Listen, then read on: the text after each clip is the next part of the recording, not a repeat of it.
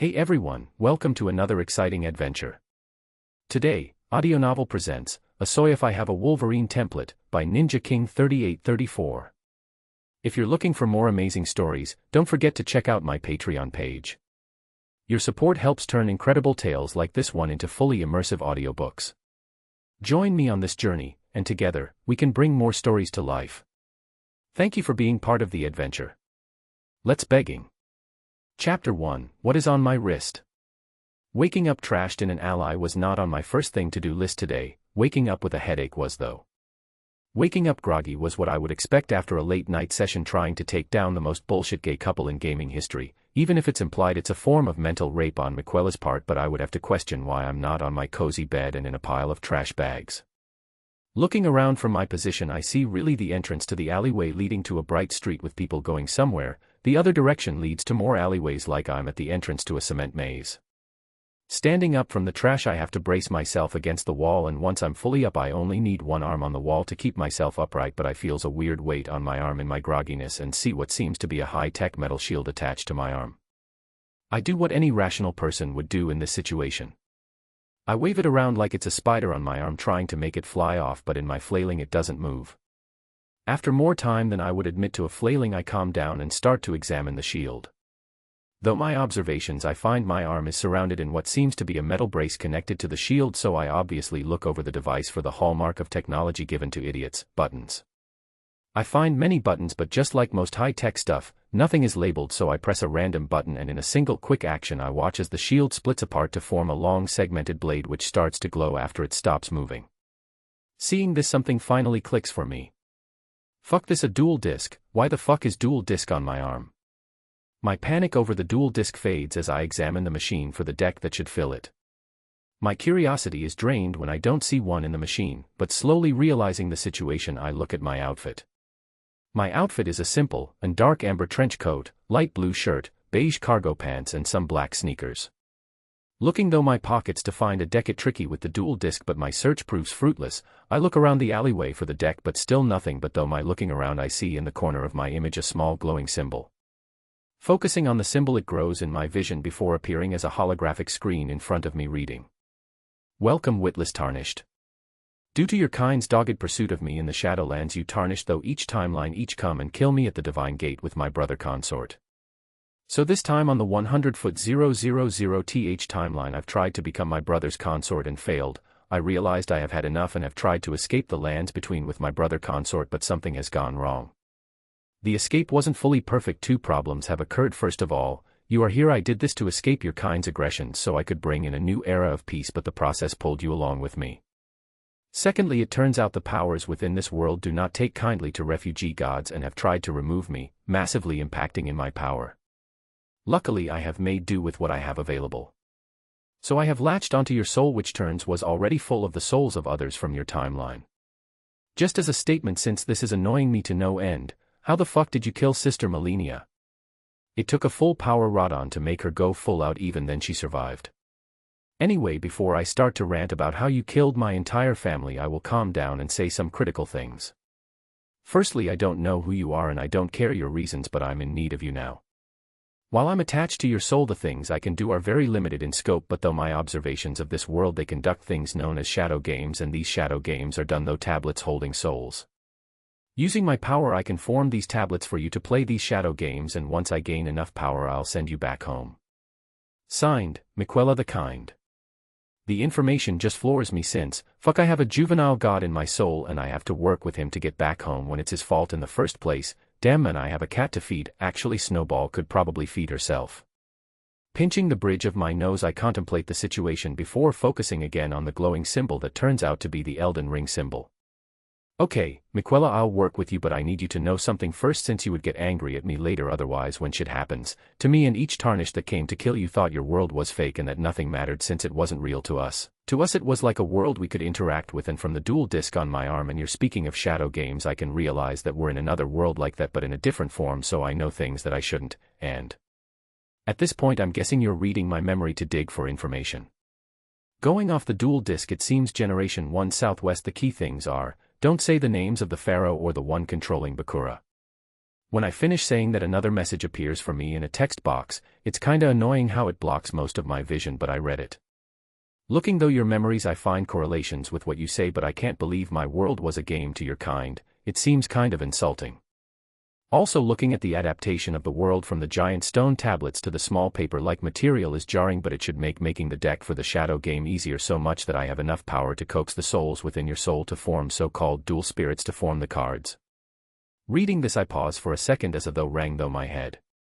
I can make a deck from souls from Elden Ring, and I killed most of them. The text box in front of me morphs to read something different. Yes, you can, but it's not just people you killed. When my transference happened, it pulled you along. That shouldn't have happened, and for some reason there are other souls here that you didn't kill, but you either helped or met along your journey. P.S. A small jar thing says, "Hi cuz." I have no idea why, but it's annoyed me enough that I mentioned it. Well, learning it's not just the people I killed makes me happier, but then a loud sound occurs outside the alleyway. I walk to the entrance and see Kiba on a large screen overlooking the road, which is full of people. I tune it out once he starts talking about Battle City. That sorts the timeline question. Miquella, I know this is a rush, but could I get a deck quickly? I understand your though process, but if you want a deck, I only really have two options right now, since I'm having to sort through all the soul mass in here to get cohesive enough souls for the cards, but each deck is different than the other massively. Once is focused on me and the other is on Melina, since I focused on my sister and those with connection to my soul first, since it's easier. I don't even know half of these souls for my sister, but mine would be the adherents. Mine is more powerful, but it's harder to use since some souls are not happy at being used in it. Pick between the Goddess of Rot deck, or the Miquella's Plots deck. I take a moment to weigh my options. Chapter 2: The Decks. The description of both the decks made by Miquella doesn't make the choice easier between the two, but using the names of the decks as methods to analyze the decks if go off the decks to guess what would be the decks. I start by trying to analyze the Goddess of Rot deck. Well, the decks itself can easily be identified to be focusing on Melina, but if it did, why isn't it called Blade of Miquella or something like how she likes to mention during her fight, but with Miquella's words that he has no idea who half the spirits in the deck are? It makes me believe it focuses on beings connected to the Scarlet Rot. Pivoting from that, analyzing it, turn to the other deck. Obviously I would assume it's gonna focus on Miquella since his name is in the deck's title, and it would be easy to assume it would involve the DLC content since he mentioned the adherents, which I would think he means the NPC who followed him into the Land of Shadows. At that though, a revelation occurs too. Isn't the entire reason of Miquella journeying into the Land of Shadows as a plot to ascend to godhood, but the deck is called Miquella's Plots, plural. Then another realization occurs to me. Radon and Moke in that deck, those must be the unhappy souls he's talking about. I can determine this due to how he plotted both their downfalls and their deaths are required to access the DLC. This choice is really hard. Could it be possible to just give me access to both of the decks or just to look at them? As I think this, a message appears in front of me from Miquella. I could give you both the decks, but I would be stretching my powers even thinner than I am already. But I will be honest, the most taxing part of the process is grasping the fragments of the souls in this quagmire, which is your soul, to form cohesive enough masses that they're usable. It doesn't help that I'm having to hold back the more aggressive things in here. Just as a statement, why is Bell in here and why is he constantly fighting with a two-headed dragon in here? Also, just the sheer amount of things in here is staggering, but I would say the most corrosive would be the wisps of frenzied flame in here. Adhering my souls is essentially a mixing bowl of an entire world's souls, isn't? I'm less surprised until I read Miquella mentioning the frenzied flame and I start patting down my body looking for a certain object in a panic. Though my actions, I feel a golden needle buried in my flesh just above my heart. At finding the needle, I breathe a sigh of relief, learning that I won't have to worry about the frenzied flame or Scarlet Rot using me as a method to fuck with the world. But in my relief, I get another message from Miquella. How do you have my needle? I thought it lost in the Ionian swamp that occurred in Caelid after my sister's fight. I even felt it break, but for some reason it seems to be completely pristine. Reading Miquella's words, it just reminds me of her journey. All I respond with is, I was given it by a companion who was willing to die instead of becoming something she was not. The statement doesn't elicit a response from Miquella, but I can feel that struck a chord with him on some level, but the silence just makes the decision reoccur as the subject then though appears. Could you show me the strongest card of each deck? That might make it easier to choose. Sure, it's not like it would cause a problem. Here they are. Melina, Goddess of Rot Fire, Goddess, Fusion, Effect, ATK/Def, 0. Promised Consort Radon Light, God, Ritual, Effect, ATK/Def. Getting a view of the pair of deck bosses, it confirms my idea about the deck's lore but still doesn't make the choice easier. Though examining the cards I make a multiple observations. Both cards are god cards, meaning they're spiritually strong enough to contend with the Egyptian god cards, meaning I won't have to worry about Merrick and his mega ultra chicken. Another observation is that each of their ATKs are variable but don't give a good show of how strong that would make them. They could get stomped by RA, Obelisk, and Slifer, so that makes me apprehensive with my choice. Malenia seems to have a higher ATK threshold than Radon, but his effect is a straight win condition. Placing my fingers against my bridge, which is a habit I have when a headache is forming in my head, after a while of just rubbing my head to try and relieve the ache, I come to a decision. Fuck it, give me both of them. It's too hard to choose between the pair. It would be better anyway, since it'll allow me to use the better deck if I face someone I remember. Thinking this, I watch as a pair of glows starts to appear in my trench coat. Looking into the coat, I find in one of the many pockets a red glow and a golden glow emanate from a pair of the pockets. As the light fades, I can feel the weight of the decks, and each of the pockets holding the decks have changed slightly, and that just beneath each of the pockets a very familiar symbol has appeared indicating the pockets. The pocket that was glowing red is indicated by Malenia's great rune, but in high enough definition that I can even make out the small red butterflies in the rune, and the other pocket is marked with not Miquella's great rune but with Miquella's cross emblazoned in gold. Reaching into my trench coat and taking out the Goddess of Rot deck, I flip it over so I can look at the cards, and lo and behold that the first card I see of the deck is a certain red-haired goddess. Malenia, Blade of Miquella Fire, Warrior/Effect, ATK, 2500/Def, 1000. From just looking at her card I can feel a sense of foreboding creep up my neck, but within that foreboding I feel a sense of both reluctance and happiness. I don't quell on it, since trying to understand the mind of a woman is men's greatest mystery, but I would guess it's about being reunited with her brother. I continue to look though the deck, and I find my guess that it was centered around those connected with Rot was correct, but from looking though the cards I can see the deck strategy is very much Malenia. It's a fast-hitting equip-focused deck that has most of its monsters act as search engines for other monsters or cards. My looking though the deck is stopped when I see an old red-haired companion. Reading her card I read effect and look up the cards she references. When I read them I'm shocked at how she plays to the deck. Continuing to read the rest of the deck I come the end of it and find a very curious card in the deck, Miquella himself. Miquella, the Kind Light, Spellcaster/Effect, ATK, 100/Def, 0. Seeing him here it causes me to pause and read the card and ask him why he is there when he has his own deck. Well, it would be easy to explain. We're twins and our connection is very strong, so we're both in each other's deck. In hers my role is to find what I think what you would refer to as a deck-themed field card, as well as giving access to a very strong card where we combine our talents. In mine she acts as a requirement to my deck's progress, as well as a very strong combatant when needed. Hearing his response I feel he's using her slightly, but I don't point it out when he has access to my very soul. I just continue on and find the card he mentions in Malenia's deck. When I read its effect my eyes bulge out of their sockets from shock. This card's effect is so broken that it's going on the ban list the moment after the game I play it. Calming down from the shock of that card I look at the final cards of the deck. I don't smile at one, and the other is the Goddess of Rot card I see. Seeing what I have I place the Goddess of Rot deck back into its designated pocket and fish out the Miquella's plot deck. Looking though the deck my reactions are less explosive than when I was reading the first deck, but maybe it's because the monsters aren't as cohesive to a theme as the last one, with the only thing connecting them is that each card is addressed as adherent. The only one of the adherent monster cards that actually helps the group is Needle Knight Lita, but even she acts like her NPC counterpart and just has an ability to kill an adherent monster to destroy a monster on the field. Adherent Needle Knight Lita Light, Warrior/Effect, ATK, 1800/Def, 1800. Looking though the rest of the deck I learn the overall theme of the deck. It's a boss rush deck. Some of the spell cards in the decks have the term plot in common, making it another keyword which is used for the deck, and each plot card essentially special summons a boss monster. It's surprising, but I find 5 plot cards. Miquella, you're a manipulative hypocrite, aren't you? You killed your siblings to become a god. Was it worth it? I did what was needed. The Golden Order had been rotting from the inside for a while, and the shattering made everything into a giant mess. When Marika went completely missing, the world was going to turn into a mess. I was right when Godefroy and his nephew sieged Leyndell, assisted by Rykard.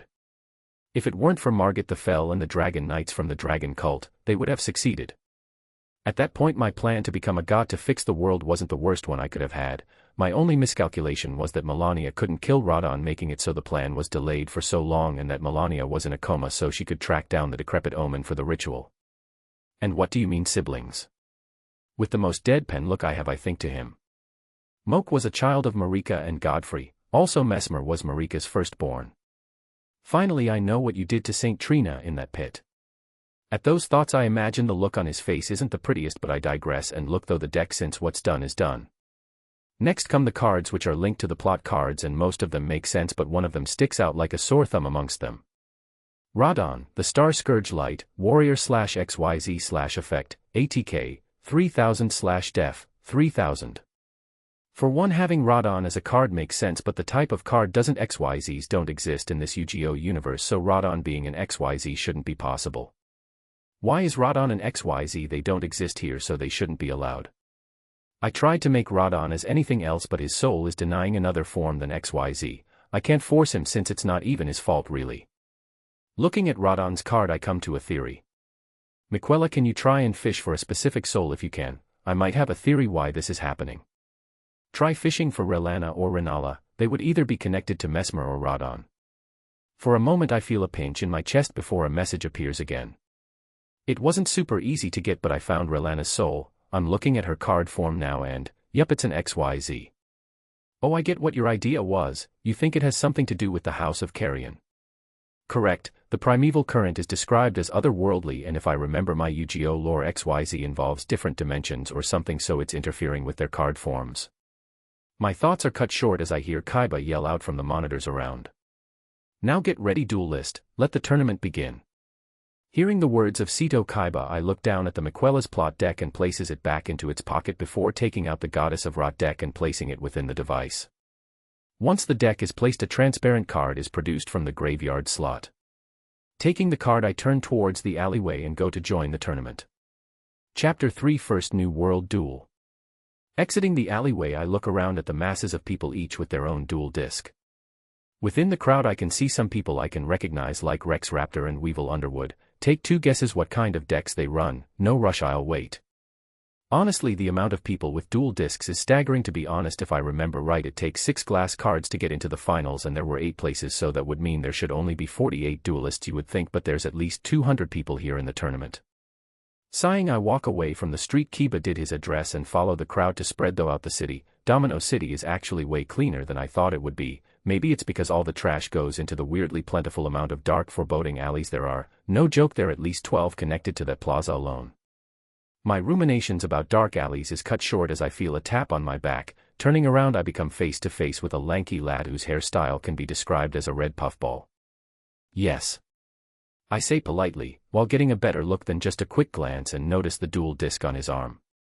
As if to emphasize the dual disc, he raises his arm. I challenge you to a duel. Looking at him curiously, I just smile. Sure, but what's your anti-card? As I say this, I reach into my own deck and take out a card, since I remember in Battle City each player had to ante their rarest card. Since I'm not an idiot, and knowing Melania, Goddess of Rod is a card best kept secret for now, since Kiba is always watching. Reveal on the count of 3. 1, 2, 3. Twin-headed Thunder Dragon Light, Thunder/Fusion, ATK, 2800/Def, 2100. Melania, Blade of Miquella Fire, Warrior/Effect, ATK, 2500/Def, 1000.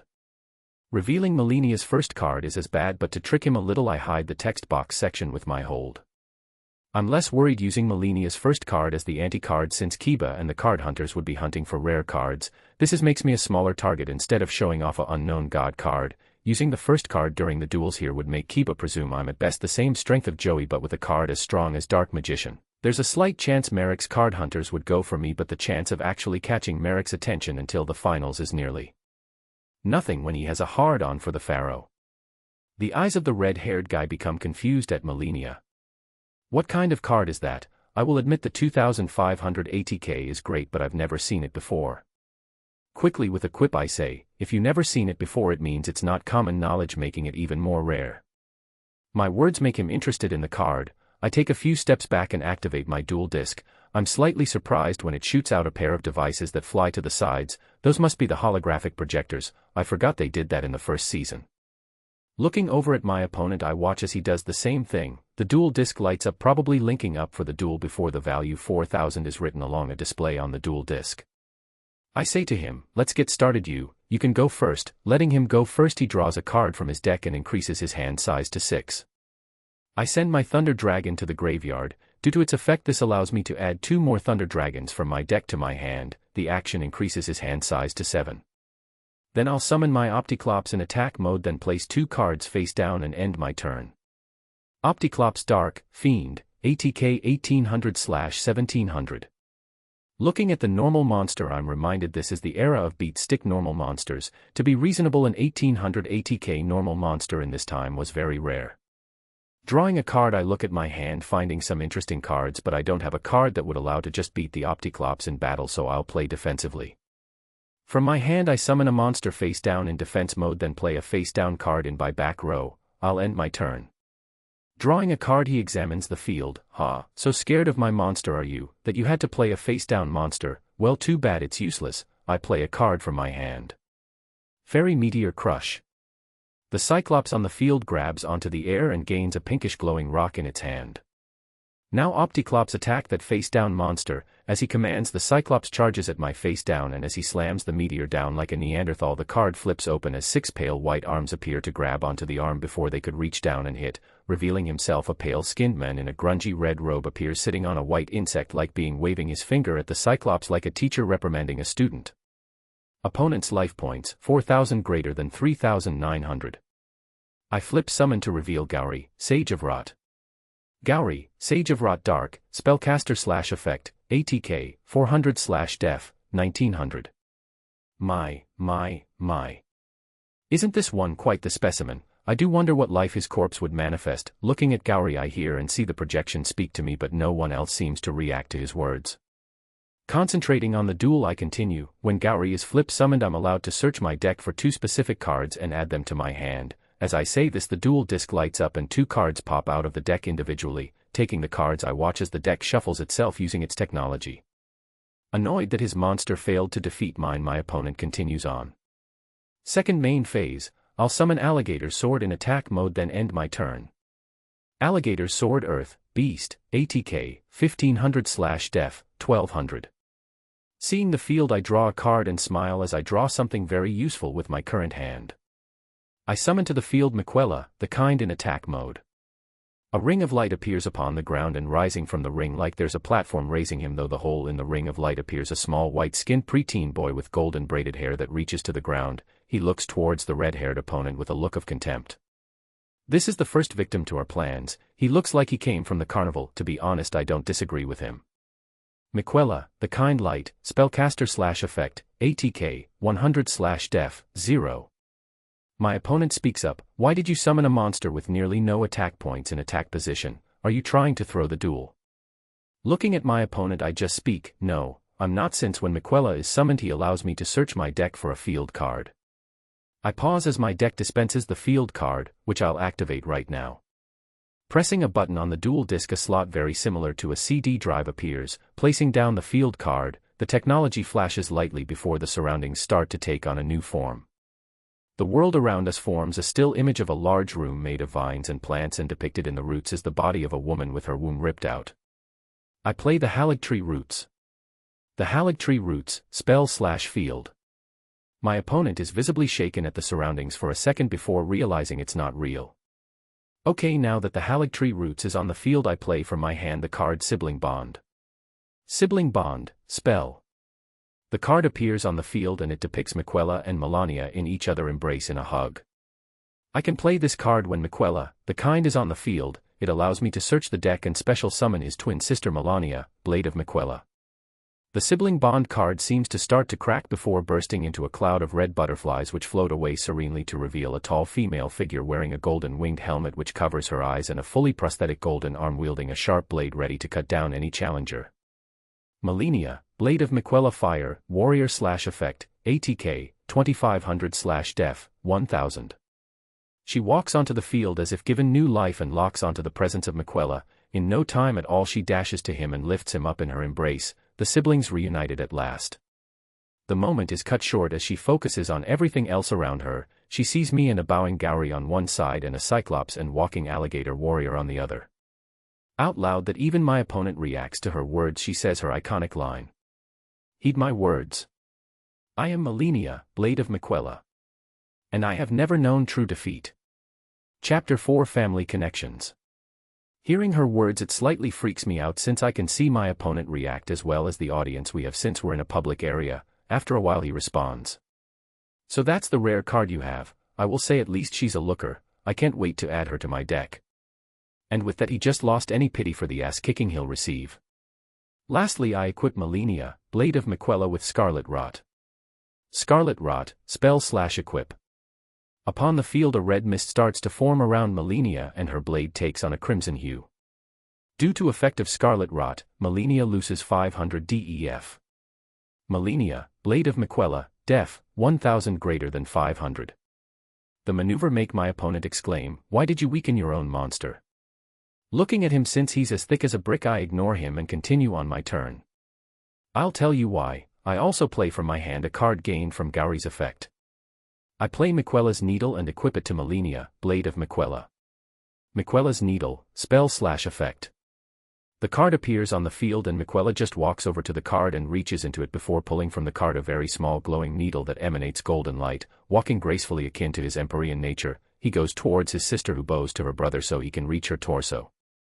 In a flourish of golden light Miquella strikes at Mella's heart with the needle. When it becomes buried into her flesh her form seems to be emboldened as if she was restraining herself in her previous state and can now finally relax. Now Mella, show the world why you have never known defeat. Attack that Cyclops.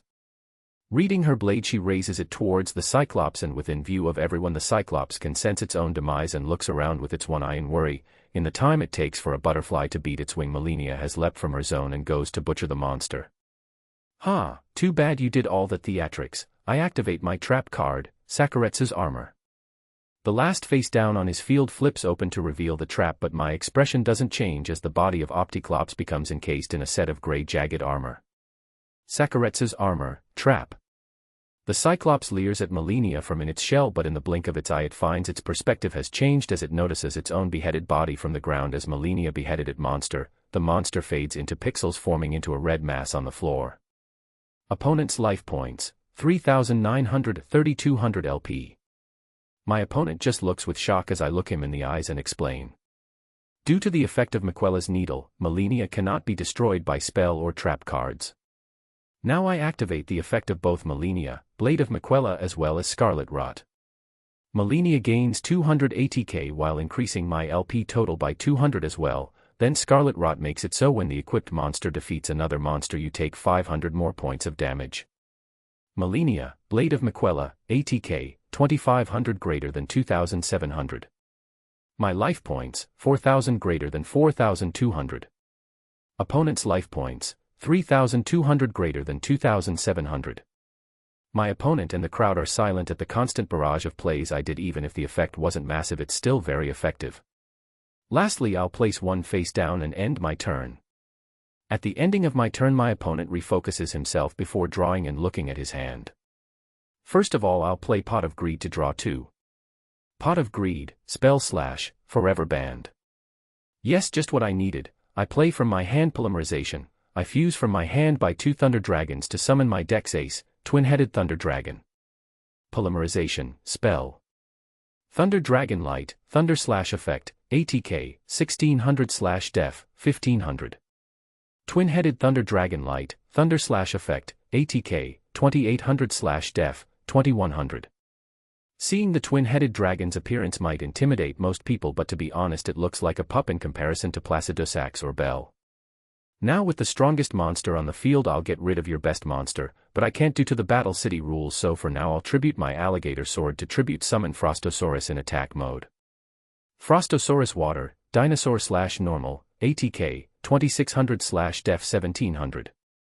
The alligator swordsman does a backflip and disappears into the ground like it was a liquid before a large glacial statue rises from the ground where the alligator disappeared. Once it reached the size of a tree it started to move. Repeat, the tree-sized ice statue started to move.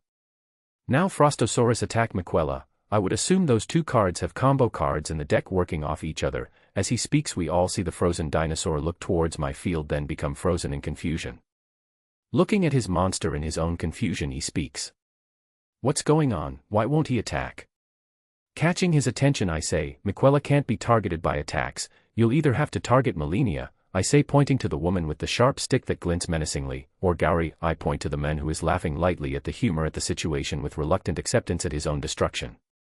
Hearing my words my opponent gain refocuses and taking the obvious choice he points at Gauri. The dinosaur icicle gains momentum and launches towards the sage.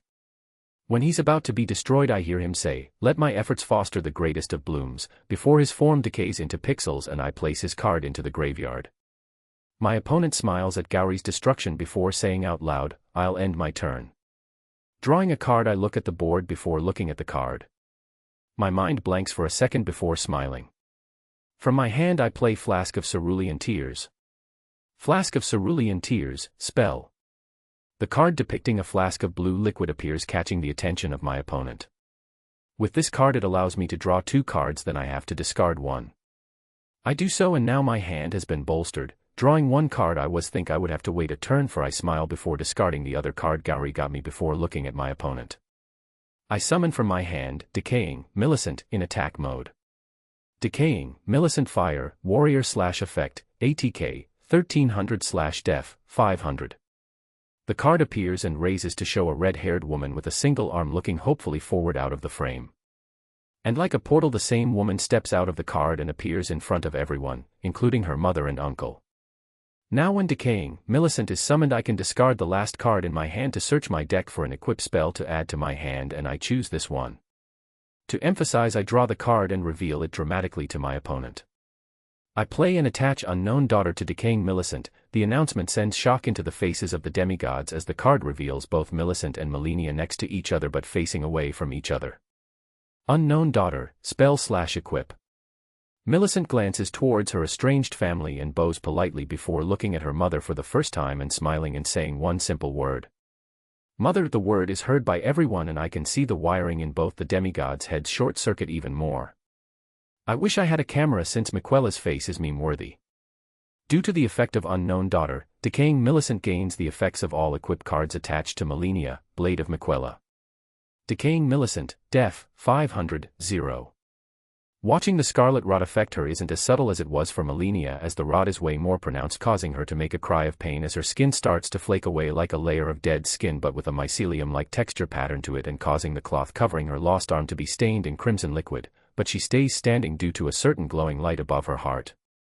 Now battle phase. Malenia, Blade of Miquella, take down that deep frozen dinosaur. Still recovering from the shock of the revelation, her body acts like the fine-tuned machine it is to attack the dinosaur. Again she goes for the neck and beheads the beast, but no one notices her attack until the head slides off the body of the dinosaur to reveal a clear single cut through the ice and flesh of the beast. Now again Malenia's effect happens again, and then Scarlet Rot activates, dealing 500 more damage. Opponent's life points, 2,700 greater than 2,100 LP. Malenia, Blade of Miquella, ATK, 2,700 greater than 2,900. My life points, 4,200 greater than 4,400 LP. Seeing his second strongest monster destroyed, my opponent's face turns to a grimace, but it changes as I say, "I end my turn with that." I watch as on his turn he makes a face before looking at the field. I place a card face down and go to my battle phase. I have a feeling that armless woman would be more troublesome if left alone, so. Twin-headed Thunder Dragon, destroy Millicent. I see as the dragon rears its heads up and charges a lightning breath attack. Millicent looks at me and she sees me smile. Seeing me smile, she stands tall and takes the attack head on. The lightning comes and makes her disappear in a flash of light. During the blinding light I hear the sound of my life points decreasing. My life points, 4,400 greater than 2,900. The light fades to reveal a flipped trap card that I've had on the field since the start of the duel. It depicts a lone Cleanrot knight carrying an unconscious Malenia across a tundra-blasted plain. I play Loyalty Above All Hardships. It allows me to retrieve the destroyed Millicent and add her to my hand, but also since Millicent has less than 1,000 defense points, I'm also allowed to add from the deck to my hand Cleanrot Knight Finley. Loyalty Above All Hardships. Also I activate the Haligtree Roots field card. During this whole time it's been here acting passive, but I'll finally use its effect. Every time I add a card to my hand via monster effect I place a rot counter on it. Due to Millicent's effect it's currently at 1, but that 1 is all I need right now, as I remove 1 rot counter to prevent the destruction of the Unknown Daughter equip card before adding it to my hand. Now with a refilled hand I feel more confident and I can see the ending of the duel coming close. Feeling the annoyance of my opponent from across the field at my advantage. He grumbles something before saying out loud, "I end my turn." Starting my own turn with a draw, I look at the card, then at Millicent before shrugging at the card. First of all, I'll summon again Decaying Millicent, then use her effect to discard a card to add an equipped card to my hand, discarding a card to the graveyard. I then gain another card from the deck. I look at the card and smile since it means my victory. Decaying Millicent Fire, Warrior/Effect, ATK, 1300/Def, 500. I play from my hand 2 equipped cards, both Valkyrie's Prosthesis and Unknown Daughter, onto Decaying Millicent. Since you haven't seen it before, I'll explain that Valkyrie's Prosthesis increases the ATK of Millicent by 700, putting her ATK at 2000. The cards appear on the field, filling up the rest of my back row, walking to the Prosthesis card. Unknown Daughter, Spell/Equip. Valkyrie's Prosthesis, Spell/Equip. Decaying Millicent, ATK, 1300, 2000/Def, 500, 0. Now battle phase, I attack using Malenia to slay your dragon. As I say this, Malenia, no longer in confusion, comes face and face to Helmet before getting ready to turn the dragon into sashimi. I activate my trap card, Kunai with Chain. Targeting your monster to be changed to defense position and my own to gain 500 ATK. Kunai with Chain. Trap/Equip. Not expecting the trap due to the protections due to Miquella's needle, my assault is stalled. Twin-Headed Thunder Dragon, ATK, 2800 greater than 3300. Damn, well that's annoying. During my main phase 2 I'll place Malenia back into ATK position, before ending my turn. My opponent smiles at having the strongest monster again before drawing, then smiling even more before revealing his card, Cards of Demise, fuck. I play from my hand Card of Demise, which allow me to draw up to 5 cards, but in 5 turns I discard my hand. Cards of Demise, Spell/Anime version. Seeing the card and the effect as he draws 5 new cards, my anticipation mounts as he peruses his new hand. I equip my Twin-Headed Thunder Dragon with the Axe of Despair, increasing its ATK by 1000 more. The statement fills me with dread then humor as the axe appears and is wielded in one of the jaws of the dragon like a awkward rendition of Zoro's 3-sword technique. Twin-Headed Thunder Dragon, ATK, 3300 greater than 4300. Now Twin-Headed Thunder Dragon attack Millicent like before. I watch as the dragon flings the axe into the air, aiming for it to land on Millicent while it charges its breath again. Chapter 5 Blooming Flowers. Now Twin-Headed Thunder Dragon attack Millicent like before. I watch as the dragon flings the axe into the air, aiming for it to land on Millicent while it charges its breath again. Not so fast. I activate the last card in my spell and trap zone, Aeonian Swamp. At my words, a giant decayed tree/flower grows rapidly in between me and my opponent, blocking the line of sight of each other. Aeonian Swamp, Trap.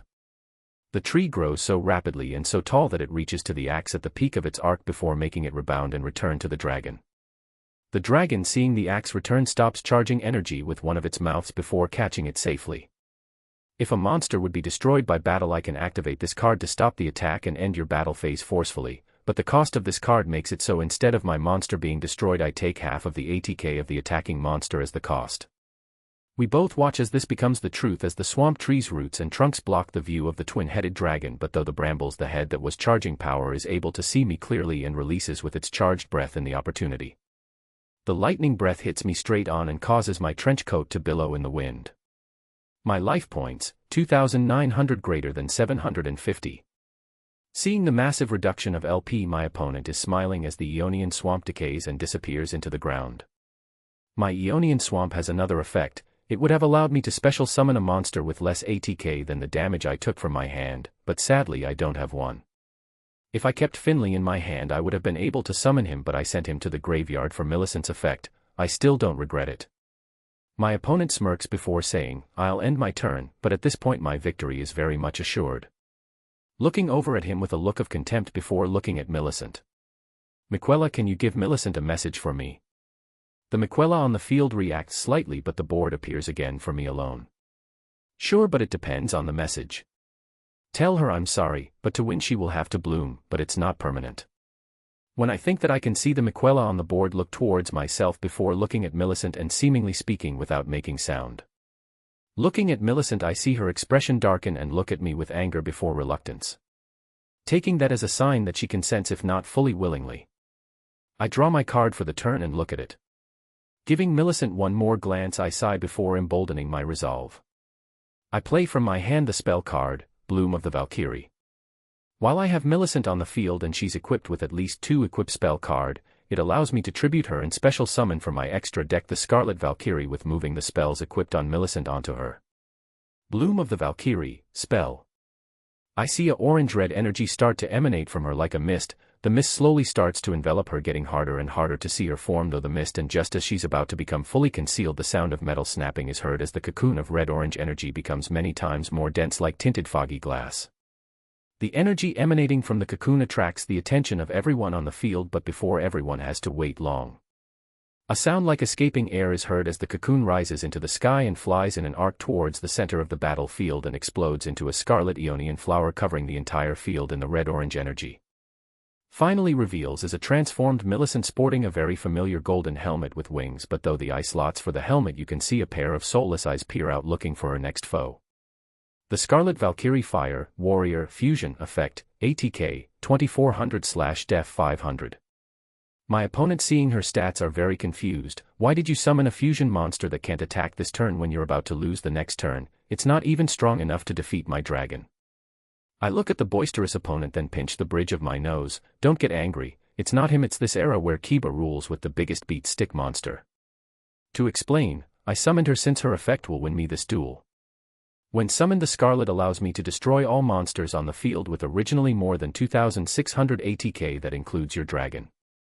As if to explain my point, the twin-headed dragon collapses to the ground, as since everyone was distracted at the Scarlet Valkyrie's entrance, no one noticed besides myself, as the dragon was coated in flecks of the Scarlet Rot energy, which would target the greatest amounts of life force on the field and rot them to the core. In front of everyone they watch the 4300 ATK behemoth get gimped by a toxic cosplayer. The dragon fades into pixels and disappears, leaving his field wide open. Now Melania, if you wouldn't mind, end this duel. At my request, Melania looks towards her daughter for a moment before pointing a finger towards my opponent and creating an Aeonian butterfly which floats across the field and lands upon his dual disc, reducing his LP down to 0. Opponent's life points, 2200 greater than 0. Winning the duel, I watch as the figures in front of me fade, but I do notice how Melania fades away while hugging Miquella, with the pair having smiles. I walk up to my opponent, who obvious is acting obnoxious at his loss. Well, that's how the duel ends, but to be honest, I'm not a massive fan of the anti-rule. At my words, my opponent perks up at not having to lose his ace card. Thanks man, I didn't want to lose it, it has sentimental value. He hands me the crystal map card and goes to leave. Before he can run, I grab his arm. I said I wasn't a fan of the rule, but I still need a card or I might be disqualified, so instead of your dragon, how about your card of demise? Looking at me with shock then bewilderment, he sighs with a small smile before fishing the card out of the deck. Here you go, it's weird you want this card instead of my rarest card, but you do, I suppose, see ya. Hearing his words, my mind short-circuits, but I look down at my new card of demise as I let him leave. Then I remember the wise words a great man said to his child. People are idiots. I would have to agree with you. While I admit facing that dragon was intimidating, he only had that intimidating dragon at that point due to this card and that kunai card. Funnily enough, I was contemplating between that card and this one. I think this as I place the card within the deck, since it has broken card advantage potential. Watching the crowd around me start to disperse, I feel like I'm being watched by something, but shrug, assuming it's probably Miquella placing himself back in my soul. Turning around away from the direction of the initial plaza, I continue my hunt. Far behind me, a pair of purple eyes watch me go. Chapter 6: A pot finds a lid. To be honest, traipsing around the city looking for people to duel sounds easy when each member is carrying a literal duel me sign in the form of the duel disc, but my idea to go to the local park I found on a town map was a reasonable idea for duel hunting. I just want to tell past me that your idea was genius, but remember, everyone else is an idiot who don't follow common sense. No joke, I saw a pair of kids dueling in the middle of a busy street, not on the sidewalk but on the street, blocking traffic. The funniest thing about it was one of them had a gyroid deck, which are all those animated cartoon vehicle cards, and the other had a pumpkin carriage, horses and all on the field. I was tempted to wait and battle the loser until the kid with the pumpkin carriage played the most broken field card in the anime. The Golden Castle of Stromberg. Seeing that I bolted faster than Melania kills noobs and got the hell out of there, but following the plan I went for the park and now I'm lost. It wasn't my fault, it turns out it's a full-blown nature spot with trees and a lake like New York Central Park. Just my luck that while trying to hunt for people I get lost in the only place not a dark alleyway or street in this city.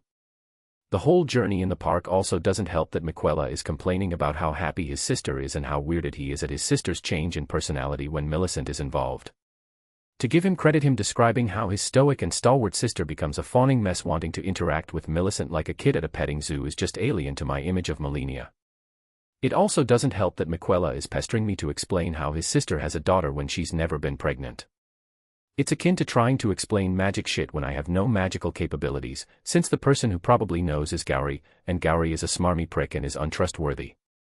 Maybe if Melania asks him he'll explain, but putting Gowry and Melania in the same room as each other is a recipe for disaster, mainly for Gowry since he's a kindred of rot and I'm not sure if she likes them or not.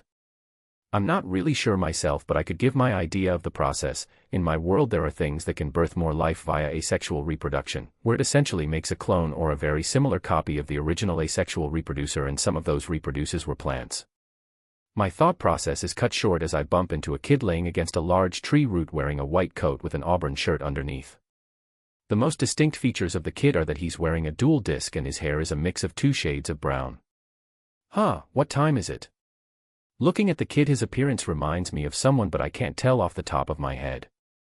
You could probably check your dual disc since it's so high-tech. I would be surprised if it didn't have a clock function. Do you think I could make phone calls with it if I placed it against my head? Cracking at the light joke, the boy giggles. You're funny, mister. Nice to meet you, but why are you here? Sighing and looking around for others, I come clean. I'm looking for Duelist, but I'm not a native, so I got lost. You're the first person I've seen in a while. At the mention of the duel tournament, the kid frowns slightly but hides it quickly. Oh, yeah, the tournament, he says with a hint of sadness in his voice. Looking at the kid with some concern, I ask, what's wrong? He hugs his knees with his arms and becomes smaller. I entered an art contest and got some cards made, then Kiba Corp wanted to send some cards into space. Thinking it would be cool, I asked if I could send my friend into space as well, but now I'm having terrible nightmares about my friend being in pain, and now I have to enter this tournament without my friend. When he speaks his woes to me, it finally clicks with me who the person in front of me is. It's Jaden Yuki, the Yu-Gi-Oh! GX protagonist but younger. I knew Gen 1, GX and 5Ds share the same world. This was just unexpected, especially just after I've started my journey, but I can tell he's in no shape to duel like his future self, but that would be like kicking a puppy. Looking at the child in front of me, I come up with an idea. Miquella, do you have enough power to form a single card? Well, it depends on the soul you want. Too strong the soul and it's tricky. No worry, there's one little guy that would feel right at home with this potentate. Get Jar Baron. The request is quick and I feel a single card appear in one of my cargo short pockets. The spirit accepted, but weirdly it asked to feel the hands of the kid. Should I be concerned?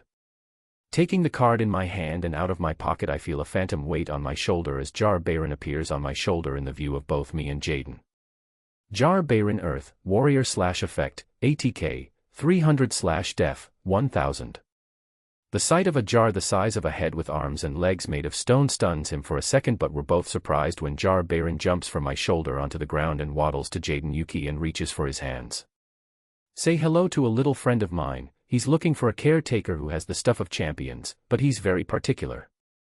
Just the presence of Jar Baron causes Jaden to lighten up at the goofiness of the walking jar. How can he tell if they have the right stuff? I smile at how he's no longer so sorrowful. Well, all I know, he just knows by the feel of your hands. At this point, Jar Baron was able to get one of Jaden's hands and starts to rub it lightly before speaking. Yes, these are the hands of a potentate. His hands are silky smooth and I can tell his heart is a right and just one. At Jar Baron's words I smile and it sets a smile on Jaden's, followed at a giggle. At my silence, Jar Baron turns to me and speaks, please send me with him cuz I know I'll miss Uncle Alexander, but I need to go on my own journey. The words causes me to feel a pinch in my chest right where my heart is as I watch as Jar Baron's card glow bright. In my hand I now feel an additional card appear beneath Jar Baron's card. Reading the new card is just smile, handing both of them to Jaden. The stuff of champions, spell/continuous. Seeing that as Alexander giving his blessing, I give the 2 cards to Jaden. He looks at the cards before looking at me guiltily. You're just giving me these 2 great cards and I'm giving nothing. How can I repay you? Looking at Jaden I think. Well, you could give a duel like how the tournament wants us to, but instead of your rarest card just give me a pot of greed or something if I win. If I lose you take Jar Baron as the reward. "You're on," Jaden says with excitement before jumping up and walking to a faraway distance and activating his dual disc. I set up my own by placing the GOR deck in. My thoughts are paused though when Jaden asks for my attention. "By the way, mister, I'm Jaden Yuki, what's your name?" Smiling at the kid since my last opponent didn't even ask my name. "It's not important, but you can use my nickname Drogon, or DRO. Now let's duel." Chapter 7 Heroes vs Scarlet Sisters. "Let's duel," we both say at the same time. Looking towards him, I let him go first. "I draw, let's see what draw." "Wait, isn't that the card you gave me?" The kid's poker face is non-existent it seems. Maybe it's because he's been reliant on Yubel's guidance. Wait, this might be his first duel without Yubel's help. Knowing that coddling him isn't the right move, I let him work out his own strategy for the game. "Okay, let's start with playing 2 cards face down and a face down monster on my field. I'll end there." Seeing him fill his field, I smile and draw before looking at my cards. The cards in my hand cause me to pause slightly. I look at Jaden before closing my eyes and making a decision. Firstly, I use the effect of a card in my hand. I reveal from my hand the Blood Cocoon Plot spell card. I reveal to the child a depiction of child kidnapping and molestation, with Moke carrying an unconscious Miquella. Blood Cocoon Plot, spell/ritual. When I reveal this card in my hand, it allows me to search my deck for Miquella, the kind, and add him to my hand. When I say this, Miquella's card pops out of the deck. Taking his card, I play it onto the field, summoning him. Like before, Miquella appears in a ring of golden light, using it like a portal on the floor, but unlike his last appearance, his hair doesn't reach the ground and it's not wild like before, as it appears to have been braided into an intricate braid. Understanding it's a requirement to tame the long bush-like hair he has, I don't comment. Miquella, the kind light, spellcaster/effect, ATK, 100/def, 0. I summon Miquella, the kind. When he's summoned, he allows me to search my deck for the Haligtree Roots field card. Again, my deck dispenses another card which I add to my hand. For now, I'll play the Haligtree Roots before placing 2 face-down cards, then ending my turn. This declaration comes with the surrounding forest starting to coalesce into a nest of roots and trunks to make a reappearance of the wooden Miquella figure. The Haligtree Roots, spell/field. The surrounding changing to the Haligtree causes stars to shine in the eyes of Jaden. "SOOO, cool, is this the Kiba tech at work?" he says while looking around at the details. "Yeah, it is, but before you get lost in the illusion, it's your turn." Hearing my words, it catches his attention back to the duel, and when he sees my field, he tilts his head in contemplation at the appearance of my field. I draw. Nice. From my hand, I summon Sparkman in attack mode before activating the card you gave me. Elemental Hero Sparkman Light, Warrior/Normal, ATK, 1600/def, 1400. The Stuff of Champions, spell/continuous. Summoning monster without flipping the other one makes me believe it might be a flip effect monster, but I have little time to postulate before Jaden acts. Sparkman attack Miquella, the kind with your shock bolts. As Sparkman hears the command, he raises his arms to attack, but before he attacks, he looks at Miquella in the eyes, who glances at the hero as well. A runic arc of light appears above the head of Sparkman. Jaden looks at Sparkman with confusion. "Sparkman, why aren't you fighting, and what's with the light ring?"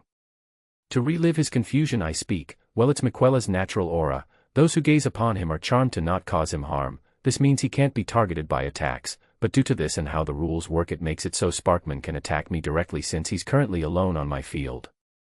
As I say this, I watch Sparkman turn towards me with the charged arm. That's a weird effect, but I won't pass up on free damage. Sparkman attack DRO directly. As he goes to strike at me in the middle of the field, a large orange flower bud starts to grow out of the ground between me and Sparkman. Sadly, Jaden, I have to stop that. I activate the trap card Scarlet Ionia. Scarlet Ionia, trap/counter. It allows me to reveal the top 5 cards of my deck, and if there's a fire-type warrior monster with 1000 or less def in the cards, it allows me to special summon them. Saying this, the top cards of my deck are ejected out, placing my hand separate from the cards I look, though the 5. Gowri, Sage of Rot Dark, spellcaster/effect, ATK, 400/def, 1900. Envoy of a New Age Light, spellcaster/effect, ATK, 1000/def, 2200. Bloom of the Valkyrie, spell. Unknown Daughter, spell/equip. Daughters of Rot Fire, warrior/effect, ATK, 1800/def, 500. Looking at the first 4 cards, I was thinking my prospects was low, but when the daughters were revealed, their appearance upset Miquella for some completely unknown reason, but his worries were ignored as from the Scarlet Ionia on the field, a quadruple of sisters manifest from the expanding bloom, each looking different and wielding vastly different weapons. I shuffle the other 4 cards back into the deck.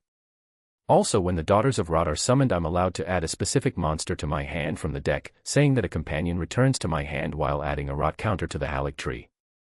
Seeing the sisters appear, Jaden is stunned for a moment but looks at Sparkman on the field before looking glum. I'll end my turn. Drawing a card, I look at my hand and smile at the card the daughter got and formulating my attack strategy.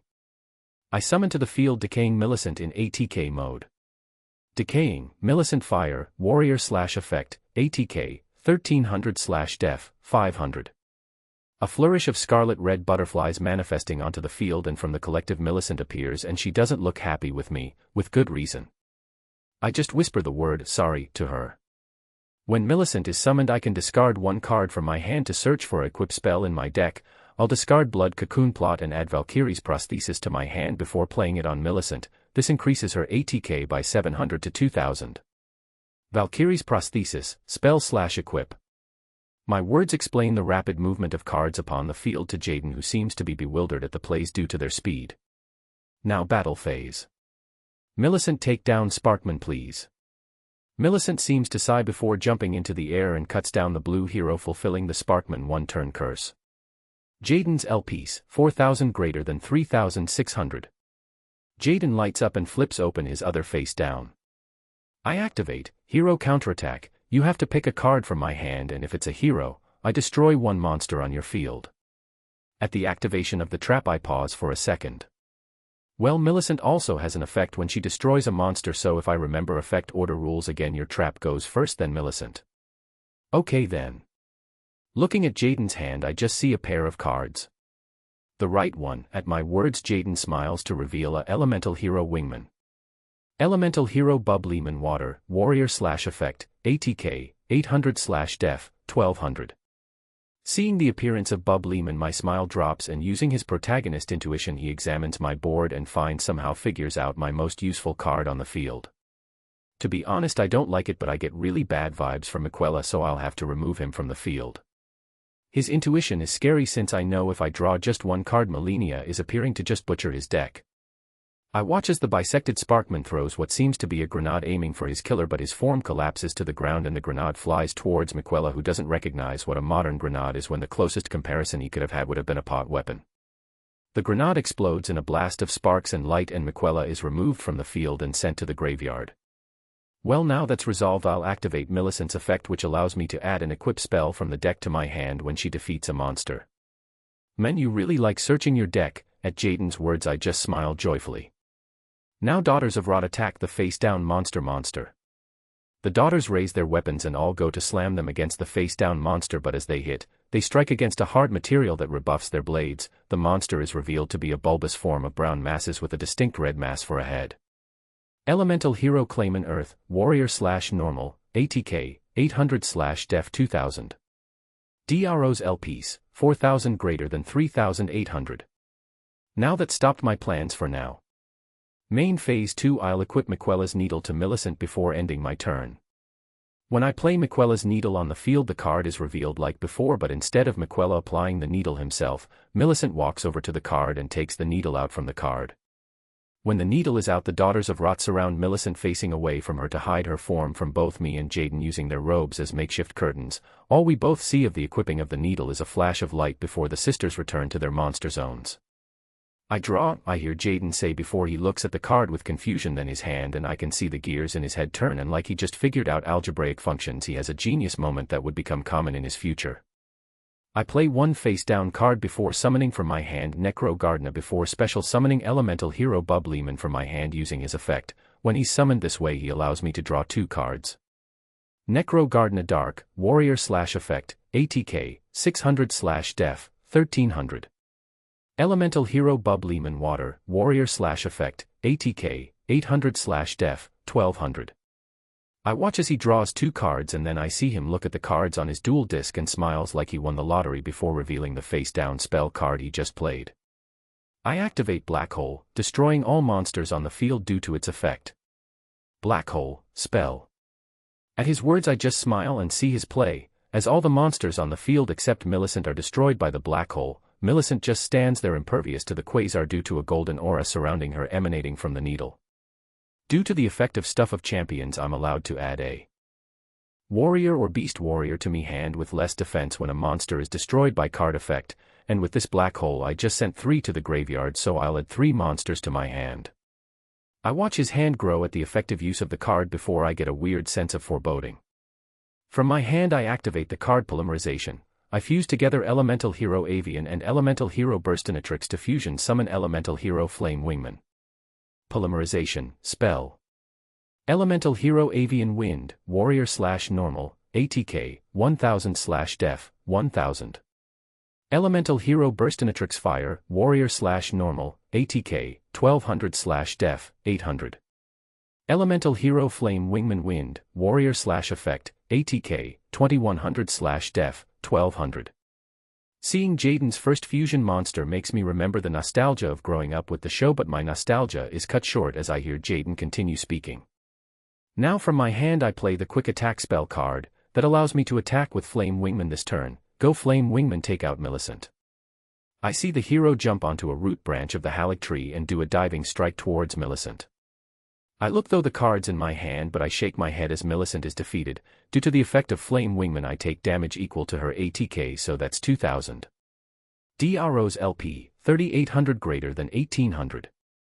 Using the effect of the Halleck tree I remove 2 rot counters from it and regain Miquella's needle and Valkyrie's prosthesis to my hand. Placing the cards back in my hand I look at Jaden. This is so fun. Chapter 8, Dragons and Dignity. Seeing the iconic hero monster on the other side of the field, my plan has been stalled, so I have to think of another process. I'll end my turn. I hear Jaden say. I draw a card and look at my hand at the new card. Fudge, I forgot that bastard was in this deck. I continue to look at my hand and make a plan using the 5 cards in my hand. Okay, my turn. First of all I'll play the card Rot Kindred Swarm from my hand. A spell card appears depicting a trio of Kindred of Rot patrolling Caelid in its malformed and corrupted form. Rot Kindred Swarm, spell/continuous. I activate Rot Kindred and remove all 1 Rot token from the card to summon a Rot Kindred token onto the field in ATK mode. Burrowing from the earth beneath me and Jaden, a pale mollusk-like insect creature appears before standing at full height wielding a long pale glaive. Rot Kindred token Fire, Insect, Effect, Token, ATK, 1400/Def, 0. But don't get used to its presence since I'll use it as a tribute to summon Rot Dragon Exikes in ATK position. A loud roar is heard resounding through the forest of an apex predator, but the sound's way more guttural than normal roars. It sounds like both a roar of defiance and roar of pain intertwined. The Kindred of Rot raises his hands in a form of prayer before both me and Jaden see a massive, calcified mass of rotting flesh appears from the sky and simply squishes the Kindred of Rot. It looks upon the domain it's been summoned and looks towards me as if it recognizes me. It makes a jagged snarling sound towards me, but it finds no fear in my eyes. The dragon senses this and turns towards the fresher meat. The white mass of chipped calcifying stone and pulsating flesh coils around itself and rears itself and stares down at the hero with a giant dripping maw infused with scarlet rot, as if sensing a challenge. Elemental Hero Flame Wingman strike a pose of defiance as it faces a real monstrosity, like how any hero should. Rot Dragon Exikes Fire, Dragon/Effect, ATK, 2400/Def, 2000. Due to the effect of the Rot Kindred token, I lose 500 LP, but then I'll activate Rot Dragon Exikes' effect. DRO's LPs, 1800 greater than 1300. The dragon's jaw unhinges like an alligator's towards Elemental Hero Flame Wingman. Everyone sees as the dragon's mouth starts to fill with an orange mist. When Rot Dragon Exikes is summoned, he destroys 1 monster on the field with less ATK than himself. Jaden's eyes widen in surprise as the Flame Wingman, expecting flames, braces for the heat before being overwhelmed in a scarlet rot mist. The hero looks to be corrupted by the mist before decaying into pixels. No Flame Wingman. I use Stuff of Champions to add a warrior to my hand. Now it's my battle phase. Go Exikes, attack Jaden directly. Both me and Jaden watch as Exikes rears its leg up before stomping the ground, causing an earthquake effect that travels along the floor, hitting Jaden. Jaden's LP, 3600 greater than 1200. The strike takes any smile away from his face, but in his eyes, I can see his determination to win blaze like a bonfire. I'll end my turn and let you go. At my words he draws a card then reveals it. It's the greedy pot. I'll activate Pot of Greed letting me draw 2. I watch as he draws 2 and looks though his hand and smiles. Pot of Greed, spell. First of all I'll summon my newest friend Jar Baron. Jar Baron's card appears flat down and Jar Baron appears doing a flexing pose. Jar Baron Earth, Warrior/Effect, ATK, 300/Def, 1000. Oh, hello cuz, he says animatedly full of energy as he waves. I wave back. I'll use Jar Baron's effect to special summon from my deck Elemental Hero Woodsman in defense mode before equipping to Woodsman. Swinging in from the surrounding roots and tree trunks appears what can only be described as the unholy combination of Swamp Thing and Groot. He lands on the field and goes into his defense position, but Jar Baron climbs onto of the Warrior/Plant Thing and sits on his shoulder like a Elden Ring version of Pikachu as he equips himself to Woodsman. Elemental Hero Woodsman Earth, Warrior/Effect, ATK, 1000/Def, 2000. ATK, 1000, 1300/Def, 2000, 3000. The dragon leers at the pair, but all I feel is pride from Jar Baron, not even flinching at the sight. With a face that seems like he has a plan he says, I'll play Fusion Recovery, to get polymerization from the graveyard as well as Burstinatrix back to my hand. Fusion Recovery, spell. Polymerization, spell. Elemental Hero Burstinatrix Fire, Warrior/Normal, ATK, 1200/Def, 800. Now with my polymerization from my hand and using Elemental Hero Ocean in my hand I fusion summon Elemental Hero Terra Firma. The little jar on the shoulder waves at me happily since in his own little way he would become part of a great champion. The pair jump into a vortex that appears where a blue dolphin-themed hero is waiting. In a flash of light a hero that looks very similar to Neos appears, all but being a little less alien-looking and more machine-like. That and how he's standing as tall as Xyx with the dragon being around his chest height. Elemental Hero Terra Firma Earth, Warrior/Effect, ATK, 2500/Def 2000. The monster is very imposing even when I even remember the anime lore as being part of the Legendary Planet series. But I don't worry yet since Jaden's already used his quick attack spell card making it so he can't attack this turn. My thoughts are proven true when Jaden says, I'll end my turn here. At the start of my turn, I draw and look and laugh lightly. From my hand I'll play Flask of Cerulean Tears. This allows me to draw 2 then discard 1. Drawing more cards, the cards in my hands, then discarding a currently useless card just finalize a path for victory for me. From my hand I send Bloom of the Valkyrie to the graveyard to add a fire-type warrior monster with 500 or less def from the grave to my hand. And I choose Decaying Millicent. Bloom of the Valkyrie, spell. Adding her back to my hand, she doesn't remain there for long since I immediately summon her. She just walks out onto the field and looks between the Rot Dragon and the Titan before sighing in exasperation. Decaying Millicent Fire, Warrior/Effect, ATK, 1300/Def, 500. Like before when she's summoned, I can discard a card and search my deck for an equip spell card, but I chain the effect with the Haligtree Roots. To chain this I'll be discarding a Miquella's Needle, which is an equip spell in itself, allowing me to remove a Rot counter from the Haligtree Roots to retain it in my hand, while searching for an additional equip spell. I place Miquella's Needle on the graveyard place, which makes a card pop out from the deck, but the machine doesn't take Miquella's Needle, which I place back in my hand with the newly gained equip spell. Now I'll play all 3 equip spells in my hand onto Millicent. The Millicent's appearance from the Church of Plague at the start of her journey to her appearance just before her death near the end of it. Miquella's Needle, spell/equip. Scarlet Rot, spell/equip. Valkyrie's Prosthesis, spell/equip. Decaying Millicent, ATK, 1300, 2000/Def, 500, 0. Looking at Jaden I still see the fire in his eyes, and I speak out to him. Just so you know, I was saving this play against Sito Kaiba and his 3 dragons, but you made me pull this trigger, be proud. My words cause Jaden to tense up at the compliment before I play the last card for me to win the duel. I now play the last card in my hand. I play Dignity Personified. As I say this the face of Millicent brightens up like a Christmas tree. I play the card, and it depicts a dead Millicent holding onto the golden needle, but there's an obvious arm wound from where it's been removed from her body. Jaden is surprised at the imagery of the card as the Millicent on the field gives him a loving smile before taking the needle out of her own skin and immediately collapsing like a puppet with her strings cut onto the ground. In agony she says a single line that both me and Jaden can hear. If I am to flower into something other than myself, I would rather rot into nothingness as I am. As the words are said out loud, Ixix roars to the sky gutturally as if marking his acknowledgement of her ideals. Her corpse decays rapidly into a flurry of Aeonian butterflies, and appearing from the cascade of Aeonian butterflies is a very familiar tall red-haired woman wearing a golden helmet and a golden prosthetic arm. Heed my words. I am Melinia, Blade of Miquella. And I have never known true defeat. Dignity personified, spell. Melinia, Blade of Miquella Fire, Warrior/Effect, ATK, 2500/Def, 1000. Due to the effect of Dignity personified, I get to summon Melinia, Blade of Miquella with all the equipped spells attached to Millicent. At my words, this becomes apparent when Melinia becomes fully buffed by the equipped spells. Melinia, Blade of Miquella, ATK, 3200/Def, 500. Now Melinia, please take out elemental hero Terra Firma. The demigoddess raises her blade and pounces upon the titan and appears behind him. When she's stopped moving, Jaden calls out. No, I activate Necrogardna in the graveyard to negate the next attack of the turn, saving my Terra Firma. Jaden says with full confidence at his play, that is before he watches the arms of Terra Firma fall off his frame. We both watch as Terra Firma turns around to Melinia, who in the time it takes for him to turn around raises herself into the air as if she waits nothing and readies her blade.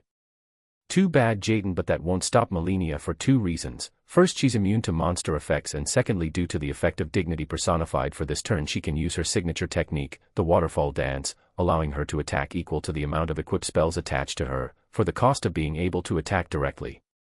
My words are like thunder as Melinia dives at the chest of Terra Firma and appears on the other side of him again. She appears to suddenly disappear and reappear around the hero, all the while small trails of white light appear around her at her locations. Once the dance has stopped, she appears back on my field, and with a flourish of her blade, elemental hero Terra Firma becomes as segmented and incohesive as the United Nations, falling to the ground as many chunks of pixel flesh before disappearing. Finally, Ixix finished the duel with a direct attack. The dragon responds and does another stomp which hits Jaden, reducing him to 0 LP. Jaden Yuki's LPs, 1200 greater than 0. Chapter 9 Love Changes People. Note from the author, there's a semi-important auxiliary chapter, so if you haven't voted yet I would suggest you vote. Defeating Jaden wasn't the worst feeling, but I know this isn't him in his prime, where he's buffed by the gentle darkness and Yubel. Letting the illusions fade to let the park forest return around us, I start to walk towards Jaden. As I get closer, I can start to hear the sound of sniffling coming from Jaden, and with the look his face I can tell he feels both happy and sad at his loss. Kneeling down so I'm face to face with Jaden, I look him in the eyes and simple ask him a question I guess his parents asked him. How do you feel, Jaden? The question catches his attention, but before he can speak I continue. I can tell something is bugging you. With the look on your face, I can tell you were happy from the duel even though you lost, but I can tell you're not sad because you lost. My words pull a chord with Jaden and his sniffles fully devolve into tears and then crying. When he started to cry, I try to use any parenting bone in my body to try and calm him down. After a while he calms down even though his eyes are red and puffy from the crying. Once I feel he's calmed down enough, I simply ask, do you want to open up? I won't force you. Jaden gets one last sniffle in before he says, I don't feel guilty. Tilting my head in curiosity since he doesn't know I know about Yubel. What would you have to feel guilty about? In a shout of rage he screams out, I sent my friend to space since he was hurting people, and I've been feeling so guilty that I've been experiencing nightmares, but while we were dueling I didn't feel the guilt, just the excitement of the duel. I let him vent his feelings freely since I know the situation would so bad his parents would do a lobotomy to remove the memory of Yubel. I place one of my hands on Jaden as a show of support and say clearly to him, so you're feeling guilty about not feeling guilty. I would assume since you feel guilty your friend was very close to you and the decision to send them away was a hard one. I don't get a reply with words, but he nods his head. I continue. If the choice was a hard one, that means there was a big enough reason that made the choice hard but necessary. Since you said you sent your friend away, I would assume they did or were doing something wrong. Jaden raises their head and looks at me with teary eyes. They were hurting people I dueled with. When I asked them to stop they agreed, but it happened again. He rubs his eyes with his free arm and continues, it got so bad that no one wanted to duel me. I won this contest and thought if I send her to space they could calm down or something. I nod along with his story and remembers the dynamics between Jaden and Duel. I think I get the problem. You think they were doing their actions out of hate or fear, weren't you? Hearing this, he nods lightly. Well, you're wrong, they were doing it out of love. Love. Jaden responds with a confused look. Yes, love. A person or spirit blinded by love can do many things. Some of those things can appear irrational to you but feel completely rational to themselves. If I had to guess, their actions make it out that they felt a threat towards you or their connection to you and lashed out on instinct. My words seems to strike a chord with him, but in the process makes him seem sadder. I know learning this might make it hurt more since you sent them away, but making some distance between you two might help. There's a saying us grown-up like to say about love: the closer the relationship, the harder it hurts when you have to let go. My words cause Jaden to start crying again, but he still faces me. Tell me, Jaden, do you feel like you'll never see your friend again? He nods his head rapidly. If the love between you two is so strong, they will return to you without a doubt, but every journey changes people, sometimes not for the better, so get ready to accept them for who they are, past, present and future. I say this while staring into his eyes. My words make him pause, but in total I can tell he feels better. Now, Jaden, you should get home soon. You won't want to have your parents worry about you, and I need to get out of this park. I watch as Jaden rummages with his deck and presents me with the crystal map card and the pot of greed we talked about. I take the cards, but I'm half tempted to just hand it back since I don't feel nice taking a card from a child, but I'll just blame Kiba since he sent children into a tournament with mostly adult contestants. I watch Jaden start walking through the park. I follow him since I'm still lost. The sight of concrete is a blessing to me. When we get to the streets, I finally wave to Jaden as a goodbye. I see him in the spirit form of Jar Brain waves. To be honest, I'll miss the little pot. I pick a random direction away from the park and head into the city. Though my walking, I find duels going off around, but I can tell none of the duels will end soon due to each duel being drawn out unga bunga beat stick battles with normal monsters. I do find some people with dual discs who aren't dueling, but when I ask them, they just tell me they're already out or just dueled and wanted a break after the taxing slugfest. Just my luck. I look at a duel next to me and watch as one guy just summons a normal monster with the same ATK of the other monster and just kamikaze itself against it. Yeah, that's the level of the tactics for the best of this era. I never realized Kiba's standards were so low for the mob characters. I do have to question how that kid with the broken field card didn't get in the Battle City finals. Did he just brick or something? Mentally shrugging, I just walk towards the edge of the road and lean against the wall near a wooden wall, waiting for someone to get ready for a duel. While waiting, I hear a sound coming from the wooden wall to the side of me. Looking at the wall, I see the spirit form of Miquella, who is also leaning against the wall. Chapter 10: Yanderas are crazy. We need to talk. Well, it depends on what you want to talk about. Just remember, I don't know everything. Flicking his hair away from his face, he is leering at me with a side glacé. What purpose did you have to give away that pot? I could feel your compassion, but I'm being pulled too thinly that I can't read your mind, which makes your actions a mystery to me. Giving Miquella a side-eye glacé as well, I just smile. I'm guessing it would be easy to describe it using the fate of the protagonist example. The Tarnished is the protagonist of your world, while Jaden Yuki is the protagonist of the second edition of this reality story, but his has the darkest moments. I felt he needed a little pot of courage to dampen the pain of his journey. I see Miquella take a face that looks like he's plotting something. Massive piece of advice: don't try to get close to him. Everyone around him are in constant danger, especially spirits, since Duel, who is Jaden's friend, he talked about, is crazy and goes full Yandere against anyone near Jaden for their arc of the story, including spirits. I gave Jar Baron to him since Jar Baron is one of the only two NPCs that can't be killed, him and Hegu. The confusion on Miquella's face is apparent, as if I read his mind as well. Jaden gets possessed by his past life's ideals at some point and goes full psychopath before his soul becomes a fusion between himself and Duel. I'm not sure, but he becomes a spirit pariah at the end of his journey. Since you actively want to regain your energy, joining someone who would actively be against it isn't ideal. The look of Miquella's face is stone-faced. I wasn't confused about that, but your knowledge makes that idea moot.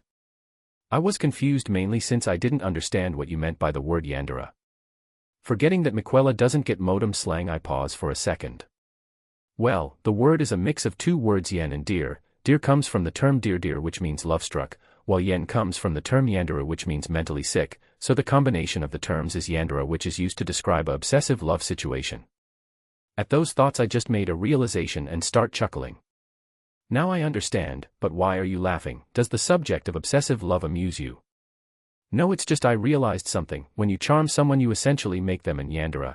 A Yandere love is usually associated with that the other member would actively kill those who got in the way of their love, and it fits the effect your charm has on a person, that makes you the demigod of Yanderes.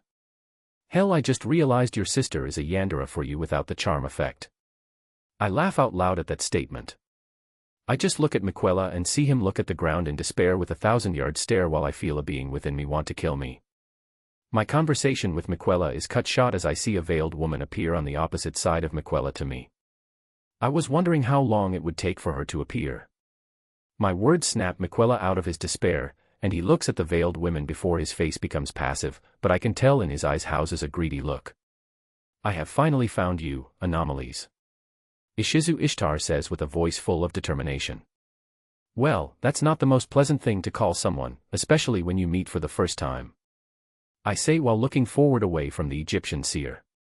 There is no other word I can use to describe a man and their Ba who sends the tapestry of fate aflame. Your mere presence will send ripples against the pharaoh's fate that I cannot allow. As she says this, I watch as she pulls a fudging knife and charges at me. As neither I or Miquella were expecting the sudden knife fight, it catches us off guard, but as I see her about to strike at my flesh, I see a flood of scarlet red as a hand grasps the wrist of Ishizu with the blade and lifts it into the sky. A semi-transparent Mella is seen holding the Egyptian's wrist with one hand while holding her up to the slits of her helmet to reveal her blind sight, but all the same Ishizu feels like the spirit is observing her very soul. While Ishizu gets lifted off the ground by just the grip of Mella, I see as Miquella calm down before creating a mirage around us to hide what's happening from outside view. The actions of both the siblings cause Ishizu to go wide-eyed at their actions. How, spirits can't influence the world without great amounts of life force, and even then, it's a minor effect. The necklace should protect me from their touch, but... Looking at the woman and simply shrugged before talking. They're a bit above mere spirits, I would say. Also, thanks for the confirmation about the boss situation. I had my suspicions, but I didn't know how that worked. Miquella and Mella just look at me in confusion. Oh, don't worry, it's mostly a positive thing for all of us. Maybe not the miss in front of us, since it's why I didn't get stabbed right now. Wait, fuck, Miquella, are all of the shard bearers in there? He just nods, confirming my suspicion. Well, fuck, I'm immortal it seems. My declaration causes the three others to pause in confusion before Ishizu just gives a look of great confusion before her eyes widen massively before turning to the side and puking her guts out, luckily away from Mella or Miquella. Okay, why do you now think you're immortal, and why did she just vomit randomly? To explain it simply, I have all the shard bearers in my soul. That means I have every piece of the Elden ring in my soul, even the rune of destined death. It means I can't die until I want to. It also means since I have all the great runes, if I have enough power I could use them in interesting ways. I have an idea of Mog's rune, but that might require his help, and you and him aren't the best of friends since you charmed him. The message of the sheer density of the subject is given to the siblings and they both look in awe at the situation, but they refocus on Ishizu when she thinks they're not focusing on her. First mistake, Mella is never unfocused. Her escape attempt fails obviously. Now Ishizu Ishtar, I don't know if you have an equivalent in the lands between, but in this world her Millennium Necklace allows her to look into the future. Because of that she's actually very helpful to the protagonist's journey, but she's also a Yandere for the protagonist's ending, trying to remove threats that would hinder their journey. Smiling at the Egyptian seer. To answer why she just puked, she just saw the future when though her appearance right now she just saw me kill everyone in this city but herself and myself by unleashing the rune of destined death. My words caused the pair of siblings to jerk their heads in my direction from looking at her, in shock. What? It's a possibility. There's multiple ways I could kill everyone if I have access to the shard bearer's power while they're buffed by the other shards. Raising my hand and my fingers, I use my other hand to count down the fingers and curl it into my hand. Once I run out of fingers from my hand I just switch to the other. Godric's rune is the main reason since it would buff the strength of them to allow me to do this. Morgat. To become an unstoppable monster that could appear anywhere or create doppelgangers of my unstoppable form.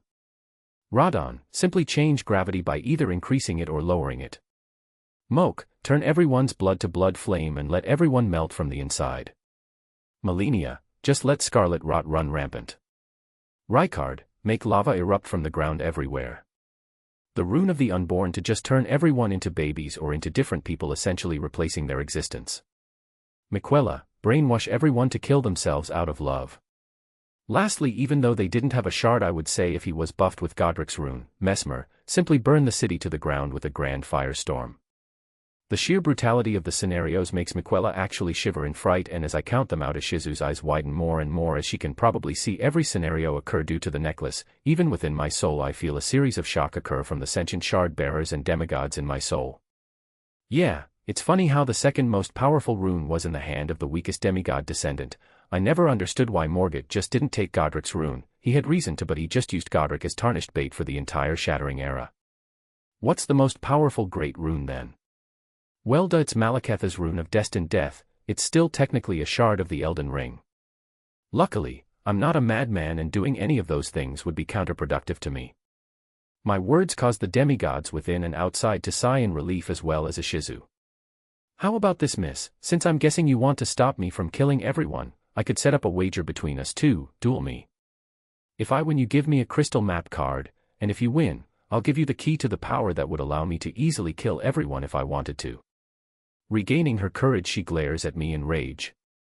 No, you must be stopped before you can harm the pharaoh. I just look at her in her current position. Take a look at your current situation and think, I think we're a bit above your pay grade, my dear. I could simply ask Melania to run you though and leave you in an alley to die, but since I don't want to kill you, I'm allowing you to live and even giving you a chance to weaken me. My words caused the courage she gained to collapse like a sandcastle on the beach, but her determination to serve the pharaoh stokes her flames of defiance against me, and she says a single line. I accept your bet. I walk to her and mentally ask Melania to get rid of the knife. With little effort she disarms Ishizu and throws it over the wooden wall next to us. The action also drops the arm of Ishizu, letting her stand normally. Miquella drops the mirage as well. Seeing she doesn't have a dual disc on her, I look towards the people who are out of the tournament and sigh at needing to ask them for a dual disc. I walk towards them with Ishizu in tow. While walking towards the duelists, I make a decision before changing the deck within my dual disc. Far out to the distance, a pair of purple eyes are confused at my sudden appearance from disappearing in their sight. Chapter 11 Seers are annoying.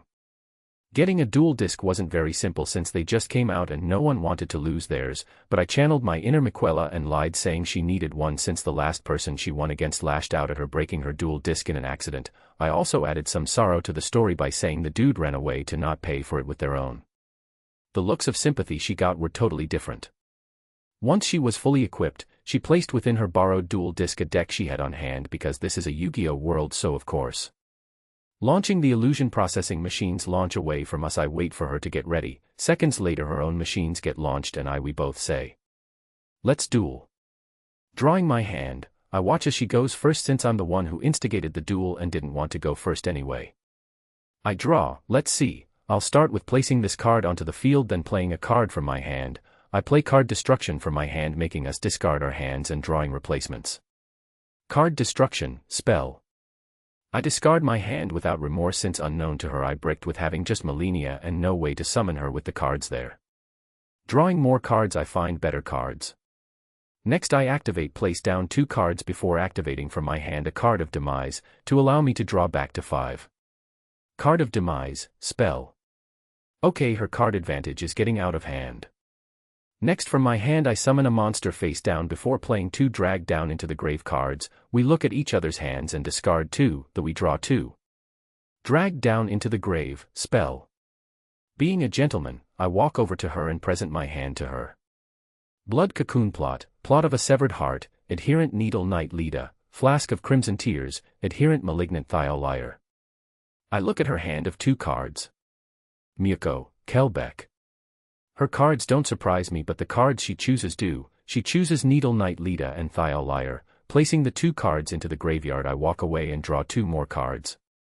Returning to my spot, I hear her say, I'll play a spell card on my field. I'll play Painful Choice. I look at her with annoyance before walking back to her till I can choose between the 5 cards. 2 Walls of Revealing Light, Agido, Delinquent Duo, Cestus of Dalga. Looking at her cards, I see only one that wouldn't give her a real advantage. If anything, it would hinder her, and go towards picking the Cestus of Dalga, but then I realize something I remember about her deck. Doesn't she have Exchange of the Spirit in her deck? It's also the anime version, where it doesn't require me to have 15 cards in my graveyard as well. She's trying to fill her graveyard to stack it so when the deck and graveyard swap, I have no options. She got rid of my monsters, thinking without monsters I wouldn't be able to kill her quick enough for the swap. Having a bad feeling, I pick the only non-spell card, Agido, the choice causes her eyes to widen in confusion, and with that I come to a realization, she's using the necklace to read the future. You're cheating it seems, but it's fine, I'll break through your cheating and win this duel. My words cause her eyes to lock onto mine and she scowls greatly. I return to my spot and watch her. I'll end my turn. My turn, I draw a card and look at my hand. Just for reference, you got rid of the wrong card when you got rid of some of my cards. My words make her look at me in confusion.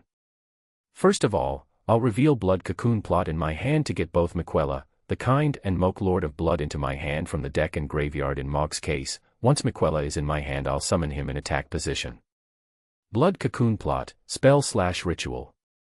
Miquella, the kind light, spellcaster/effect, ATK, 100/def, 0. When Miquella is summoned, he's allowed to search for a field card and he'll get me the Scadutrie's Veil. I get the card and play it immediately. When it's played, the unnatural form of a great black tree grows behind me, from where the branches are meant to be sheets of dark mist like shadow draped far and wide like a circus tent, using the tree as the main supporting column.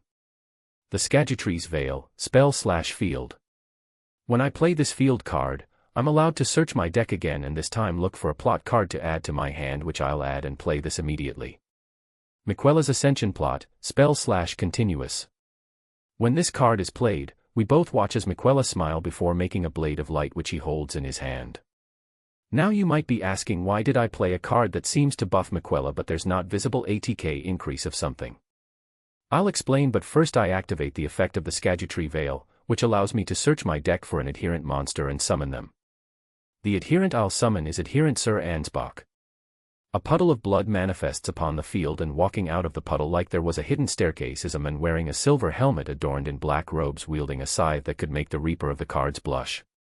Adherent Sir Ansbach Dark, Warrior/effect, ATK, 1800/def, 1000.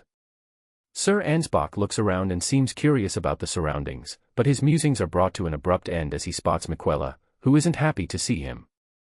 Sir Ansbach addresses Miquella with a light bow and speaks clearly that both me and Ishizu can hear him. This is just enough payment for the desecration of my Lord Moke, so don't worry, I no longer hold as much animosity as before. His words cause Miquella to let go of the breath he was holding. Although the thought of running you through for my lord would give me great pleasure, alas, at least in this form I may serve my lord once more. I just smile at the line and say, "You're correct, Ansbach." Since that moment is now, from my hand I play Blood Cocoon plot to send 3 cards from my graveyard to ritual summon Moke Lord of Blood onto the field. Between me and Ishizu a literal lake of blood manifests on the ground between us. The blood bubble and boils around us slowly like he arriving for a grand procession. The Blood Lord strides out of the blood lake. As the form's staggering size becomes presented to everyone, the blood lake slowly shrinks in size, centering on the forms of Moke and Sir Ansbach, forming pools of blood beneath the pair. The hulking form actually appears facing me, but more importantly Miquella. He gives Miquella a very direct stare with his one eye before closing it in acceptance, before turning around in a flourish of his gigantic trident and flowing robes. He also spreads out his wings to make his presence even larger than life that it already is, before spreading his arms out as if in a welcoming pose and saying, "Welcome, honored guest, to your deathbed. May your crimson blood become the foundation of my new dynasty." Moke, Lord of Blood Dark, Fiend, Ritual, Effect, ATK, 2000/def, 3000. When Moke, Lord of Blood is summoned, I would be allowed to pay up to 2000 LP to increase his attack, but I have reasons why I won't do so. At the end of my words I see as Sir Ansbach goes from his position of the field and kneels before the Lord of Blood. "Welcome back, my lord, it is grand to see you among the living once more." Moke looks down at his knight and his face takes on a malicious grin. "I am happy as well, my faithful knight. Even while under the influence I could see your struggle to save me, and I commend that your loyalty is without peer." Both me and Ishizu just watch as a knight and his lord reunite after both their deaths. Then I look at the field and then I play another controversial card from my hand. I play Plot of a Severed Heart from my hand. I can use this card with Miquella on the field to special summon his other half, Saint Trina, for the cost of half my life points. Plot of a Severed Heart, spell. Miquella on the field gains a smile filled with remembrance and melancholy, before he spins and plays, and appearing from behind him like a shadow is a purple twin of the demigod with a face in reverse of mirroring Miquella's smile with a look of indifference like a pair of pantomime masks for the pair of beings. Trina takes some tentative steps away from Miquella and takes up her own space before a plant-like structure grows from the ground in which she lays upon to rest. She glances towards Miquella and a whisper is heard. Godhood is a shackle, Miquella. I know you don't wish to be bound like her. Saint Trina Dark, Plant/Effect, ATK, 0/Def, 2000. Hearing her words I close my eyes in thought, but I need to continue to. I do. When Saint Trina is summoned, I flip a coin, and one of two things can happen. From my pocket I take out a small golden coin that appears to have the face of Godfrey on one side and the Elden ring on the other to signify heads and tails respectfully. Everyone watches as the coin is sent flying into the air. The coin lands upon the ground and bounces multiple times before landing with the Elden ring visible. It seems fate is on my side today, since this is the effect I wanted. Now, while Saint Trina is on the field, you can't flip or activate face-down cards. That includes your spells and traps face down on the field. This causes Ishizu to start to sweat, since I remember even the broken anime version of Exchange of the Spirit was still a trap card, so she needs to get rid of Saint Trina. Chapter 12 Fate Overturned. Having an overwhelming field is very intimidating, especially when I have the beast known as Mog being an intimidating centerpiece, but at this point my dual disc finally applies the cost of summoning Saint Trina. DRO's LP, 4000 greater than 2000. Well, for the battle phase I'll start with someone light, Miquella. Attack if you would. As I say this, I point directly at Ishizu, who looks confused until she sees a beam of light appear in her vision and hit her with a headshot that would have killed her if it was real. Ishizu's LP, 4000 greater than 3900. Now I'm going to read your mind and determine what you're thinking. How Miquella attack could directly when you have a monster face down to block the attack. It's very simple. Remember that card that essentially buffed Miquella? It made it so as an additional rule Miquella can attack directly, and when he attacks, he can search my deck for another plot card. As I say this, I see Miquella uses the light knife to cut himself before sending the blood flying, which causes another Miquella cross to grow from the ground, this time behind Saint Trina. Searching though my deck and my field, I sigh before adding a card to my hand. Now the rest of my battle phase, I'll have Sir Ansbach attack your face down. The black-cloaked knight bows once more to his lord before readying his blade to attack. He gives one glance to me and I shake my head. He takes the K and jumps into the air before striking down at the face-down monster. The monster card flips due to the attack to reveal a very muscle-bound man wearing a golden headdress and mask, all while carrying a very intimidating saber. It reacts just in time to block the descending scythe. Mudora Earth, Fairy/Effect, ATK, 1500/Def, 1800. Mudora, ATK, 1500 greater than 1900. Due to Sir Ansbach having 1800 ATK himself, the battle results in a stalemate against the monster, which gets buffed from its own ability. The look on Ishizu is happy with the defense, but as she examines the field, she can see my expression and see while it's a look on intrigue, it's not one of annoyance. Well, it seems you stopped Sir Ansbach, the first time. The words confuse Ishizu, but before she can ask why, I just continue. I use Sir Ansbach's ability. His ability allows me to pay up to 700 LP to increase his ATK by that amount for the turn, while having another effect that allows him to attack twice per turn. Since it hurts me, I'll only pay the bare minimum of 1 LP to overcome the defense of Mudora with his second attack. Both Sir Ansbach and Mog chuckle at the paltry sacrifice which would break the camel's back, but regardless, Sir Ansbach jumps from Mudora's block to stand next to me. I place my hand against Sir Ansbach's illusion, and he gains a tiny red hue to his scythe. DRO's LP, 2000 greater than 1999. Adherent Sir Ansbach, ATK, 1800 greater than 1801. Without a command, Ansbach does what he was meant to do and does another attack towards the beefcake in an Egyptian mask. A repeat of the last situation occurs, but instead of the saber being able to hold back the scythe's edge, it is cut in half. The scythe's blade continues its strike and cuts Mudora in half. As the monster fades away, the smile on Mog seems to become feral as he realizes he is able to attack directly. Myself, I realize I could have won the duel right now by just paying Mog's LP effect, but I had a sneaking suspicion it would have been a bad idea. You can never be too careful with seers.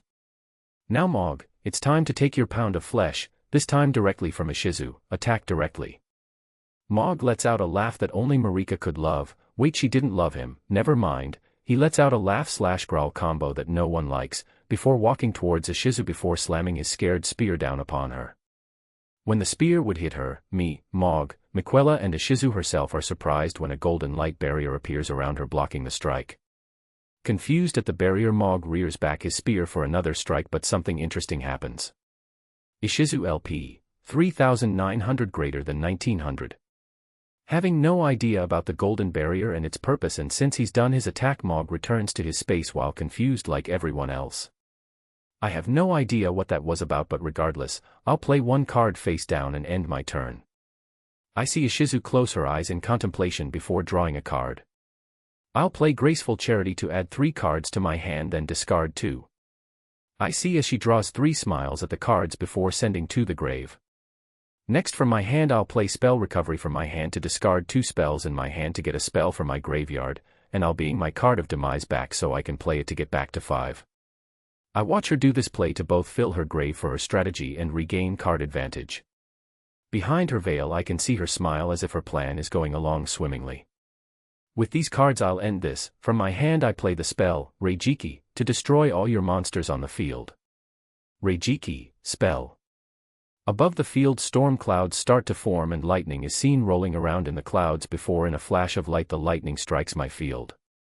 Everyone is blinded by the light, and when my field is revealed it's not empty. Mog, Miquella, and Saint Trina are still there, with Sir Ansbach being the only casualty. Wait, what? How are they still on the field? Ishizu exclaims in confusion. I explain, confused at her reaction. Well, Miquella and Mog are immune to spell effects, while the Miquella's Ascension plot gives a blanket protection against destruction card effects for Miquella, the kind, which Saint Trina is also defined as. My words send Ishizu into a frowning state before she scowls, then plays take a card from her hand and plays it. I'll play Monster Reborn and summon a monster from the graveyard. I'll summon one of yours, which I have foreseen to be most useful in this situation. I special summon Adherent Malignant Thial Liar in defense position. When she says she's using Monster Reborn, it doesn't catch my attention because I was thinking she would go again on offense, but when she summons Thial Liar I just realized the problem. Monster Reborn, spell. Adherent Malignant Thial Liar Water, spellcaster / effect, ATK, 300 / def, 300. I am here to serve Saint Trina evermore. Why am I facing Saint Trina? Is this one of Miquella's deceptions? His words cause Miquella, who's on the field, to get angry at the masked servant, with a scowl, but he stays silent. Now for those who don't get the problem, here's why. With this move she's just placed me in a passive state even though I have a monster with way more power potential than Thial Liar. Thial Liar is a perfect guard card, as long as Saint Trina isn't in the graveyard, and guess where Saint Trina is? On the field, blocking her from using Exchange of the Spirit to turn my deck thinner than a few cards. I can see the sense of smugness in her eyes from across the field. I see on the field as Thial Liar takes a bowing posture towards Saint Trina. My beloved Saint Trina, I wish you no harm, but I hope you find it in your heart to forgive my transgressions. Trina on her plant throne looks at her follower with sympathy but says nothing. I watch Ishizu looks again at her hand before summoning a monster in face down. I'll end my turn. Being my turn again, I draw a card, and looking at the card I just smile. From my hand I activate the Skagitree's Veil to special summon an adherent monster from my deck, and I choose Adherent Robust Moor. The Skagitree in the background lets a drop of golden amber drop onto the field before from the mass a rectangular stone-like shield appears from the location, and appearing under the shield, a man encased in similar armor appears. Adherent Robust Moor Earth, Warrior / effect, ATK, 600 / def, 2300. Happy, forevermore, sad need to fight. When Moor is summoned, he allows me to draw a card. I watch as the gentle bulwark opens the lid of the pot in front of him and throws something from it towards me. It lands on my deck as an effect and releases the top card of the deck from the dual disc. Looking at the card, I'm happy with Moor. Sorry for needing to get rid of you so quickly, Moor, and what this would do to you, Thial Liar, but using the card Moor gave me, I'll play Purity of Ideals. Purity of Ideals, spell. I watch as Moor curls up upon the field as if in pain before in a feat of strength raises a giant rot pot from somewhere before throwing it towards Thial Liar, who in panic couldn't even dodge the pot. When played, Purity of Ideals requires me to sacrifice an adherent monster, but the payoff is that it removes one card on your field from play, then allows me to add Adherent Needle Knight Lita to my hand from the graveyard. My words come true as Thial Liar is revealed to be a scarlet rot-riddled corpse on the field before pixelating. Last on my turn, I'll summon Needle Knight Lita before entering my battle phase. Adherent Needle Knight Lita Light, Warrior / effect, ATK, 1800 / def, 1800. Lita is summoned and she immediately bows towards Miquella. My lord, after so long I have reunited with you, may I forever be your merciful blade. Looking at Lita I get major Yandere vibes, maybe that's expected for the demigod of Yandere's only remaining knight. I look over the field and see Ishizu sweating bullets at her open field. Now it's the battle phase and during this only Miquella will attack. Hearing my words Ishizu scowls and says in rage. You seek to play with me like a cat and mouse, why not end this duel? As Miquella strikes Ishizu she watches as the light blade appears and hits her, but her LP don't decrease. I'm not attacking with Mog or Lita due to the effect of More. When More is removed from the field for the turn neither player can take damage, but I'm still attacking with Miquella so I can use the Ascension Plot's effect to add another plot card to my hand. Adding the last plot card to my hand, I look over the field before saying, I'll end my turn. Ishizu sighs at the prospect of getting another turn, she draws a card and immediately summons a monster. I'll summon another Mudora in ATK position and due to the amount of Earth Fairy cards in my graveyard his ATK will be at 2300. Mudora Earth, Fairy/Effect, ATK, 1500/Def, 1800. Mudora, ATK, 1500 greater than 2300. The buff Muscleman appears again but this time his blade is ready to strike, and I can guess where it's aimed. Mudora take down Saint Trina. I watch without emotion as the buff Egyptian warrior charges the resting Saint Trina, its blade strikes down and makes Saint Trina dissolve into a cascade of purple flowers which disappear. Now that card is gone, I'll activate Exchange of the Spirit on the field to swap our decks and graveyards, the action which I delayed happens and they're swapped. I watch as Mudora becomes massive with a giant glow up. Ishizu's LP 1900 greater than 900. Mudora, ATK, 2300 greater than 3500. Lastly I'll place a face down, she smiles as if she's won before playing the card face down before saying, I'll end my turn here. And with this I've won. My words cause Ishizu to break from her revelry of her victory, how you have little to no cards left in your deck and nothing you have should be able to defeat Mudora in this state. Incorrect but you'll see why. But first I'll draw then use Skagitree's Veil to special summon an adherent from the deck to the field, so welcome back Sir Ansbach. Moke smiles and waves his sacred spear to allow a pool of blood to form which Sir Ansbach returns from.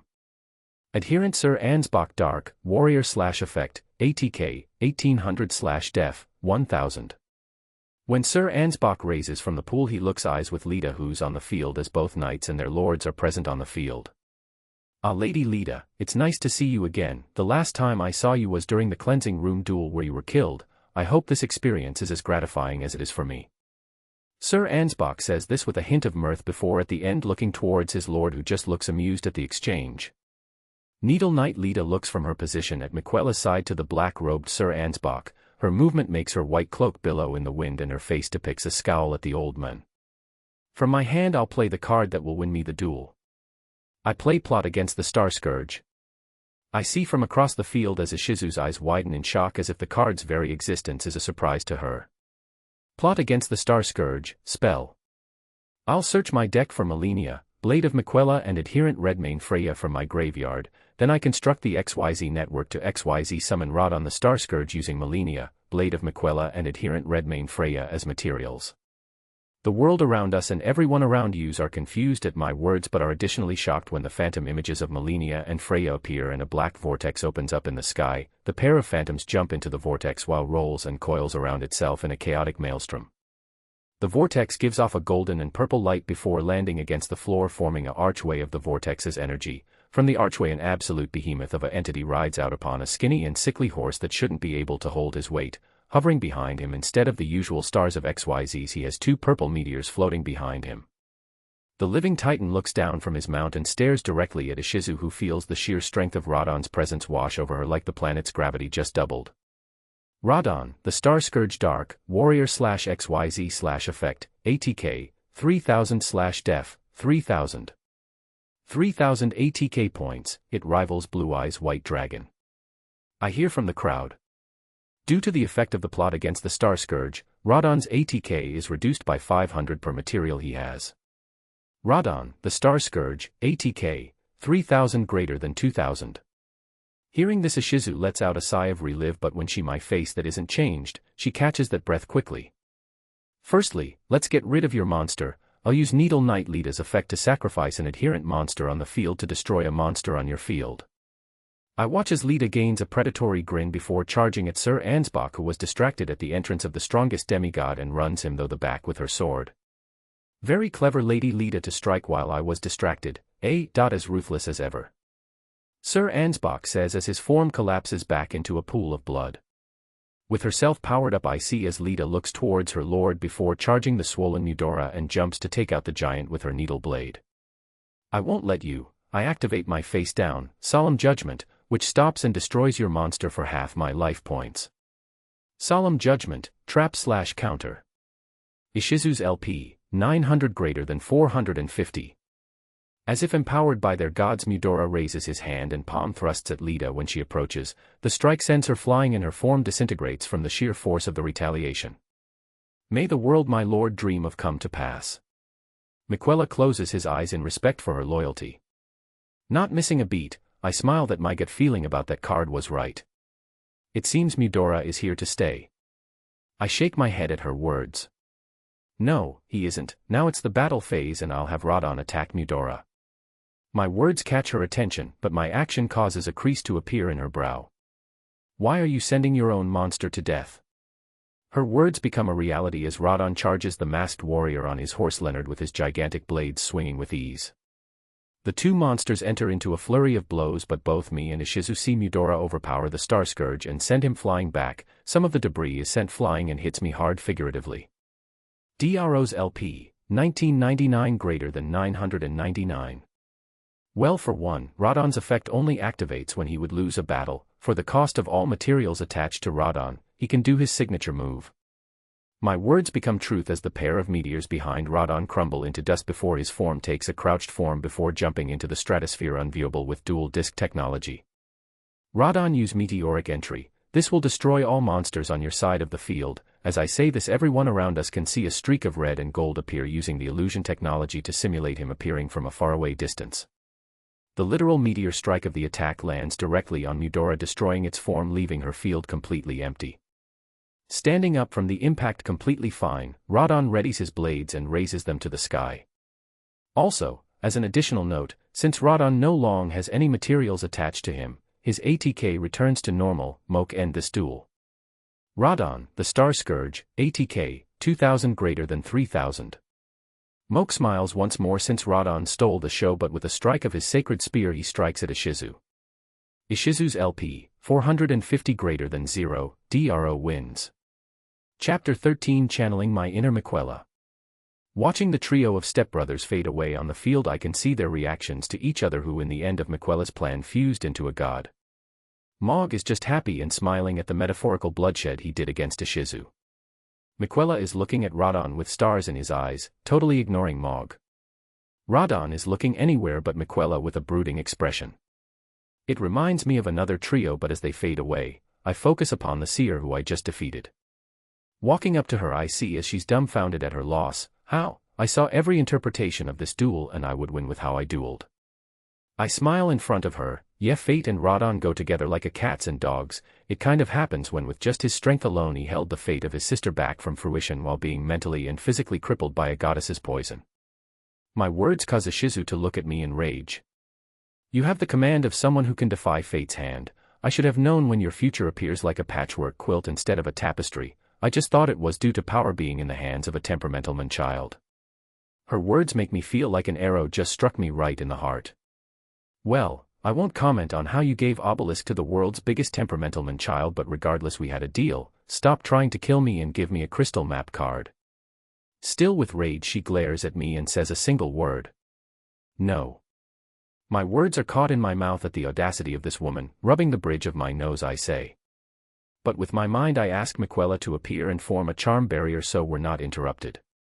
Once the barrier is up, I look at her with contempt.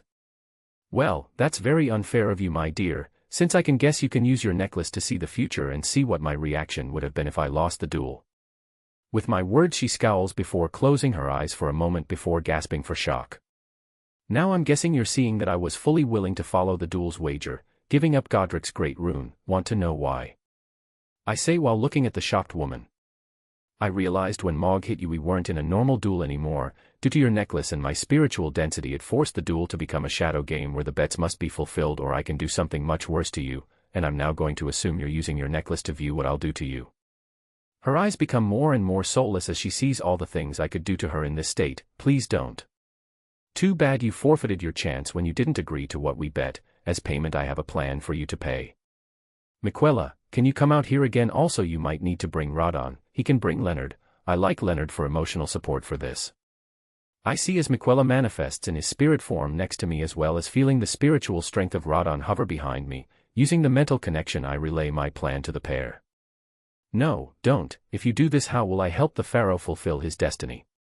Luckily you're not really necessary for that, but regardless it doesn't matter since I'm not going to do anything too bad, if you think about it.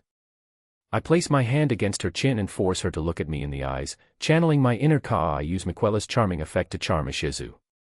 The effect is immediate as Ishizu loses most of the hostility she has towards me, but I'm not finished yet. Using the Great Rune of Godric and the Great Rune of the Unborn, I delve into her mind and remove all memories she has about me from her mind. While I do this, Miquella is examining the Millennium necklace she's wearing and using his knowledge as the best magical crafter in the lands between. Besides Marika, he gains access to it. Nodding to his brother who just huffs in annoyance, he channels his magic and raw power into the necklace to make it so the necklace can no longer be used to track me or peer at my fate directly like how Ishizu did in the duel. While within her mind I notice something. She was planning to enter the finals for the tournament. She even has 2 crystal cards already, making it so she's fulfilling the bet. Due to the rules of the tournament, I take one of her crystal cards, and since I'm collecting good cards for the anti-rule, I take her solemn judgment before making it so she doesn't remember having that card or collecting the crystal map card she had. I took. I look at the stepbrothers and they nod to me, signaling that the process is done. I get her to give me the borrowed duel disc. I return it to the random before walking away. Once I'm very far away and out of her line of sight, I break the charm on her, returning her to her faculties, now no longer pointing her Yandere energy my way. Just going to say, getting her off my back for a while makes me feel better. I continue down the street away from her looking for my next challenge, but my thoughts are cut short by the sound of one ravenous beast. AKA my stomach. While walking, I look around for a cafe or something on the corner of a road junction, a quaint cafe. Chapter 14, the full picture. Sitting down at the cafe, I can feel the gazes of the entities within my soul. Sensing that they want to talk, I will to summon them out of my soul so we could talk. I ask Miquella to create another perception barrier. Taking a sip from a cup of coffee and a bite of the sandwich in front of me, I look up from my sight line to see one of the most cutest scenes I didn't expect to see occur. In the middle of the table is the full assortment of the demigod family in chibi form, equal in size to around the size of Runny's doll but still in their normal appearance. Each person who had a great rune is there, just in a smaller form, in illusionary chairs sitting in an arch facing towards me. From left to right it's Lunar Princess Runny, who is depicted in her Snow Witch outfit and semi-ghost-like face. Praetor Rykard, who looks like a red-haired Godfrey in amber-colored robes. Behind him I can see a dark ripped cape that actually has part of the Elden Ring symbol visible from where it was ripped. General Rodon, sitting not on a throne but on the table surface due to his size, but under his arm Leonard is visible being cradled by the mightiest of the demigods. Next would be the twins Miquella and Melania, their thrones close together as they can be, and it's visible that Melania is ready for combat since due to who is next to her throne. Mog sits on his seat as if it's the first time he sat on something that could both support him and isn't painful to sit on. He waits and watches. He's done that for a long time and he's one patient being.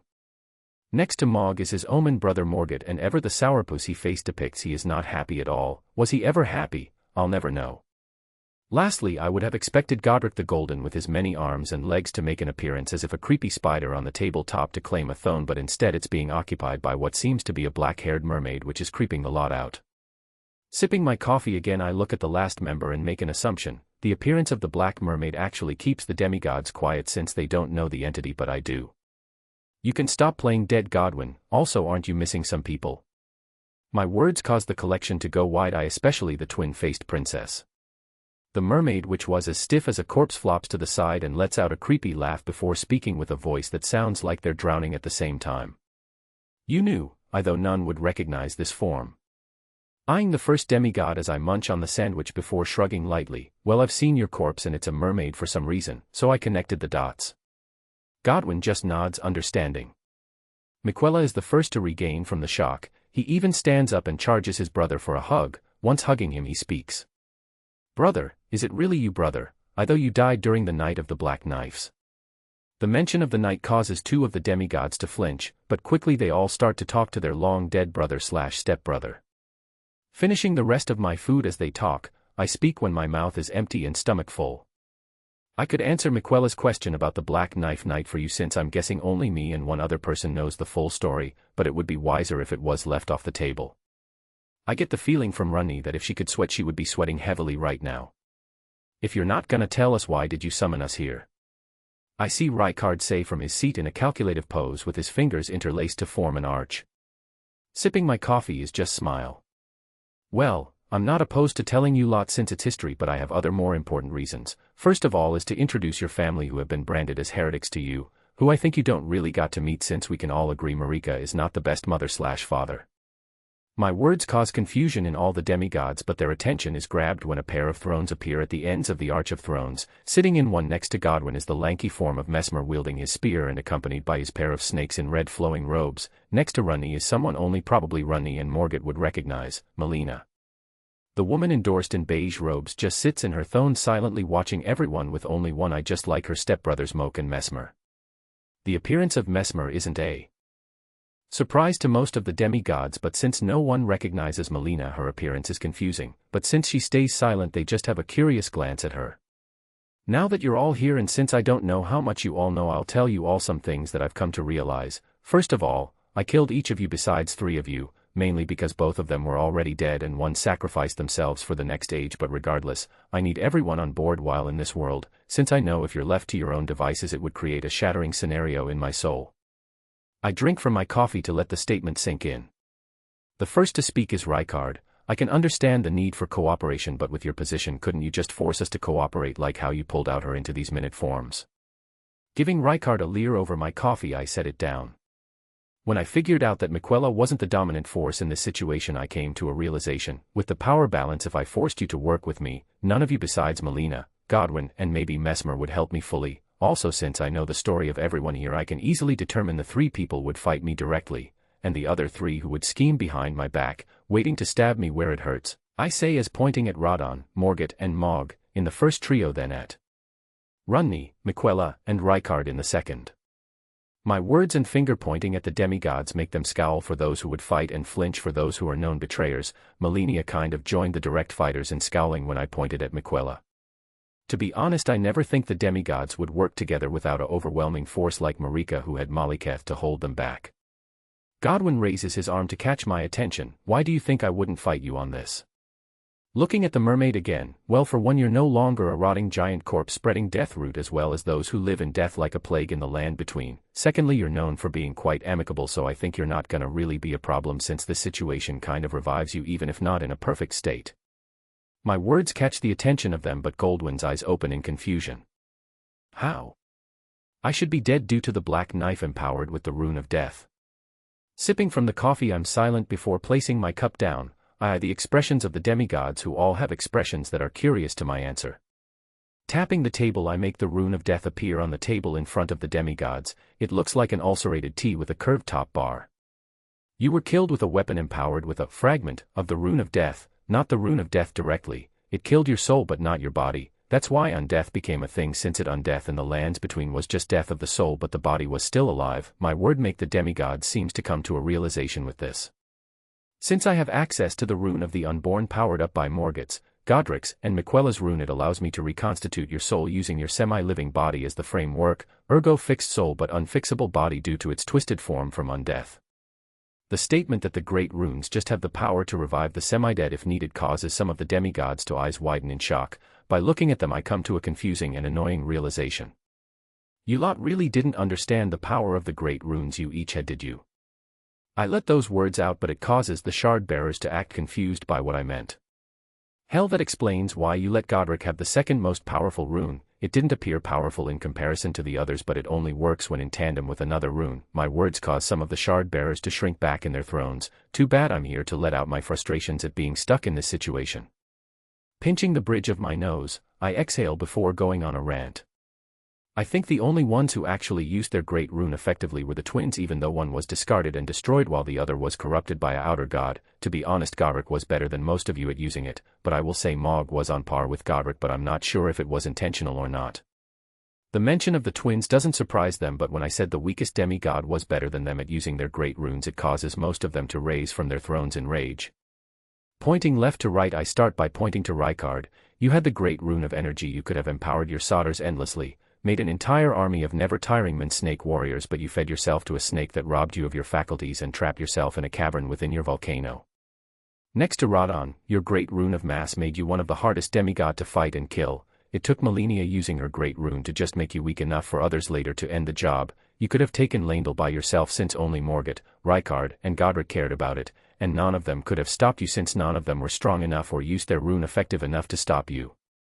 I skipped the twins before pointing at Morgott. Your great rune of vitality could have made you into a vampire and become essentially unkillable, but you became the Lands Between's version of a phantom avenger when you could have easily become the Elden Lord by getting Godric's rune and kidnapping a living maiden to burn the branches to gain access. Before you say something about it being sacrilege, just know the Erd tree grows back fine afterwards. Pointing lastly at Mog. I'm not sure about you, Mog, since I can only guess what your rune represented before it was corrupted by the Formless Mother. My though process makes me think it means it's the soul rune with its corruption allowing the possibility of invasions using the soul to occur in the Lands Between. That's why I'm not sure if it's intentional, since that also made it possible to assist others using their soul in positive summoning events. I come to this conclusion with Mog and the soul rune since it's the only one of the last 6 runes which could possibly be applied outside of the mind rune going to Miquella, the life rune of Millennia, and the great rune of magnetism for Godric. My declarations about how they could have won or at least improved their position on the board causes the demigods to grumble in indignation. Again Godwin speaks out again. You said 6 runes were left, but you detailed 4 of them. What were the last 2? I'm curious. Hearing Goldwyn's good question, I make the Elden Ring appear in front of the array of demigods. I wave my hand at segments to reveal the 11 runes which form the Elden Ring. Each of the demigods eye their own rune. Well, the 2 great runes left were the time and space runes. Time and space were still with Marika while she was trapped within the Erd tree. I point to the time rune, which looks like the inverse of Rune of Death with its arch and line going upwards, its placement being at the bottom of the Elden Ring at the base. The space rune looks like a lattice of faded golden lines which hides itself behind the rune acting as its background. If any of you lot got those 2 in their entirety, you would have won the shattering immediately, since it's kind of impossible to defeat someone who can control time or space, but they were the core part of the Elden Ring, which makes it so they were the parts to break first. That's why those concepts were warped in the Lands Between. My words cause some of the faces of the demigods to whiten at my deduction and statement of their failures. To be honest, it's nice to do this since some of their actions are idiotic when they had so much power. Anyway, when Miquella told me I have everything in the Lands Between and Shadowlands within my soul, I had a stray though at the time about the Elden Ring but didn't think much about it at the time, but the longer me and Miquella interacted I realized something. He's able to latch onto me since I'm not just representing the Tarnished, I'm acting as his Elden Beast. My words make some of the demigods become confused at that. Only Miquella and Mesmer understand the weight of the statement, since the knowledge of the Elden Beast was a secret of Marika closely related to the Gate of Divinity in Anir Illim. To those who don't understand, the Elden Beast is the living embodiment of the Elden Ring and is essentially the last entity I the Tarnished needed to defeat before becoming Elden Lord, and to those who still don't realize, Miquella is now equal in role to the Greater Will, meaning he can only channel his power through me while he's here, since the 2 fingers aren't a thing here. I take one last sip of my coffee as I finish it, and let my rant pitter out. Since I'm now out of coffee, I'll get to the point. I have plans, and if you work with me till the end we won't have problems and you'll be rewarded. Rykard Ever the Serpent says, what do we gain from helping you? It's not like we would work for little gain. Looking at Rykard, well, using what I know about this world and the strength I feel from the Elden Ring, within the shadow realm of this world I could make lands for you to do with as you wish. Pointing at Rani and Rykard, a land covered in a veiled in night, which is free of the outer will and where I won't interfere with unless it's to fix a catastrophic problem like the realm cracking. Pointing at Radon, a land of endless conflict and mystery and war to prove yourself. Pointing next at Miquella and Millennia, a kind kingdom for those who suffered persecution. Pointing at the Omen twins, a land bathed in rays of gold and a realm of blood and darkness no longer shackled to the whims of some unloving entity. Pointing finally at Mesmer, and for you, a life where you're free to be your own person and not Marika's monster, maybe finally get together with Relana since she's in love with you and make a family not built on internal and external conflict. Mesmer seems to blush at those words, but he quirks his brow at my choice of words, internal and external conflict. Quirking my own eyebrow, I look at him. Oh, you didn't know, maybe because you were in the Shadowlands again, but in the Lands Between Marika essentially had a gender identity crisis and was also Radagon, making them the same person. This makes the human twins and Melina children of self-incest. it's the main reason why they're cursed to various degrees. To be honest, I'm not sure if you're in that group or not with the abyssal serpent in you, since I don't know when Godfrey/Hoaralu comes into the picture. My words caused the demigods to cringe back in my seats in shock, but I can hear the indignant roar of Miquella screaming, "What? That's impossible, you have no proof." I tilt my head to the side in amusement and looks at Miquella, who has turned red in rage. I simply point at Runni and say, "Runni's the proof. She was born from Renala and Radagon as an Empyrean, which means she can take the place of Marika in the Golden Order. Now think, is Runni in any way related directly to Marika outside of being a stepdaughter from Radagon, when the primeval current would have a larger hand in her fate since she's a lady from the house of Carrion royalty, which is matriarchal?" The demigods all look at Runni, who just sits there in the attention, interlocking her fingers in contemplation. Being a stepdaughter of Marika doesn't make her of Marika's blood technically, so how could her fate be overwritten by the Golden Order's will, when she already has a fate with the stars and her dark moon? Simple. If Radagon is Marika in a different form, the direct blood connection would change her fate. The realization of the connection causes some of the demigods to recoil. I even see Melina go through the 7 stages of grief with her facial expressions, maybe because she already hated Marika and it didn't really matter to her. Radon pipes up, "Wait, dear sister, why are you in that form?" I was confused for a while, but the tarnished words kept my attention from the subject. "You look like you're in a puppet that depicts Rena the Snow Witch." Looking at Runni, who actually flinches even though her body doesn't have nerves, I see her face turn to me and quickly shake her head to not tell them. I could tell you why, but it's a major secret of Runni and would be counterproductive to my plan of you lot working together, but I'm a fair person so we can put it up for a vote. Right hand for me telling, left for not. I raise a hand against telling. Runni, Rykard and surprisingly Radon raise their hands against, but the rest of the demigods do so, since I feel everyone is curious about the subject. Well, it seems most of you are nosy people, but it's fine, I'll just say one line since it'll explain everything. Runni, with help from Rykard, planned and executed a plan to kill a full demigod, and they succeeded. The silence is total as the shoe drops. Morgott stands up in rage. "They plotted the Night of the Black Knives." He goes to lunge at the pair with his cane, but with a quick hand, and since I was expecting it, I catch his cane mid-swing with my hand. The rest still have expressions of rage, but only 2 of them don't care, Melina and Mesmer, one because she's a Yandere for Miquella, and the latter since he didn't even know about the shattering since he was in the Shadowlands the entire time. Mesmer, being quick-witted, comes to a realization before the rest. "You said that Runni killed a full demigod, but you said earlier that Godwin died in soul, not body. Wait, does that mean?" Smiling, I say, "You're correct, Mesmer. At the very same time Godwin died in soul, Runni used a fragment of the Rune of Death to kill her Empyrean body, making it so she was no longer under the control of the Greater Will to become an Empyrean, wanting to fuck off away from the lands between, but being a bit hasty she forgot about her 2 fingers, so while those were alive she was connected to the Greater Will spiritually. She couldn't leave the lands between, making it so she needed to get the Finger Slayer blade from Nokron to cut that last tie. Telling the demigods about how naughty their sister has been causes me some joy, since I was never a fan of her condescending attitude during the process in the game. The faces of the other demigods again are in a mix of rage and shock, but I see the reaction of Runni's direct brothers. Rykard seems a little miffed at being just a footnote in the subject, while Radon has his arms crossed and his eyes closed in contemplation. After a while Radon speaks. "You must have killed me as well then, since I remember Radagon asking me to hold back the meteor which would have made an entrance to Nokron." I just respond with a, "Yep. It's funny how 2 of your siblings wanted you dead for completely different reasons." With that I stand up and go away from the cafe table. Chapter 15. Let's see if this works. Exiting the cafe without paying like a bala, I pick a random directionally away from where I came from and start walking. With my luck I find the road ahead is blocked due to just a ton of duels blocking all forms of foot traffic. I could try and wait for them to finish, but I watch as they're all playing like snails coated in molasses, screaming their heads off while Unga Bunga beat sticking each other for little to no advantage. Since I see no reason to wait, I find a dark and foreboding alleyway and think I'll just go around them. That was 3 hours ago and now I'm lost in the alleyways. Knowing that there isn't anyone around me, I do what any frustrated and annoyed adult would do, scream into the void. "Fuck this shit, fuck these maze-like alleyways, fuck you, fuck your cow. Fuck this shit, I'm using magic to fix this." Do you know how hard it is to navigate a metropolitan city with no map or idea about its layout? Sighing at my idiotic for taking 3 hours to try this. I channel Miquella's mind rune and the space rune to say, "Fuck normal sight, give me a top-down view to get me out of here." The new view gives me a new perspective on the problem and vertigo, very severe vertigo. Luck I don't have a fear of heights. Seeing the layout of the alleyways makes it easier, but I still hate the maze. It's so prolific that I swear just this section of city is a mile square of just alleyways with no main roads. It's make no sense for a modern city to have something like this. I do find a section of the alleyways bustling with life, but it also seems to be on fire, so I'll avoid that. Though the maze that I progress though, my new perspective catches something. I'm being followed.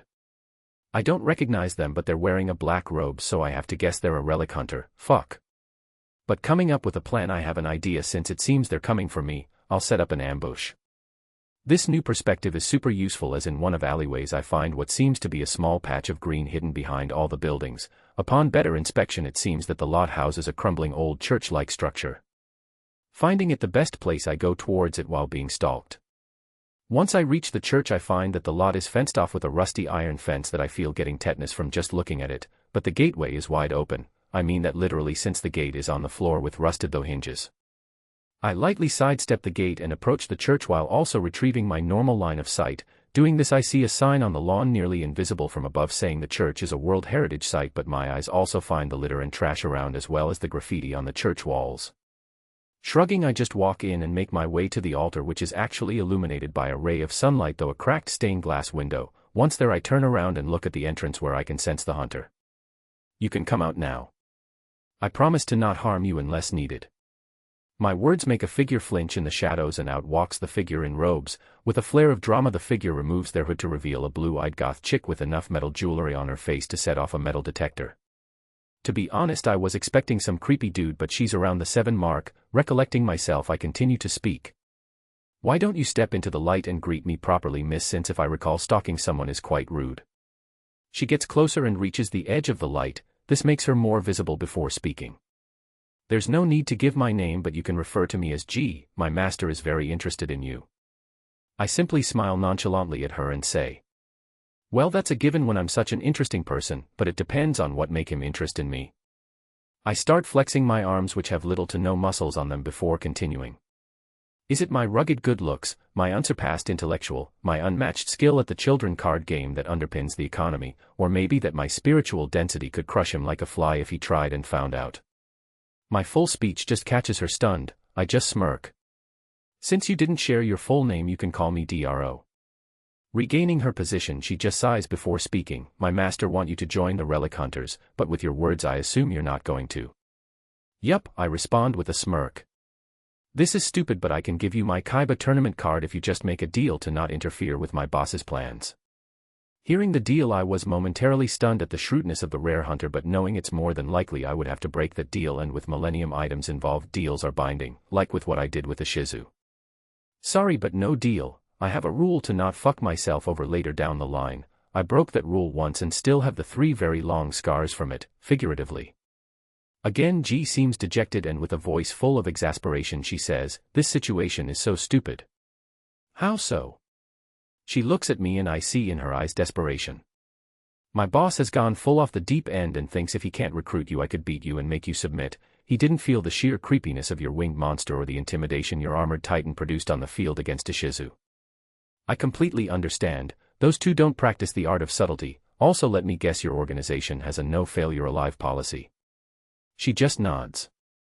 Thought as much. Just to tell you something, if your boss is as paranoid as I guess he is, he would have possessed you by now, but funnily enough he can't get close, since when we entered the church I made a perspective barrier down. It seems he can't find you to puppet. My words cause the woman to collapse the ground and start bawling her eyes out in relief.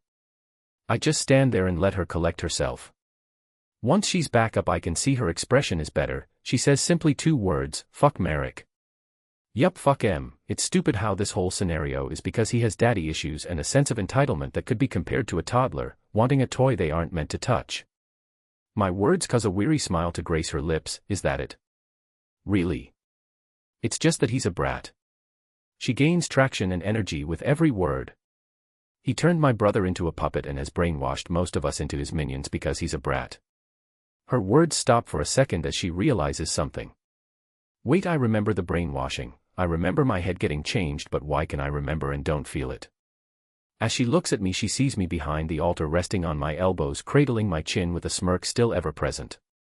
The perception barrier is blocking the connection to the Millennium Rod. As I said, that's what caused the brainwashing in the first place. You're in the spiritual equivalent to a dead spot with no signal, which is ironic since we are standing in a defunct church. The joke makes her smile widen, but she's silent since she's reveling in her freedom. That being said, the moment the barrier fades, it's full bars again. I cut the winds to her sail as the words ring out.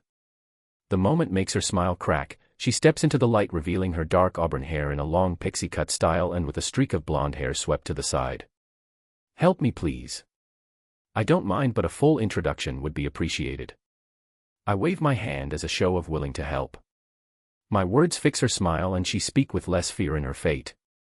You may call me Guinevere. I respond with, you may call me Drogon. Now let's fix the pesky brain of yours.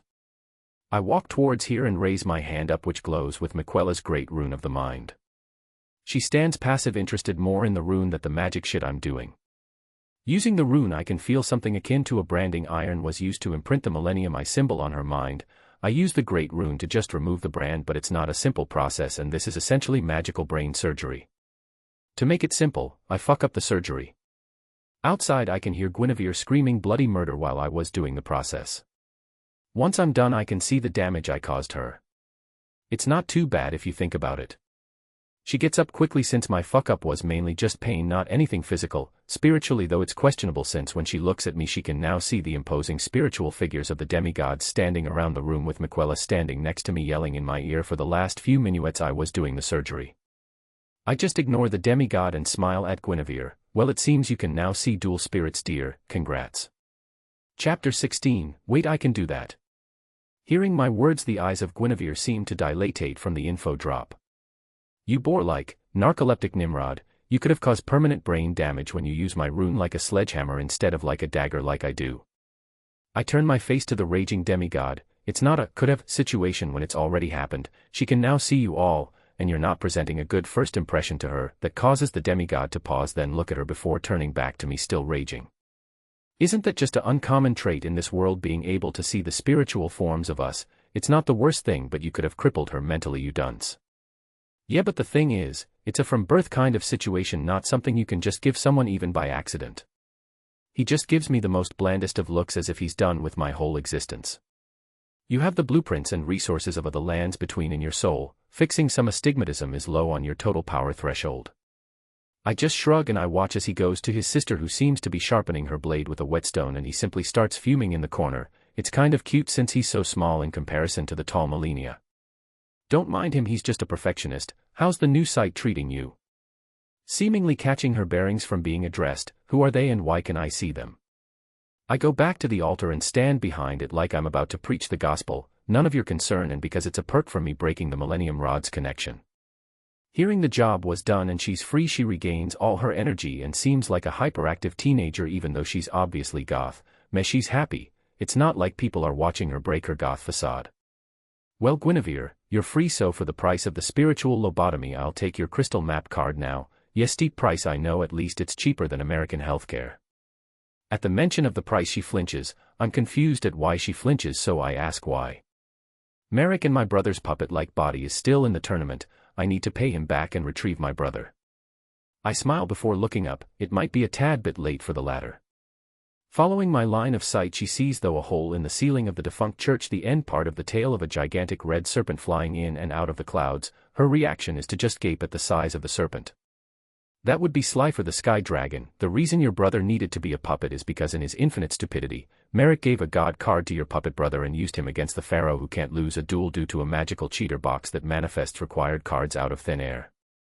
At the mention of a god card, most of the demigods turn from what they were doing, since it seems a more important subject than just milling about. When they see where we're looking, they see Slifer. That's Slifer, and when it's played, it's huge. My reaction when I saw it in the anime was the same, but since I've seen it before, so I'm not as affected. Just since I want to know his reaction, I look at Rykard and yup, he's drooling. Note to future self, keep Mesmer and Rykard away from each other when possible. The other demigods react as well, but in their own way. Radon, Melina, and Mog seem to want to fight it. Mesmer, Miquella, and Melina are mesmerized. Lastly, Morgott, Runtney, and Godwin are unimpressed when he regains his scruples. Why did you call that serpent a god? a god is meant to lead others, but the dragon above us is just a massive amount of spiritual energy but without a seed of reason within it, instinct maybe but not reason. I smirk at Miquella. Well, it's because the Egyptian god cards were made and used as weapons, and weapons don't need to have any reservations when they're slaughtering armies and innocents alike. That catches the attention of the more war-savvy members of the demigods, but Radon grumbles a simplification of the god card as the other gods nod at, a spiritual siege engine. Guinevere gets a hold of herself and asks, "What do you mean innocence?" I tilt my head in amusement. Well, they're called the Egyptian god cards for a reason. They're like the second most bloody ancient society besides the Aztecs. Also, I remember that it's a fact that the Millennium items were forged in the blood of an entire slaughtered Egyptian village, man, woman, child, or elder with no distinction. The comments of butchery of innocence make some of the demigods turn away from the subject, but when I say it, I make sure to catch Mesmer's reaction and expectant of the wanton butcheries passive to it. That's mainly why half of the Millennium items are literally cursed to make their user go crazy. Guess which side of that coin Merrick's Millennium Rod lands? Guinevere and Miquella say the same answer at the same time. Cursed. Cursed. Yup, to be honest, the power of mind control is something that is easily exploited, so it's prime ground for the abuse that it's prone to being latched onto by desert ticks, but the curse isn't as flattering as the desert tick holding the rod, causing the desert tick to become a giant dick. She starts chuckling at the joke mainly because it insults her captor. Well, anyway, we should get going to your brother. By the time we get there the duel should be over and Merrick should leave him alone. I come from around the altar and walk towards the entrance. Catching up with me, we reconvene at the church door, which is just a slab of rotten wood held up by rusty hinges. Not wanting to get tetanus or mold from the door, I just nudge the door out of the way using my boot. What do you mean Merrick should leave my brother alone? Remember I told you he's playing against someone who can cheat without even trying. Also, the guy is meant to have the god cards due to something pedantic, things like fate or destiny, but that just makes it funny when the god cards can just be grabbed and run away physically, since they're a bit lighter than the old Egyptian stone tablet versions. I can see the worry she has for her brother, but my tangent of the god card's feasibility of being stealing causes her to just be confused, just as I planned. So, when we get to my brother, how are you going to fix him? His mind is gone. Merrick made sure of that for his puppet plan. I just smile and wave my hand, but that's nothing. He probably just needs a soul reboot. Funnily enough, I've done it before for someone way stronger spiritual-wise than your brother. Wait, you can just do that? Well, I don't know about those with the other Millennium items or with strong spirituality, but I feel it's unique to me. Now that I think about it, maybe 2 of the items could do it. As we walk through the alleys towards the epicenter of the big red snake in the sky, she asks, "If you can't fix him, what of those items could fix him?" The question causes the spirits of the demigods to perk up, since it's about important stuff. Well, since the demigods don't know about them all, I could just give an answer, but I might as well list them off. Now, each of the items have really powerful magics attached to them, but the items usually give a clue to the effects the Millennium item can do. I use my fingers to list them off by curling in them one by one. Let's start with the ones not cursed by the innocent villagers. The first one is the Millennium Scale, which is one of the pair I said could possibly cure your brother, but I feel it would require something of equal value to compensate. Since it's a pair of scales, it also works as a universal determination machine which can value anything. Second of the good ones is the Millennium Necklace or Tiara. Its power is connected to the mind and allows the wearer to perceive the past or future using the third eye, which is the center focus of the item. It also protects its wearer from the effects of the other Millennium items. The last of the not cursed Millennium items is the Millennium Key. This is essentially a universal key to anything. It can lock or unlock anything, even minds, souls, or simply doors, but it also can mess with concepts, so you could even lock yourself out of death's embrace like how the current user is using it for. By the way, the same guy has both the key and the scale and is from ancient Egypt. She cuts in here. Wouldn't that make him like 5,000 years old or something? Yup, now let's get to the curse shit. First is the rod. A rod is used to direct or punish, so its magic is mind control and spiritual pain attacks. Simple, but it's cursed to make its user more power hungry the more they use it. Second is the Millennium Eye, X-ray hacks and mind reading, but it's cursed to make you become obsessed with your heart's most ardent desire to the detriment of everything else. The last fully cursed Millennium item is the Millennium Ring. It essentially a magical compass that points to whatever you want and can be used to contain souls like the superstitions with demons and salt circles. The only problem is that the ring is already cursed, containing a demon that likes to possess its user. It also makes it so the user can't get rid of the ring. These items all seem very powerful, but you only said 6 of them and didn't mention this cheater box you talk about. The last Millennium item is the most unorthodox of the set. The Millennium puzzle acts as the ultimate puzzle that once completed allows the user to become the master of all games and puzzles, giving the right to control the Egyptian god cards with no downside while also making it so an Egyptian pharaoh can possess you when you duel to cheat with magic that counts as reality bending. It's not cursed like the others, but it has a downside that was built into the design of the Millennium puzzle, making it act like a body snatcher device for the pharaoh so he can take control whenever he wants. My words kind of cause some of the demigods to react in their own ways, but Rykard Ever the analyst asks, how strong are we talking? Maybe Radon ignoring the G-forces of re-entering orbit level of magic power. It's not very clear since the pharaoh also has amnesia from being trapped in the Millennium puzzle for so many years with no stimulus, so he can't use all his magic. Guinevere pipes up, you talk about magic as if you're really familiar with it. Could someone like me learn it as well? Her words catch me for a loop as I start questioning myself, but I respond quickly, well, I'm not sure about here, but for these lot, magic comes second nature, but I think the only one which has any idea what the spiritual magic in play here could do would be either Miquella or maybe Mog. But their understanding of the subject would be middling at best. She responds with a tilt of her head, why would it just be middling? They seem very competent if they're getting your recommendation about it. I sigh and stop in my tracks. It's because they have no similar frame of reference. It's like comparing a painting frame to the frame present on a Yu-Gi-Oh card. Yes, they're both frames by the definition, but the concepts behind them is different. One's a border for segregation of information, the other is to protect a painting from damage. To express my annoyance at the subject, I spread my hands out in exasperation. Also, even I don't know the full span of their magic here and how it works with the powers within me. It's like traveling in a cave with a candle. I have no idea if what I'm doing will work or not. Hell, with how bullshit my spiritual situation, I could do something impossible like making spirit-housed cards that shouldn't exist at will, since Miquella is essentially doing that for my cards. My words shock her, but her eyes and most of the demigods aren't on me for my outburst but on my right hand. Looking there, I see a small glow that fades to reveal a white Yu-Gi-Oh card. Chapter 17, Let's Mess with Causality, Why Don't We? Holding the Synchro card in my hand to my face, it makes me pause for a second since I don't actually recognize this card, but I can feel it containing a card spirit in it. This defiantly isn't one of their cards, I say while giving a glance to the demigods before showing it to them. Do any of you recognize this knight? The demigods each have a look at the image, but they all shake their head.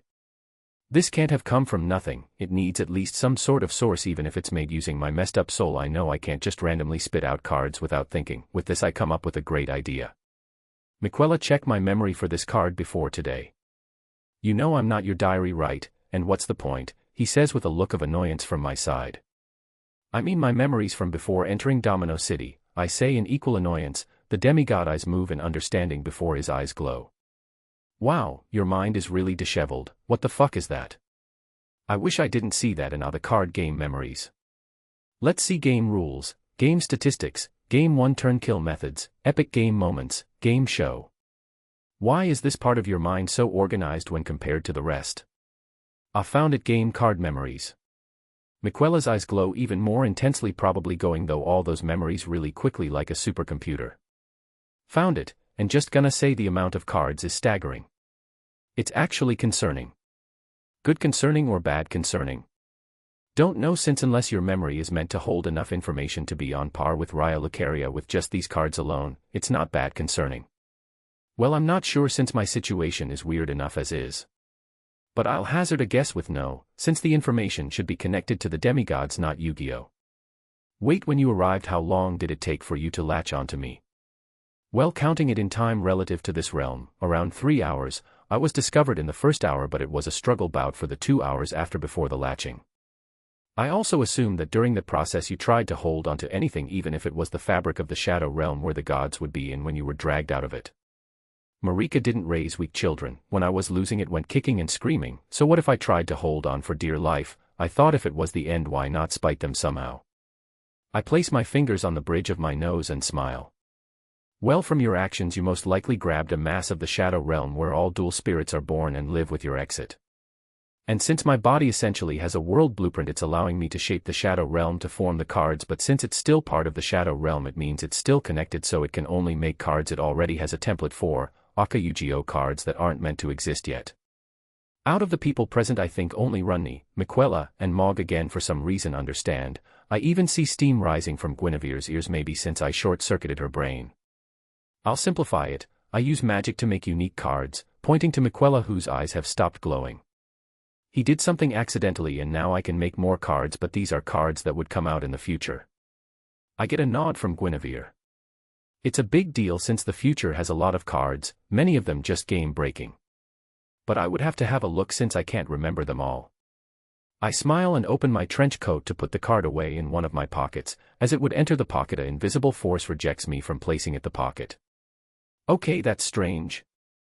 I go to place it just a different pocket, the same thing occurs, my brow bends in frustration. I take out Miquella's plots deck and place the synchro in it, the same force stops me from adding it to the deck. Oh, I understand, fuck. Everyone sees what I did and how it rejected the pockets and deck. Guinevere asks. What's wrong, why can't you add the card to the deck? Turning to her with a look of annoyance, well, it seems my special situation has a downside. I can't use cards my internal blueprint doesn't recognize. My blueprint works off this dimension's understanding and this card isn't from this dimension's time frame, so it's rejecting it. I hand the card to her, she holds it for a second then places it in her deck with no struggle. Yep, the universe hates me. As if to prove a point, I see a fire escape's ladder snap from rust and come tumbling down right in front of my path. Since I heard it, I dodge out of the way just in time. Fuck you too, universe. While I would have loved to make some of the broken cards if they're restricted, there's upsides and downsides, but regardless, since you helped indirectly with the gaining of this new skill, you can keep the card.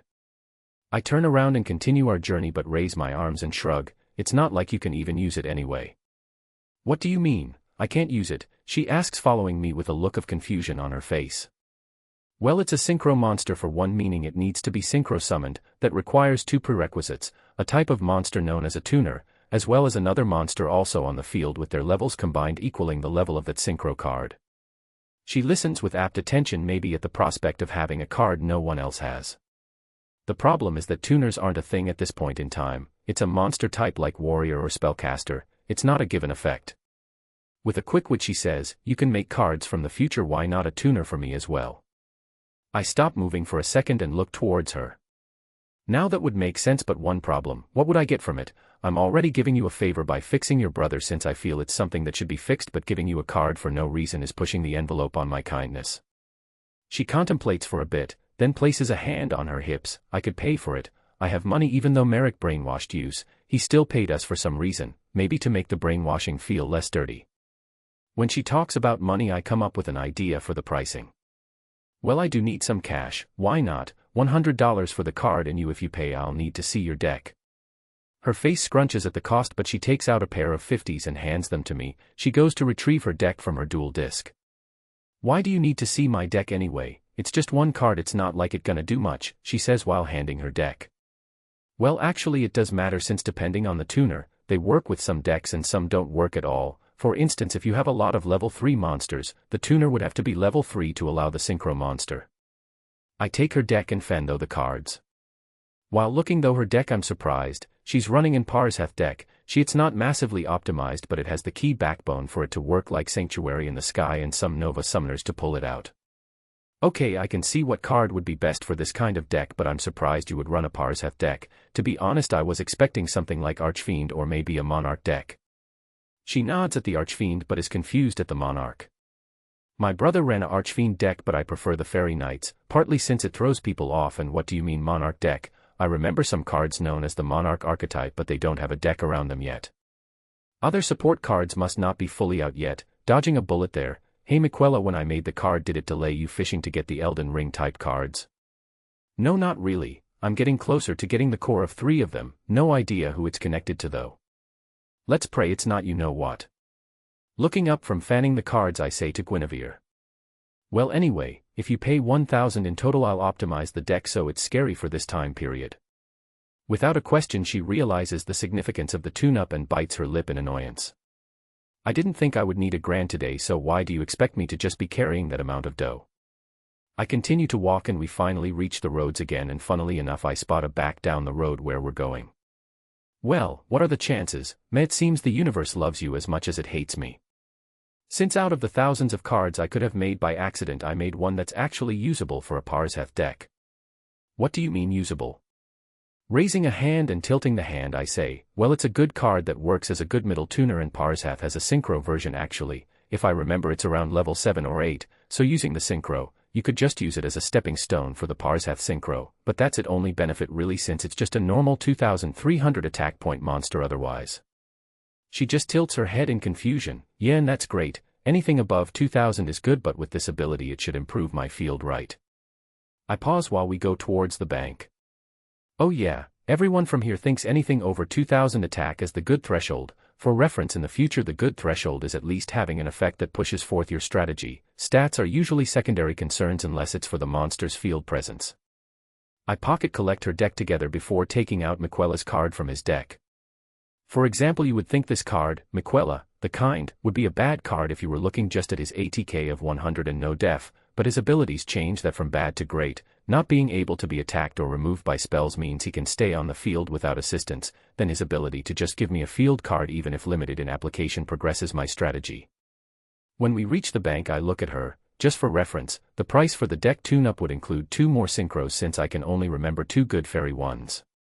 Hey Miquella, is there a good fairy type synchros in the memories? We both see Miquella's eyes glow for a second before tilting his head. Maybe. I found one and it's actually of the same archetype of the created synchro. It's called Manadium Primeheart, it's that archetype's boss card. Now that I know the card's name it should be easier to make it instead of doing it randomly. So you gonna pay up or walk on this opportunity? You have a while since I remember it takes a while for the Slifer duel to play out. I watch as she sighs before running into the bank. I just stand outside and lean against a wall. I watch her walk out with a check. I shrug and take it and direct her to another alleyway towards the duel in question. Once out of sight I get her deck again and this time start dismantling it. I take out the superfluous cards and once done I start using my magic. To be honest, her deck seemed very good for the time, but if she met any deck like an Eldlick player it would have been stomped, but then again Eldlick stomps in modern day so no difference.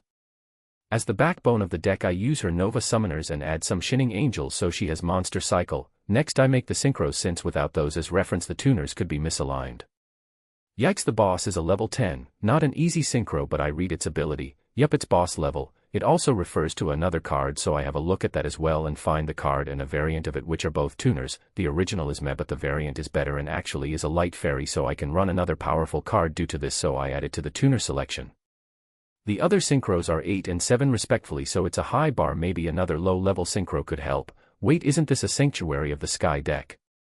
I remember one of my oldest decks in my past life and look at the agents and within it is the latest member to be added to the archetype, Pluto. I add it to the pack and now the deck has a 10, 8 to 5 spread of synchros, 5 in total. When I create the synchro cards again the glowing effect occurs, but when I create Pluto's card I feel something different from when I was making the others. I feel the card's spirit actually inhabit it. Well damn, it seems at least a part of the universe likes her, but when I go to create the next card I learn something. I can't feel the connection with the blueprint of Pluto anymore. This means I can't make another Pluto.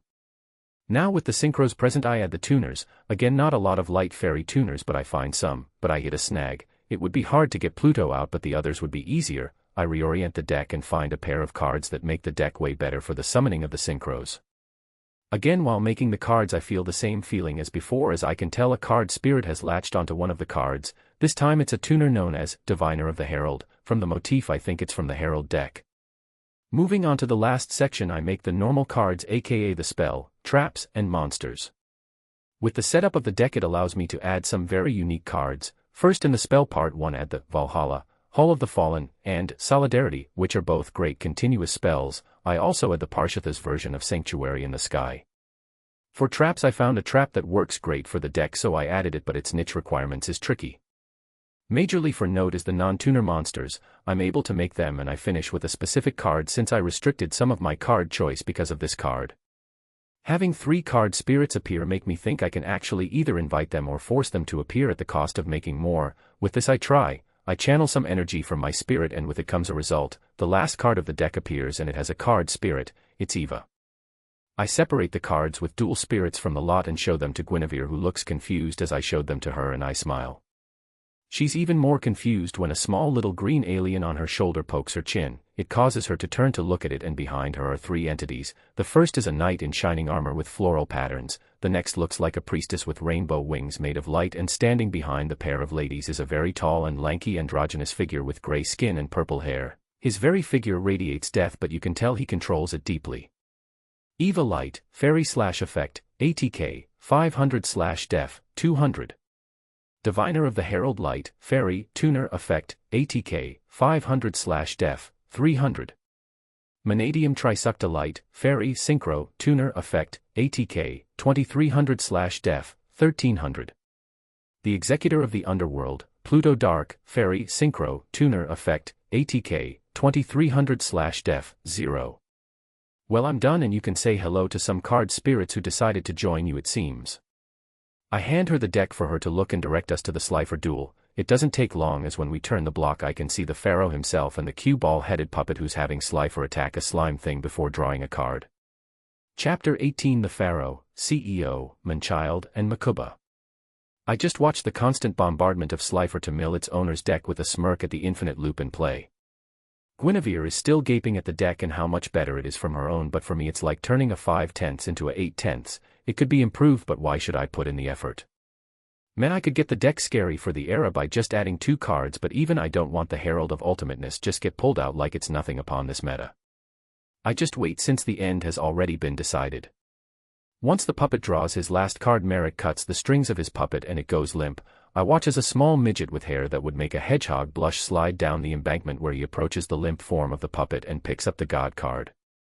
Yasito and Miquella Kaiba appear to inspire the Pharaoh to beat Slifer, as if his cheat box won't let him do so already. I stand at the edge of the embankment and watch the 2 destined rivals converse with each other in front of the puppet. Guinevere joins me, and when she sees her brother, the Pharaoh, and the Kaiba brother, she's a little shocked and she would charge in to get to her brother, but I hold her back since I know Merrick the drama queen hasn't got his last word in. Merrick raises his puppet up and starts to do his spiel of threatening Yugi and saying that once he has the puzzle he'll rule the world. At that point I snicker. This catches the attention of everyone. Oh sorry, you were about to go off on a monologue about how evil you are. I laughed, since you're using borrowed power to try and get something that won't work for you even if you got it. I say towards the 4 people. And who are you to rudely interject me, peon? Merrick's puppet says. Using my mental messaging I ask the demigods to simply release their spiritual presence. Since he's using the rod's power it should be more sensitive to such force. Behind me appear the demigods apparent to Merrick, and Yami also reacts as he can feel something but it's not clear, but there's a wave of intimidation that washes over the 4. Miquella actually freezes up. Someone with actual power, obviously, but anyway, go on and threaten the starfish-haired compatriot all you want, I won't stop you. I raise a hand too and rotate it to indicate proceed. This comment causes a Miquella to look at Yami and to smirk, since it seems he never realized the comparison. Which member of your circus is this one, Yugi? Is it the knife thrower or something? Sito says with his signature dismissive attitude. No, not the knife thrower, that would be Merrick Roll, but I wouldn't trust him with a fork, let alone a knife. In comparison, Yugi's the circus magician, you're probably the ring master, and that Joey fella could be the clown. My comparison of them to their circus roles caused Guinevere and Miquella smirk, since it seems very apt even without Joey here. Miquella even pipes up. If not the knife thrower, what would you do then? In reply I also smirk and say. Well, I feel I would be a beast tamer, holding back the monsters from taking a bite out of people, and let me tell you this, they are hungry. My comment makes the 4 characters pause at the confusing description. Merrick, getting impatient, says, though the puppet. Why are you here? Are you here to help the Pharaoh? If not, get lost. I sigh, and look down at the puppet. Well, I made a promise on annoyed feelings and I'm fulfilling it. I'm waiting for you to go so I can fix her brother, aka the person you lobotomized, but since you're currently connected to the puppet, until you're gone I can't fix your mess. I point to Guinevere, who holds a face of both anger and worry when she looks at her brother's body. Wait, her, didn't I send her to track down someone who beat my sister? As he says this word the eyes of the others open in surprise, looking at me. It wasn't too hard, especially when she's not really a duelist and more of an advisor. Also, for shame not even remembering the name of your own brainwashed subordinate. With an evil smile while everyone's distracted, he turns to Guinevere, and both me and her can see the spirit of Merrick try to jump from the puppet to her. When the spirit form of Merrick passes Yami, he also reacts by opening his eyes in shock. I do nothing, but Guinevere seems to open her eyes in worry, but as she sees the grasp of Merrick reach for her, a barrier of gold appears over her mind as the Elden ring appears on her forehead where the eye of Anubis was on her brother's body. In relief, both Yami and herself watch as Merrick returns to the puppet. How can you stop me from controlling her? He says, making the puppet actually scowl instead of its passive face. Seeing as the Kaiba brothers didn't notice anything wrong, I just smile, as I said, borrowed power is not true strength. Are you gonna curse the pharaoh and hit the road, or should I rip you out of that body painfully? He gets my threat and does his spiel about using Yugi's friends against him, and in hero fashion he runs away once Merrick leaves the puppet on the ground. Sito with his dual boner pointed directly at Yami with his newly gained slifer follows him, but that just leaves me here with Guinevere and Makuba standing over a limp body. I approach the body and Guinevere follows me there and speak to Makuba since it's awkward that he's still here. I've always wondered what is it like being the brother to someone like Sito Kaiba. It must be exhausting sometimes. That gets an eye roll from the lad. Meh, at least you won't have to process the body by waiting to give it to the police or hospital. Makuba looks from me to the puppet. I don't know what you gonna do, he seems brain dead. I smirk as I lean over the puppet. Oh yes, he's very brain dead, but using some magic mumbo jumbo I'll restart it like in car engine. It just takes a light touch. As I say this my finger starts to glow and I poke him on the head. Makuba and Guinevere gawk at the display of magic, but Makuba actually responds. What are you doing and how is your finger glowing? Getting distracted when doing brain surgery isn't a great idea, but I respond to him. Magic, duh. Like a miniature Sito, he says with annoyance, but magic doesn't exist. I scoff and maybe burn some of his brain cells. It doesn't matter. Well, it does exist. It's how Merrick and Ishizu do their stuff, but I could give you a very detailed explanation on how, but I know if I told you the details, you then would tell your brother Sito, who would in turn go and mess with the magic, possibly going crazy by messing with stuff he shouldn't touch. In the anger and annoyance that only a preteen can have, he yells. My brother wouldn't break stuff, he's the smartest person around and he can do anything. I turn my head from the puppet to Makuba. I won't disagree to his degree of intelligence, but I won't explain it since I know what would happen if I did. In the past, alchemy was thought to be a form of magic. Once it was studied and understood, it became chemistry. Its understanding led to a greater standard of life and technology for everyone, but sadly it also opened the door to weapons like guns and missiles, since it's in human nature to abuse the environment around us. At the mention of guns and missiles, I see Makuba freeze up a bit. Oh yeah, the Kaiba Corporation was a weapons manufacturer, might have hit a nerve, oops. Even though Sito could use it for good and make life better, it's more likely someone in the future would abuse it and cause way too much damage even unintentionally. There's a reason why a portion of magic is known as dark magic. I just receive silence and I just continue doing spiritual brain surgery. It doesn't take long, but it's tricky since this is still my second time doing this stuff and it's not as clear-cut as Guinevere's situation. When his body starts spasming for a bit, then just twitching slightly, my finger stops glowing and I stand up. And I'm done cleaning up the manchild's mess. I turn to Makuba to see he has his phone out recording it, the little shit. You won't be able to replicate the magic even if you have a recording. That and most of the magic happened in his head, but meh. Guinevere rushes past me and hugs the twitching form of her brother. I shrug at the sibling bond at work. I look at Makuba and come up with a question that was on my mind even in my past life. I have a question, Makuba, do you even play Duel Monsters? Makuba turns to me in shock at the question. Of course I play it, my brother tutors me personally. I want to be great at the game like my brother. He even lets me deck build using his card collection. Correct me if I'm wrong, but there was a rumor that was floating around before Duel Kingdom that Kaiba had all 4 blue-eye dragons and destroyed one so only he could run them. Did that happen? I ask even though I knew the truth. Makuba gets confused at the random question, but he responds since there's no harm in answering it. You're right, he ripped it in half, in front of Yugi and his grandfather. I lean down to his eye level and sport a grin so wide that would cause the Cheshire Cat to go loopy. Why didn't he just give it to you instead then? These words cause a cascade of shock to rock Makuba's form as he realizes this chapter 19 setting up the future. Facing a shock-ridden Makuba is half therapeutic since I never liked that Sito when he did that in the show. I don't hate the current Sito right now since when Yami mind crushed him it essentially made him a different person. Honestly, I think it just set his mind a few years back so he wasn't as corrupted by the corporate world as much.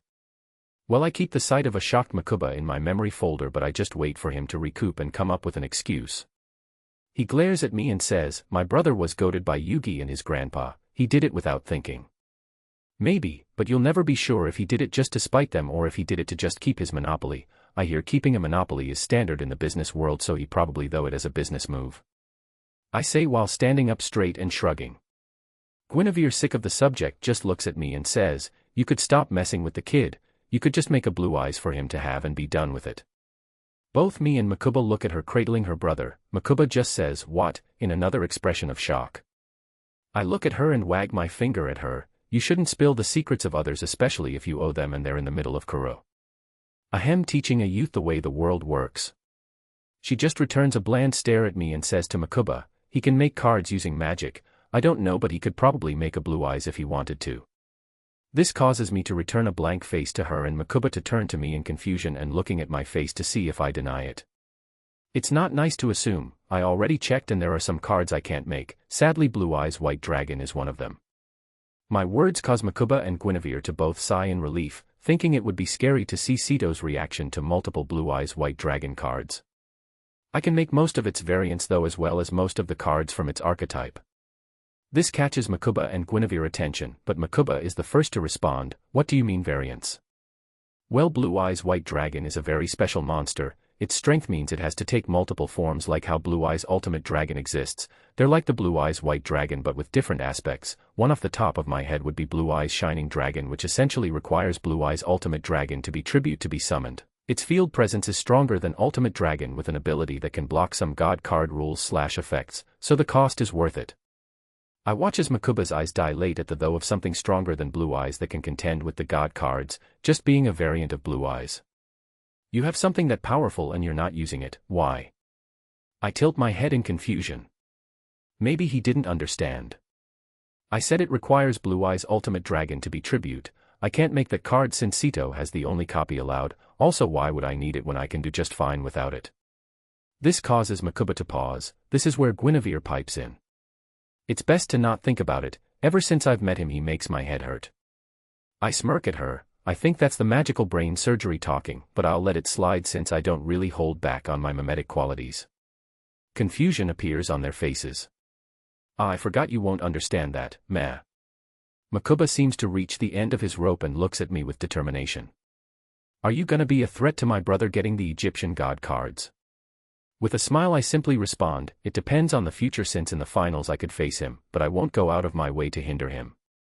He seems to think about my words before sighing in annoyance, since he can tell I'm not really hostile, even with the stuff I can do. He then realizes something. If you're in the tournament, you would want to continue looking for challengers. Why are you still standing here and not off looking for more key cards? Oh, you call them key cards? How cliché. May I prefer crystal map cards, but to explain why I'm still here is simple. I want to make a deal with you. My smile resembles a certain red-suited demon and I extend my hand towards the child. I know you don't have your own deck and I'm willing to offer you a deck that should rival a Blue Eyes deck. It's not as strong spiritually, but in cards alone it should be equal to Sito's deck, all the while using some cards no one else should have. This offer causes Miquella to become defensive as if he sees my offer hand like a devil's contract. He looks at me with suspicion. What's the price? I smile and simply say, 20% of Kaiba Corp, that can't be transferred from my ownership electronically for at least the next 3 months. After the 3 months you can buy back, let's say 10% of my share with just cash depending on the stock price at the time. My price causes Miquella and Guinevere to physically pale, but channeling his inner bravery the child buckles up and says, is it really as strong as my brother's deck? Seeing the fish take the hook, with a flourish of my hand glows and from it materializes a single purple card. Why don't I give you an example of the deck's strength with its boss card? I hand him the card to him and let him view it. Thunder Dragon Titan Light, Thunder Fusion Effect, ATK, 3200/def, 3200. The deck uses the Thunder Dragon archetype. Unlike the Blue Eyes, which focuses on the intimidation of sheer strength, this deck is more focused on setting up dominoes to fall down correctly to make the ending inevitable. It has strength, but that strength is best used for when it's needed, not like a loose cannon. I circle around him and place a hand on his shoulder from behind. Another part is that for a fact, even though others have the 2 basic Thunder Dragon card, no one has any of other 10 cards from the archetype, meaning you would have a monopoly on the better Thunder Dragons, just like Sito with his Blue Eyes. How can I trust you? You make this deal seem too good to be true, he says while examining the card in his hand. True, but you've just saw me make the card right in front of you. The chances of me faking is highly improbable even if I'm using magic, but since I'm not a swindler I'll make it in front of you. I retort with a smile. I walk to the face of Miquella and look at him in the eyes and extend my hand. It fully glows in golden light with motes of dark shades within the brilliance. Once it's done the deck is there, but I intentionally made it so I didn't pour too much spiritual energy into them to form spirit card. Annoying though, one card doesn't want to form without a spirit. I contemplate not adding it, but then it could hamper the deal, so I just make it and add it to the deck. The spirit card manifests in the air above us. Only me, Guinevere and the demigods can see it, but it essentially looks like an albino Shirin, but instead of a dragon ball it's carrying a orb of pulsating lightning. Thunder Dragon Lord Light, Thunder/Effect, ATK, 3000/Def, 3000. So deal or no deal? I extend my other hand to Makuba to see if he wants the deal. Makuba's eyebrows are scrunched up and though, but he gains determination to be on par with his brother and takes my hand. And now Makuba is not a player on the board who won't be just brushed aside like in canon, and now I have essentially unlimited funds. Hell, since I don't age I could also stop the zero reverse, which essentially split Domino in two, when that becomes a thing. Just as planned. Chapter 20 Unjolly Cooperation. Walking out of the Kaiba Corp building holding the contract for a part of Kaiba Corp is very amusing, maybe since with this I have ammunition that I can use at any time to annoy Kaiba. Now many people would think this as a form of extorting a child and not legally binding, but Makuba the sly little devil actually played his brother a bit. He called his brother who was pursuing the pharaoh and said he needed his signature for some administrative matters that came up. From the three factors of him being in a rush, trusting his brother and the mundanity of the request description, he gave his consent without question, thinking it was minor and not giving me a piece of the biggest corporate pie in the world, with some fingers into Industrial Illusions pie tin as well.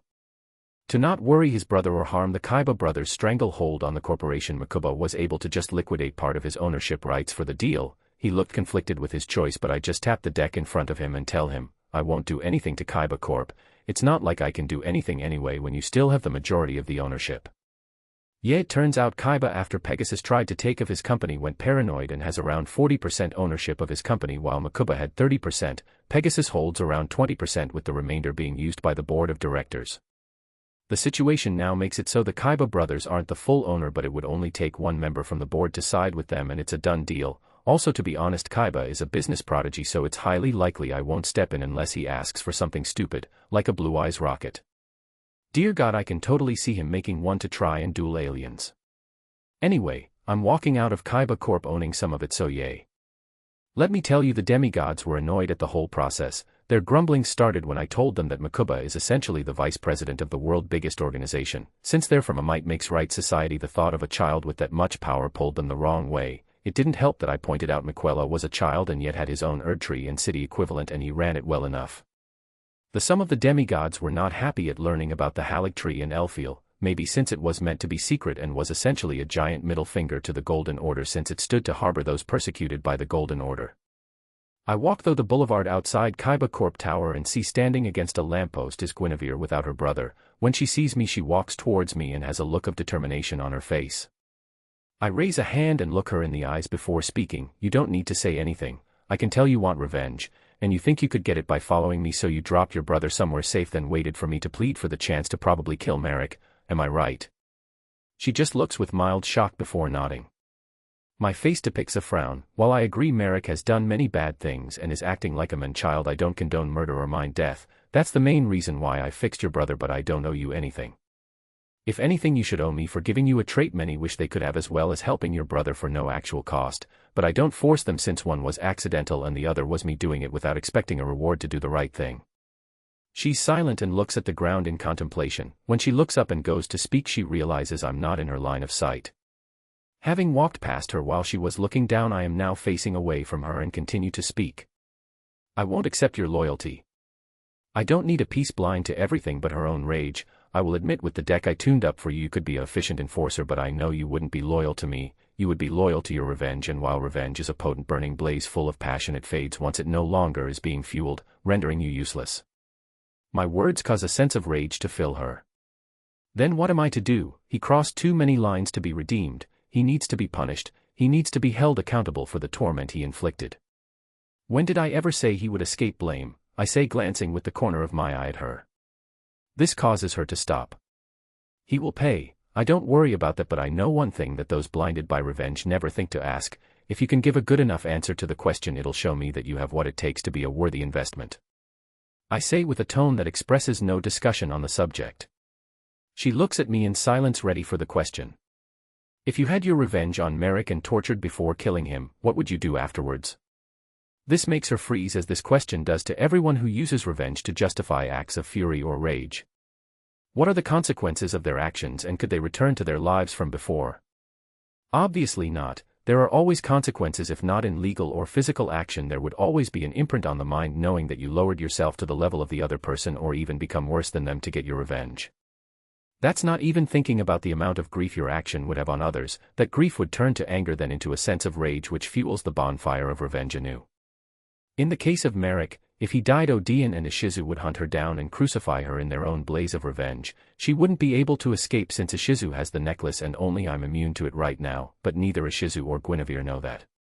She speaks and says, I would go and take my brother home to live free of the memory of his torment.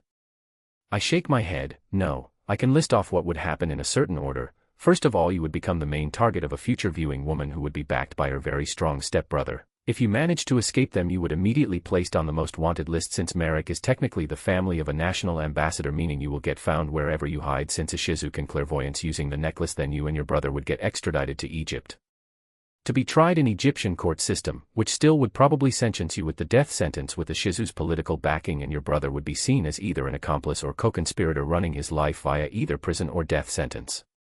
My words are like ice water on her rage. The idea of not just herself but her brother would die, but I can see the gears in her head turn. Your next idea would be to do a double murder, justifying that she's in the way and without her there you and your brother could escape, but the thing is the necklace also protects the user in some way. I suspect if she would die it would block her visions past that point, and she's trained enough with it to presume the outcome of various factors without seeing the intended outcome, since I think if she sees an outcome nothing else besides someone who can defy fate can counter the necklace from it happening. You're not in that category, so she's technically unkillable. I shrug. It's the annoyance of trying to kill someone who can see the future, but meh. I see the frustration grow within her, but she remembers a fact. Did you beat her? I turn to her with a face with no hint of amusement. Well, yeah, I can, but as I said, I don't plan to kill Merrick or Ishizu since I don't need to. I'll torture him a little, of course, since he needs to be punished with more than just a slap on the wrist. He needs to learn actions have consequences. Do you understand that as well now?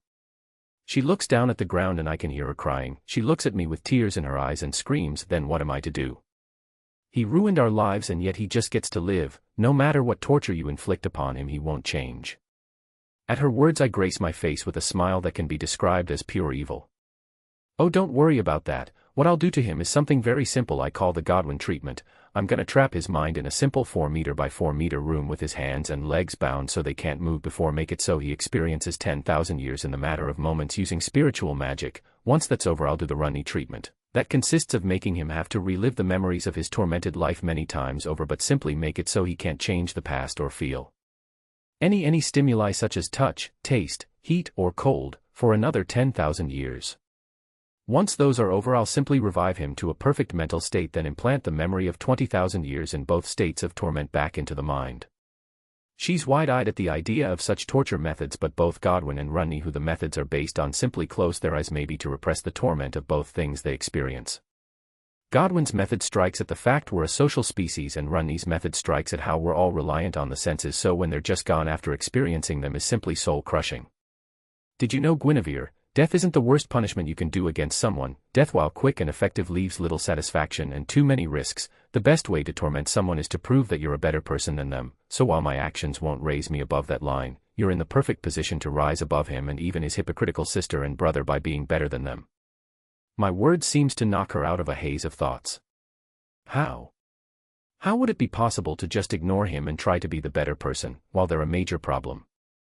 I turn away from her. Well, there are many ways in this society to be classed as better, but a simple way would be to get your own ticket into the finals of the tournament. Merrick will just use his rare hunters to give him the required 5 cards he needs, so he'll cheat.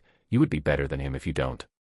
I turn around and present her crystal map card back to her, as well as the card from the first duel, lowering me back to 3 cards out of 6. If you enter the finals and join me in the future, prove to me you're more than Merrick's pawn and that you're at least as worthy as a knight on the board. She takes the cards and looks at me with eyes full of determination as I go to walk away. Before I go, I hear her ask one last question. If I'm to be a knight, who is the opponent on the other side of the board? Without turning around, I raise my hand to the air and spread it out with each digit separate and say, you'll need to gain my trust to learn about that. Chapter 21. Unfortunate fated opponent. Sending Guinevere to prove herself was not something I planned or wanted, but I just have a bleeding heart for revenge stories, especially against those who beg for help when they are at the end of their rope. Well, anyway, I ignore her for now and go to find my next opponent since I'm still in a tournament and I'm down to 3. I took out a phone I got from Miquella and used a GPS app for a map. I know I'm being tracked with it, but I'm just happy I have a map now. Funny enough, the map app is a Kaiba Corp affiliated app that was possibly introduced for the tournament. It shows the hotspots for the duels, also the location of the furthest along.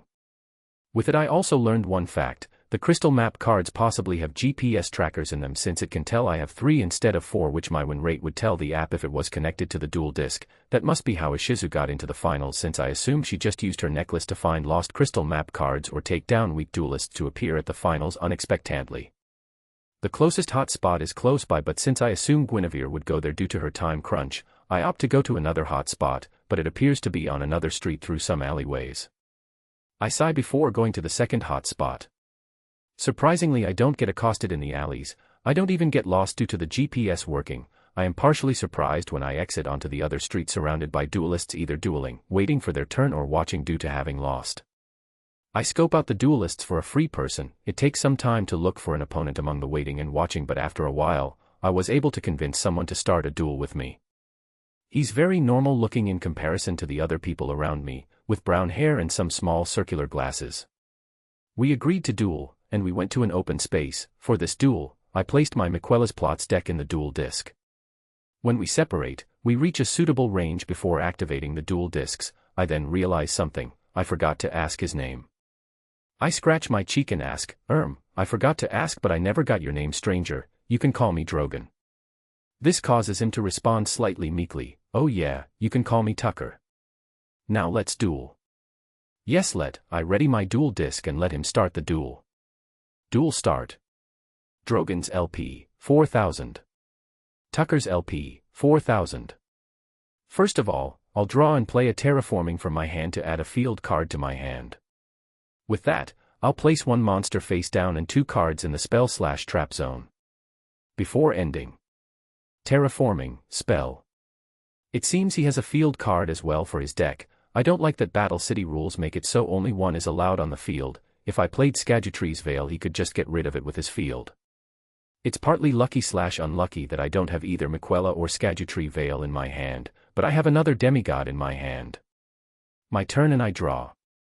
Okay, then let's start this off with a hint of revenge. I summon from my hand Adherent Vengeful Hornsent. The wraith crawls out of the ground like a cursed spirit and wields his blades as if he was prepared to take on the world as what he wanted. Adherent Vengeful Hornsent Wind, Warrior/Effect, ATK, 1600/Def, 200. When Hornsent is summoned, he allows me to add a plot from my deck to my hand, and once it's in my hand I'll activate it immediately. I'll activate Plot Against the Serpent. To Ritual Summon. Plot Against the Serpent, spell/ritual. Upon the field a blaze starts to burn. The Hornsent becomes very agitated and screams into the air, but only me and the dual spirits hear him. Come out, monster, come out so I can rend your skin and flay it towards your whore of a mother. Upon the field, the Hornsent looks around in a rage, but he only finds another figure who has appeared on the field very confused. Appearing as Thial, he catches the Hornsent's attention. This turns out to be a mistake on his part. Thial spots something and rushes towards the Hornsent, but he doesn't get there in time, as when he's about to reach him a burning red spear appears and skewers the Hornsent from behind and lifts him into the air. Thial pauses in fear, and before he can react, he watches as a figure cloaked in flames appears and strikes with his spear's other end, pinning Thial to the ground with a wound that runs him through. The figure appears. Those stripped of the grace of gold shall all meet death. In the embrace of Mesmer's flame. Mesmer the Impaler Fire, Warrior, Fusion, Effect, ATK, 2800/Def, 2000. Standing tall wielding his spear still aflame is the lanky figure of the first demigod. His sheer presence makes the illusion of heat emanating from his person, but he isn't in his pristine form, for his eye has already been gouged out and his clothes are disheveled or burned. I'll play 1 card face down before attacking with Mesmer towards your face down. I see Tucker smile at my declaration, and he goes to flip his monster, but before he can, he watches as the card representing the face-down monster is impaled by a multitude of spears from below through its form. I'm guessing your monster was a flip effect monster. Too bad, since none can hide from Mesmer's spear. if Mesmer attacks a defense position monster he destroys it before the damage step, meaning flip effects are useless against him. The card seems to be set alight and coalesces into a ball of fire with a dark outer hue. Also, when he destroys a monster in this manner he deals damage equal to the difference between his attack and the monster's defense. My words cause Tucker's eyes to widen as the flame takes the form of a very weird-looking creature curled up in a ball. Mesmer strikes at the form, and it flies towards Tucker, hitting him. Tucker's LP, 4,000 greater than 2,000. He takes the hit before the dust settles to show he activated a card on his field. I activate damage equals reptile. When I take damage from a battle involving a reptile monster, this card allows me to special summon a reptile with less ATK than the damage. Damage equals reptile, trap/continuous. Using this I'll special summon my alien Hypno from my deck. Appearing in a flash of light, a small gray creature appears with a green canister in his chest. Alien Hypno Water, Reptile, Gemini, Effect, ATK, 1600/def, 700. When I see the card, my mind remembers something and I groan spiritually before taking a second glance at my opponent. Behind me, I hear the voice of a trusty companion as Melina is standing behind me, as always, and asks, why the apprehension at the appearance of this card? I roll my eye and respond spiritually, there's a curse on the reptile monster type. If you run one of its archetypes you're either possessed by evil, working for evil, or a two-faced bitch prone to betrayal. I look at Tucker with an inquisitive eye, but I can't feel he's possessed. I can't even detect any form of spiritual power or even any imprint of spiritual power upon him. Why do you assume he's evil? It's only a single monster. I just shrug before placing one card down before ending my turn and responding to Melina. Simple, I know the alien archetype since I ran it myself in the past. Alien Hypno, while seeming weak, is annoying. I draw, well that's good. I play Pot of Greed to draw 2. He draws before pausing for a second before nodding with a smile. First of all, I'll Gemini summon my alien Hypno to give its effect. Also from his Gemini summon I'll use the effect of Alien Dog from my hand to appear on the field. Alien Hypno seems to glow in a flash of light, and from that light, a small lavender dog with an exoskeleton appears. It immediately starts barking at Mesmer. Alien Dog Light, Reptile/Effect, ATK, 1500/def, 1000. When Alien Dog is special summoned, he applies 2 alien counters to a face-up monster you control. You only have one, so the target is obvious. The dog starts to growl at Mesmer before spitting what seems to be a pair of purple acid blobs towards Mesmer. Not expecting it, Mesmer was able to dodge, but both of his snake companions take it straight in the face. On my field, I play the card, Cell Incubator, which allows me to retain used alien counters when used. Once that resolves, I activate from my hand Alien Overlord's effect, allowing me to remove 2 alien counters from anywhere on the field to special summon it from the hand, but the alien counters would be placed in the Cell Incubator for future use. Cell Incubator, Spell/Continuous. I watch as the purple blobs seem to jump off Mesmer before forming into an entity on Tucker's side of the field. The figure seems to duplicate before half slinks off to hide in the newly revealed card. The purple mass defines itself as it forms a black and purple carapace torso before red angry limbs appear from its sides ending with sharp claws. Alien Overlord Dark, Reptile/Effect, ATK, 2200/def, 1600. While it is on the field once per turn, it can infect all of your monsters with an alien counter. Both me and Mesmer watch as the monster reaches within itself and throws another blob at Mesmer, who dodges, but this time it hits his leg, turning it purple. Next I activate the Gemini effect of Alien Hypno to take control of your monster. With annoyance, I see the infection run rampant in Mesmer's body and he's forced to walk over to Tucker's field and face me. He doesn't have a smile on his face though. Yup, he's running the alien archetype. Time to face the archetype that introduced the kaiju effect into the game. Chapter 22 Knights and Aliens. Standing against an infected demigod as well as a trio of aliens was not what I expected, but the duel must continue and Tucker does this by initiating the battle phase. Let's start the battle phase with your own monster. Mesmer attack directly. Mesmer has a look of reluctance, but he does as commanded. He charges with his spear and javelin, throws it towards me. I dodge at the last second and it strike at my arm. Dear God, this hurts. Why does it hurt? I look down at the wound and see it's actually pierced my skin and its flames cause me to take some burns. I activate Flask of Crimson Tears. It allows me to regain half of the damage I took, then allow me to search for another flask card from the deck. Flask of Crimson Tears, Trap/Counter. Drogon's LP, 4000 greater than 1200 greater than 2600. As my LP is regained, I feel the pain from the burning spear disappear. In the reprieve from the pain, I search my deck and add a card to my hand. With a smirk, Tucker says, "I'll still win even with your life points restored." Alien Overlord attack directly. In response, I activate my other face down, imbibing in the deep slumber. A card depicting Thial Lyre holding the nectar of Saint Trina is shown surrounded by purple lilies. Alien Overlord goes to attack by charging at me, but as he charges it steps into a purple dark pool that appears on the ground. From the pool, purple lilies start to form and sprout. They grow rampantly before congregating over a white hooded figure who rests in the pool. Thial Lyre appears and is resting at the pool's edge in contemplation. Alien Overlord enraged charges at Thial Lyre, who notices his approach before waving his hand and sending a blob of the dark pool at the alien. The Alien Overlord, a master of infections, ignores the act, but when the blob strikes the carapace of the Overlord, the effect is immediate as the Overlord falls asleep on the ground. Thial Lyre looks at the asleep alien before throwing a needle at Tucker, which hits him. Imbibing in the deep slumber, trap/counter. Adherent Malignant Thial Lyre Water, Spellcaster/effect, ATK, 300/def, 300. Alien Overlord, ATK, 2300, 0. Tucker's LP, 2000 greater than 1700. Tucker's smirk drops from his face at the appearance of his asleep Overlord. What happened? Oh, that's simple. Malignant Thylire's effect is that if he's attacked while in defense mode, he makes it so your monster's attack is reduced to 0 before the battle. Don't worry, it's not permanent, it only lasts until the end step. The face of Tucker is unreadable, but he sighs before ending his battle phase since he knows he can't get rid of Thial Lyre in the battle phase. He looks at his hand before playing his field card. The area around us seems to warp in color as the field card is played. Otherworld, the A zone, spell/field. I'll end my turn, and due to the effect of Alien Hypno, the alien counter is removed from Mesmer and he's destroyed. The counter will go to the incubation cell. Mesmer looks at the alien in anger before the alien virus in his flesh runs through his body and leaps out of him through his mouth into the incubation cell. Mesmer looks shocked at this, but he grasps at his chest before collapsing to the ground in pain. His skin seems to rapidly molt like a snake before he turns to flakes of ash that floats into the air. Though the process, he speaks out. A curse upon thee. His words herald the awakening of the Overlord, who returns to Tucker's side of the field. The flakes start to coalesce on my field, and it forms a recognizable figure who wields a pair of blades.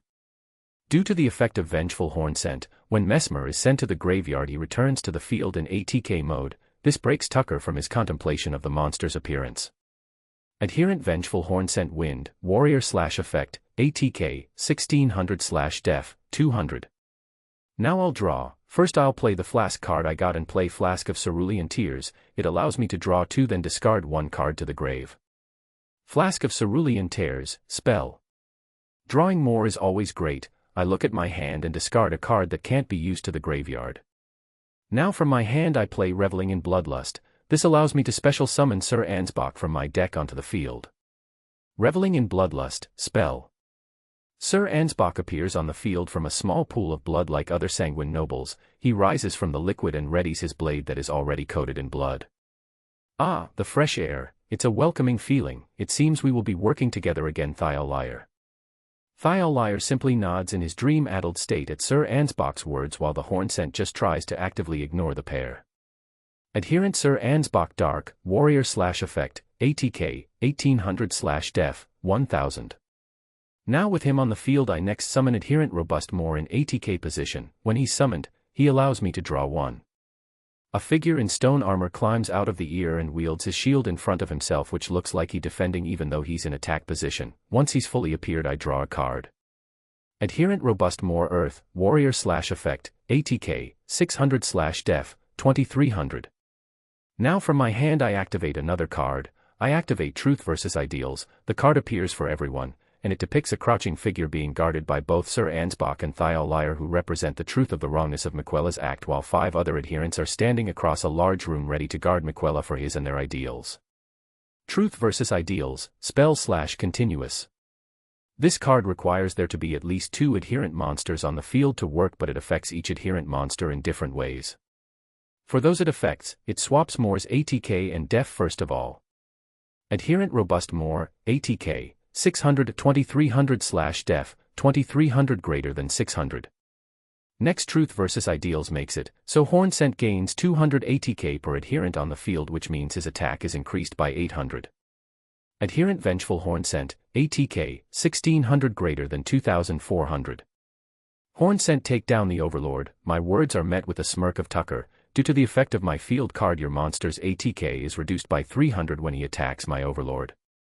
I sigh and smirk myself as I look Tucker in the eyes and say, I activate the Horn Scent's battle ability. I can pay up to 500 LP to increase its attack for the turn. I'll pay simply 200 so it beats your Overlord. Drogon's LP, 2600 greater than 2400.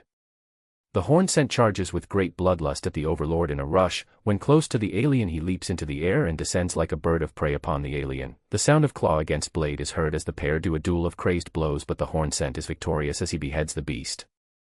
Next, I'll have Sir Ansbach attack, and before you say anything, he has the same life point payment effect, but he can attack twice, so I'll pay 700 life points to increase Sir Ansbach's ATK to 2500, before destroying both Alien Hypno and Alien Dog. Drogon's LP, 2400 greater than 1700.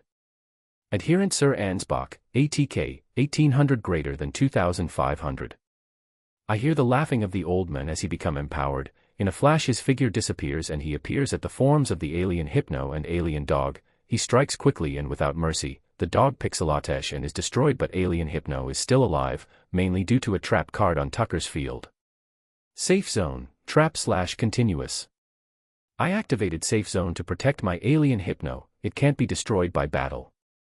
I shrug before looking at Moore and pointing at the Alien Hypno. Lastly, Moore attacked the last alien. Moore grunts before simply walking to the alien and striking it with his shield before returning to his position. Tucker's LP, 1700 greater than 1600 greater than 1200 greater than 500 greater than 200. The total offensive takes Tucker from near full to near empty in one turn, but the cost is that my hand is down to 3 cards. My thoughts are cut short as Tucker activates a card. I activate damage equals reptiles on the last damage I took to special summon from my deck Alien Grey in attack mode. Alien Grey Light, Reptile/Effect, ATK, 300/Def, 800. He's resourceful at least, but since I don't have much left I can do, but I have a feeling he'll use his resourcefulness to make a comeback. I play a card face down before ending my turn. He draws before smiling at the card and playing it directly onto the field. I activate Card of Sanctity, which allows both of yous to draw to 6 cards. Card of Sanctity, Spell, Anime Effect. We both draw and peruse our cards, but Tucker acts first. I play Code A Ancient Ruins, then I use its effect by removing 2 A counters from my incubator to special summon from my graveyard Alien Overlord. The ruins form on the field and a ruined archway starts to glow. Some of the purple blobs from the incubator jump to the archway, and from it the appearance of the Overlord appears again on the field ready to fight. Next, I'll use Alien Overlord's effect to apply A counters to all monsters on your field. As his words are said, the Alien Overlord retracts 4 of its arms back into its torso to pull out the masses of infected matter before throwing it at the adherents. Each now sport a blotch of purple on their armor. Tucker seems to pause for a second before nodding. Next, I'll use Alien Hypno to target and take over Thial Liar onto my field. Thial Liar seemingly sleepwalking plods along across the field before resting upon Tucker's field in defense position. I'll use Thial Liar as a tribute to summon my rarest monster. I summon Cosmic Horror Gangiel. Thial Liar seems to hear Tucker and wakes up from his sleep in a start, but the floor beneath him seems to ripple before a giant maw appears and consumes the follower. The maw grows from the ground and stands tall, being a head taller than the Overlord with a multitude of mechanical pincer-like legs. Cosmic Horror Gangiel Light, Reptile/Effect, ATK, 2600/Def, 2000. Next, I play a double summon and use my second normal summon to tribute summon again, using my Alien Grey as a tribute, this time for Alien Mother. Alien Grey curls up into a ball before a shell seems to form over it. The egg shakes twice before exploding in light, producing the form of what can only be described as an Alien Mother. Alien Mother Dark, Reptile/Effect, ATK, 2300/Def, 1500. When that card is played, I make a decision. Since with all 3 on the field it's a hard bulwark to overcome. When he says he's entering his battle phase, I respond. I activate the trap card on my field, Cleansing Chamber Showdown. The card flips up to reveal Lita with a sword raised with a hand extended out forward with an open palm to indicate a challenge. Cleansing Chamber Showdown, Trap/Continuous. When this card is played, it allows me to summon as many adherent monsters from the graveyard as possible but in ATK position, so Thial Liar returns, but the key part of this card is that while there is an adherent monster on the field, battles involving adherent monsters don't cause battle damage. Tucker nods in understanding before ordering. He looks at his queen, then my adherents. Alien Mother, take out more. He watches as his alien mother charges at the verdigris armored men and strikes his shield. It pierces, though impaling him. Sad forever now. Tucker smiles before speaking. When Alien Mother defeats a monster with an A counter on it, I can take control of it. As he says this, Moore's form pixelates before disappearing, but he doesn't reform on the field. I'll explain. My cleansing room showdown makes it so when an adherent is sent to the graveyard, they're removed from play instead. Your Alien Mother says when it sends a monster to the graveyard, not when it simply defeats a monster with an A counter on it. He frowns at this, since I would assume he would have liked to have a 2300 ATK more on the field to finish me off. That's why I knew it was needed early.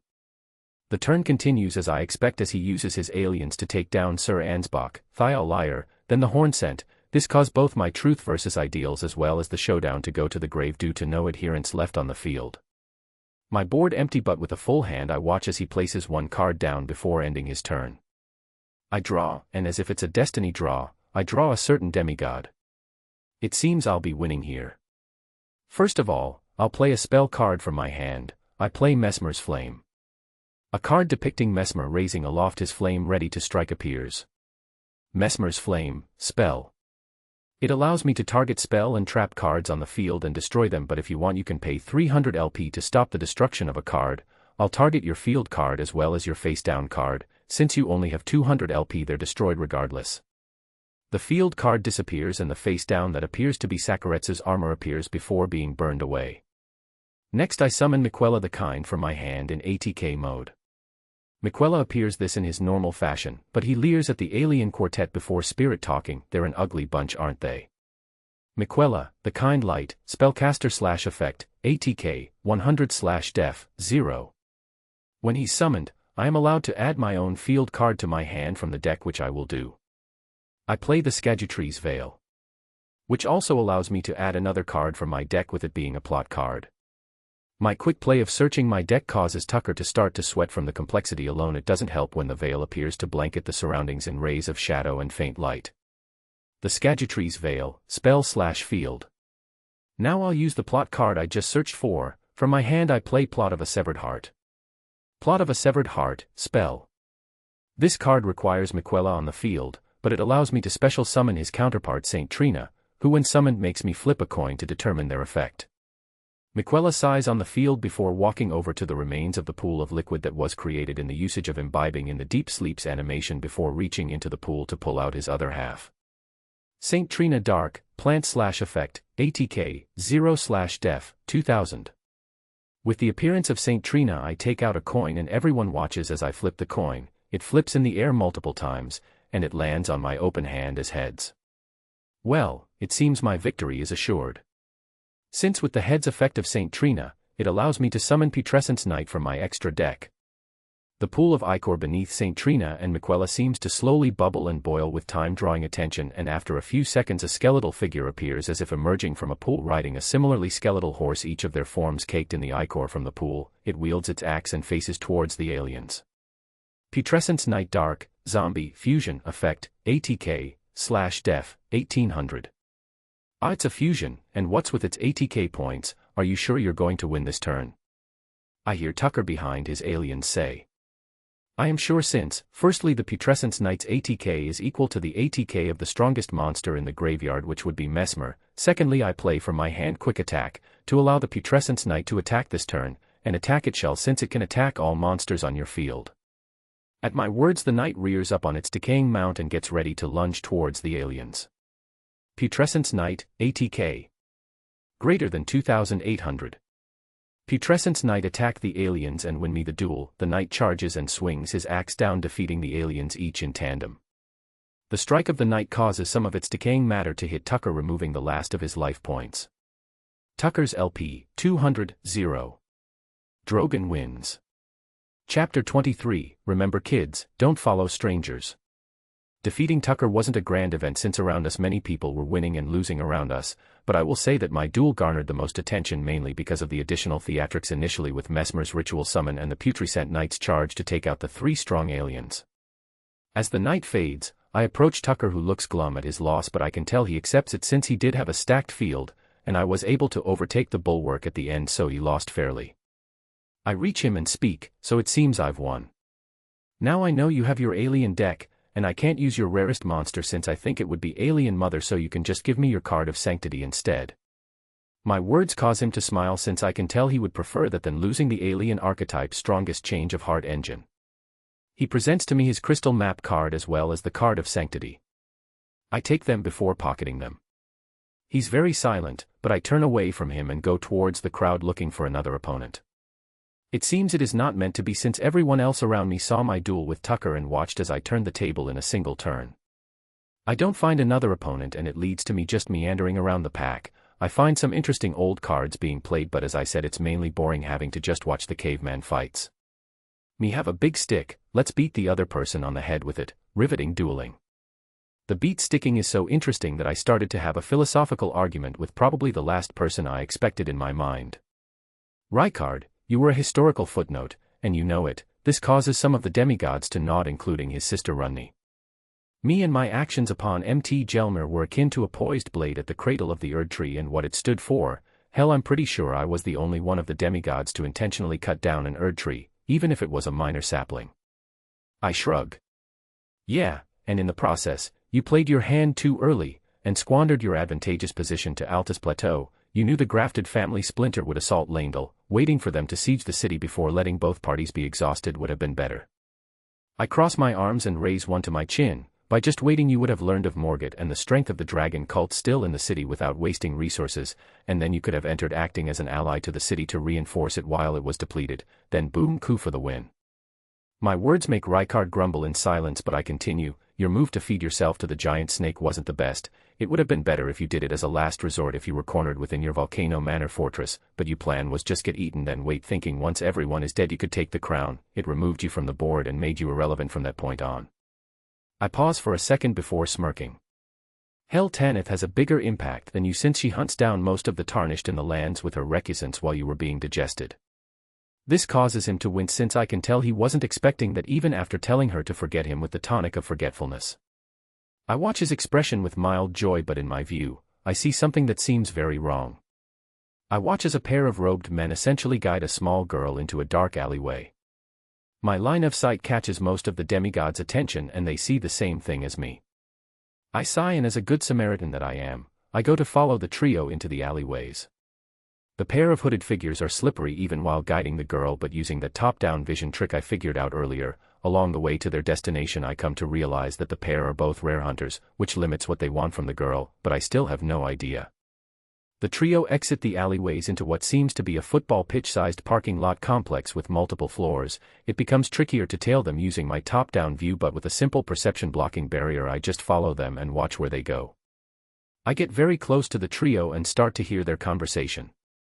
That's why I'll beat Kaiba and get one of his blue eyes. The girl says in a hyperactive voice.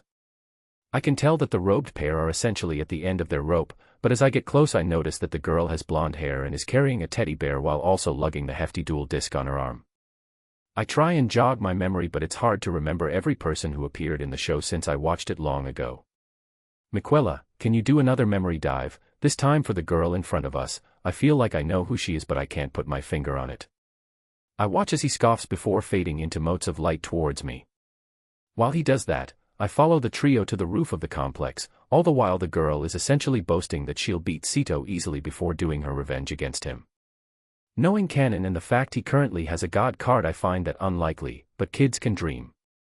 Found the memories. She's someone called Rebecca Hawkins. The only thing in your memories about her is that she's a minor character that is the grandchild of the owner of the fourth Blue Eyes original owner. Other than that, in the future she gains an infatuation towards the starfish-headed person. Oh, well, that jogs some memories loose. Isn't she also like some international champion as well, meaning she would have likely gotten a ticket to the tournament anyway? Going off what I heard, she probably wants revenge against Sito for destroying her grandfather's blue eyes, even if it's Yugi's grandpa's card. It also comes from my memory she's also currently the only person to technically beat Yugi, well, just Yugi, and even then, he surrendered when he could have won, but the digital signature remained since that was before dual discs and they used a holographic arena. With that I realized why the rare hunters are interested in her. They must think she is strong enough to defeat the pharaoh using the data, so they want to brainwash her to be a tool like Merrick would do with Joey, or make her a puppet like Guinevere's brother. Maybe he's doing this to try and act as insurance, since my appearance must have thrown a wrench in the gears of his plan. I get close to the trio and watch. I can tell Rebecca is being misled, maybe because she's like 8 or 10, but even she can now tell something is wrong. The hooded robed figures, having lost all patience, start to speak out their grand and evil plan. They get through the whole spiel, but by the end of it, it becomes apparent my idea is correct, and they plan to gang up on her to defeat her before getting Merrick to puppet her. I sigh before putting the Miquella's plots deck in the dual disc. I can't let this happen, so I sneak up behind the pair and ready my dual disc. Everyone else readies their dual discs, and with an evil smile I watch as the dual disc detects 4 players and sets us up in a 2 versus 2 scenario. This causes the rare hunters to look shocked. I let go of the perception barrier and say 2 iconic words, while applying to join Rebecca's side for the duel. Hello there.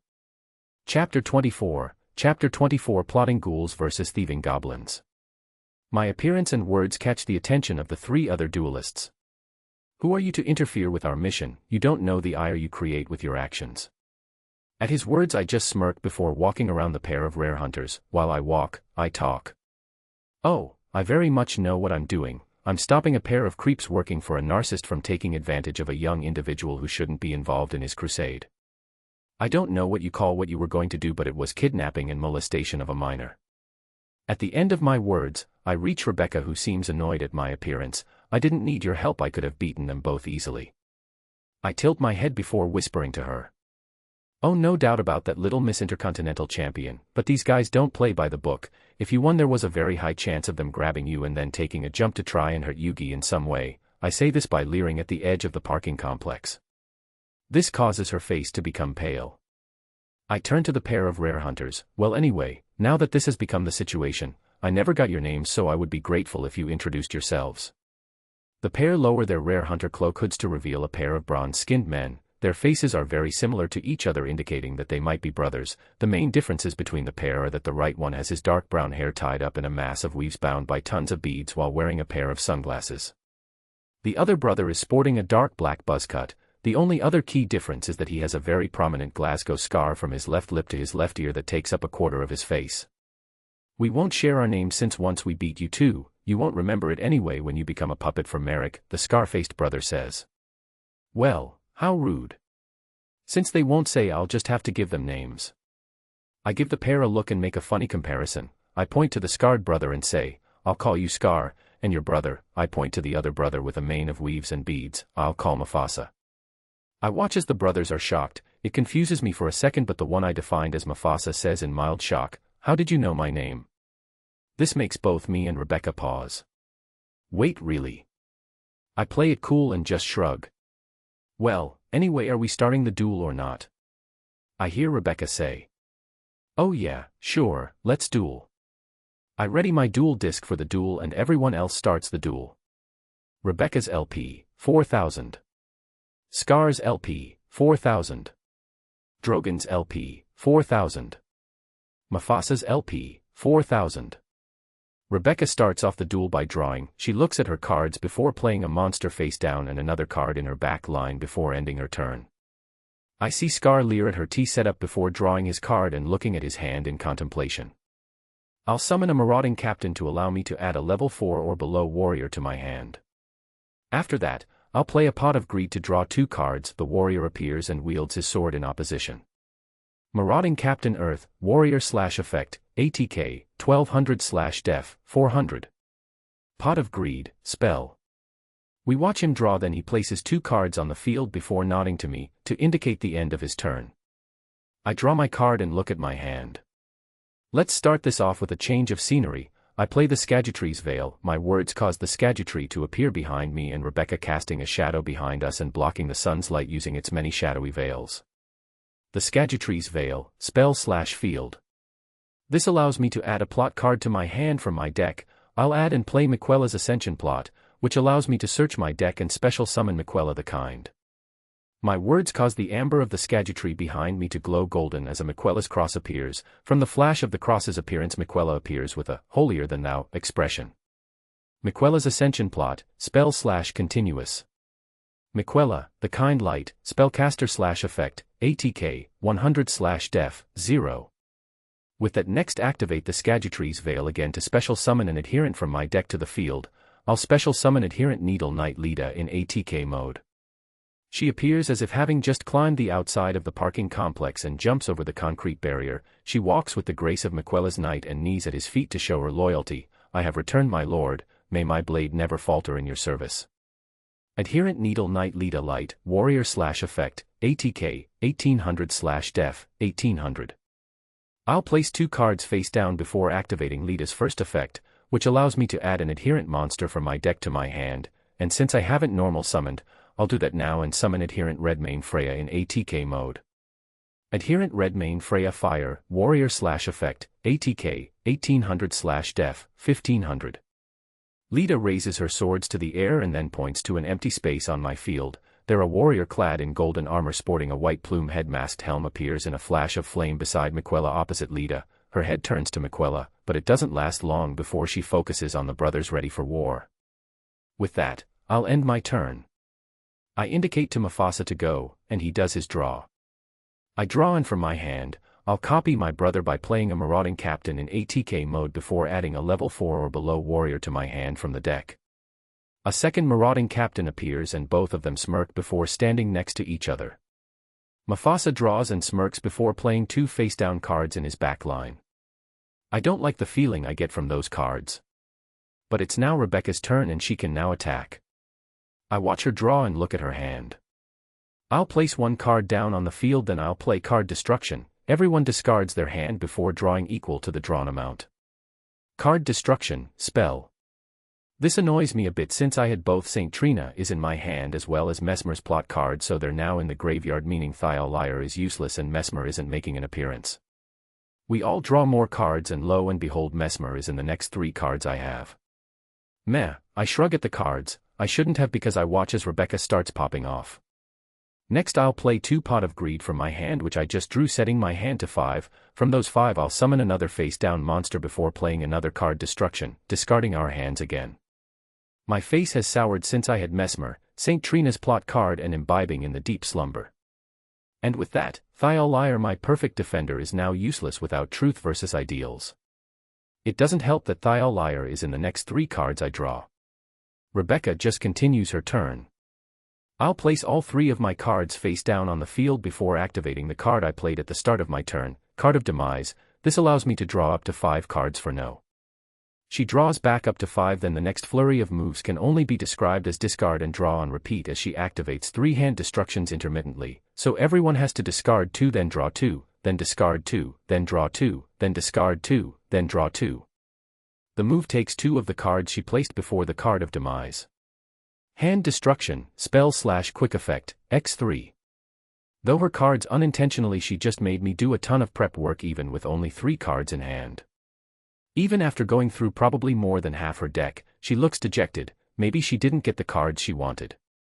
The odds were unlikely, but it can happen. She looks at her hand before placing 1 card down before ending her turn. We all watch Scar draw. He quickly starts. I'll play 2 Dark Eruptions from my hand to add 2 dark monsters with less than 1500 ATK to my hand. Next I'll activate 1 card on my field, being Double Summon. To summon both of the monsters I just retrieved, I summon Mini the Thorn and Don Zalug in ATK mode. Dark Eruption, spell. Double Summon, spell. Dark Scorpion, Mini the Thorn Dark, warrior/effect, ATK, 1000/def, 1800. Don Zalug Dark, warrior/effect, ATK, 1400/def, 1500. He fills his field with cards I recognize, but I'm not worried since both me and Rebecca have blockers on the field to stop them from doing their effects. I watch as Scar smiles before deciding on his assault path. Firstly, I'll activate my face-down, Reijiki. Storm clouds appear above us illuminated by the Scadutree's veils, and an instant lightning strikes our field and destroys all monsters on the field. The only one remaining is Miquella, who seems startled at the board wipe. Him still on the field makes the three other players confused, so I explain, Miquella the kind cannot be destroyed by spells, he also cannot be targeted for attack, so my board is still open for direct attacks. This causes Scar to nod before speaking his assault. Don Zalug will attack the face down while Meanie will attack the stranger directly. When he says this his monsters go to attack, Zalug jumps into the air and comes down on the face down monster. It flips to reveal a semi-transparent fairy-like creature with the only visible parts of it being a halo, a pair of wings, a bow and some feet. Scale angle light, fairy, flip, effect, ATK, 900/def, 400. Drogon's LP, 4000 greater than 3000. Rebecca smiled before placing her hand on her deck. My little angel was flipped, allowing me to draw a card. She draws a card. Scar then speaks. Since Meanie dealt damage, she allows me to add a black scorpion to my hand from the graveyard. He does so, increasing his hand size, before he places a pair of cards face down before indicating the end of his turn, making it my turn now. I draw and look at the card I drew. I look at Scar's card and notice something. I'll activate the Skagitree's Veil to special summon an adherent monster. I'll summon Adherent Robust Moor in defense position. The ground cracks and Moor climbs out of the fissure in his bulky armor, wielding his shield proudly but nervously. Adherent Robust Moor Earth, Warrior/Effect, ATK, 600/def, 2300. When Moor is summoned, he allows me to draw a card. I draw and shrug at the card, slightly annoyed that one card on the field is made redundant. It seems they both want to appear, so I'll reveal from my hand Blood Cocoon Plot to allow me to add a certain ritual monster to my hand. Then I'll play the same card. For the cost of removing 3 cards from my graveyard from play, I'll summon Mog, Lord of Blood. The fissure created by Moor's appearance starts to bleed blood like a wound and creates a wound upon the floor which pools in blood. From the pool the demigod of blood appears with a flourish of his sacred spear. He appears ready for war. Welcome, honored guest, to your doom. Blood Cocoon Plot, spell/ritual. Mog, Lord of Blood, Dark, Fiend, Ritual, Effect, ATK, 2000/def, 3000. The sheer presence of Mog makes the whole duel arena to be tinted in a crimson red. Next I'll activate from my hand Sibling Bond. This allows me to special summon to the field Miquella's sister Melania, Blade of Miquella. The pools of blood surrounding Mog start to boil as they take on a darker color and seem to thicken into a sludge-like mass akin to the Lake of Rot. A geyser appears and from it, the figure of Melania appears, and in a single moment she and Mog are weapon-locked as she says one word. Kidnapper. Melania, Blade of Miquella, Fire, Warrior, Empyrean, Effect, ATK, 2500/def, 1000. Mog is silent, but he does protect himself. With a push he gets Melania off his spear, and she lands next to Miquella and guards him from all perils. Mog sighs before looking forward. Now my battle phase. My words cause some confusion since everyone can tell that the pair of marauding captains are making a perfect block scenario. I know you're thinking, I can't attack due to the pair of captains, but you're wrong. First I'll attack directly with Miquella against Mufasa. Miquella steps from his sister's embrace before pointing at Mufasa to shoot him with a ray of light. Mufasa's LP, 4000 greater than 3900. When Miquella attacks, the plot card on the field allows me to search my deck for a plot card. I only have one left, so I'll just add that to my hand. Next Melania, who isn't affected by monster effects, will attack Scar's captain. As I draw a card, Melania becomes a blur as the captain is bisected in half horizontally. Both the black scorpions react in shock at the quick kill as Melania reappears next to Miquella. Now her effect activates, increasing both her ATK and my LP by 200. Scar's LP, 4000 greater than 2700. Melania, Blade of Miquella, ATK, 2500 greater than 2700. Drogon's LP, 3000 greater than 3200. And now without the captains doing a perfect block, Mog can have a swing in. Mog will take out Mufasa's captain. Due to the size of Mog, his attack is very easy to do as he strikes down with his spear upon the last marauding captain. Mufasa's LP, 3900 greater than 3100. With that, I'll end my turn. Mufasa draws his card and looks at the field before sighing. I'll summon an ATK position Goblin Attack Force. Coming from the ramp to our level appears a mob of goblins wearing construction worker clothes and hard hats wielding clubs. Goblin Attack Force Earth, Warrior/Effect, ATK, 2300/def, 0. Next I'll play from my hand 2 Forbidden Chalices to increase their attack by 400 each, at the cost of ignoring their effect. Forbidden Chalice, spell/quick play. Goblin attack force, ATK, 2,300 greater than 3,100. A pair of the goblins take out what seems to be whiskey flasks before chugging them and gaining arms like Popeye from those old cartoons. I'll play a card from my hand, being Card of Sanctity, allowing everyone to draw to 6 cards. Card of Sanctity, spell. This allows everyone to refill their hands, but Mufasa must have gained the most since he went from 1 to 6, but in the corner of my eye I can see Rebecca smiling. Now Goblin attack force will attack Melania. I don't have a response to that, and everyone is dumbfounded as the blade of Miquella gets ganged on by a crew of goblins. She sliced a ton of the mob apart in the process, but the 2 swollen members of the mob were able to restrict her arms to let the others beat her up. Drogon's LP, 3,200 greater than 2,800. I'll play 2 cards face down before ending my turn. The smile on Rebecca's face increases before she draws her card. She simply places 1 card on the field, and it makes me remember realizing her strategy. First, during my standby phase, I use the effect of both Marie the Fallen in my graveyard to increase my life points by 400. Rebecca's LP, 4,000 greater than 4,400. She looks at her hand and then comes to a realization. With a light smile she looks towards me. Mister, if possible, can I borrow one of your monsters? I look at her and then look at my field. I shrug. Sure, you can use Miquella, just know he can't be affected by spells. Oh, goody, I can summon both of my fave monsters then. I'll activate a double summon first so I can normal summon twice. First I'll summon from my hand the card Yugi gave me. Ties of Friendship.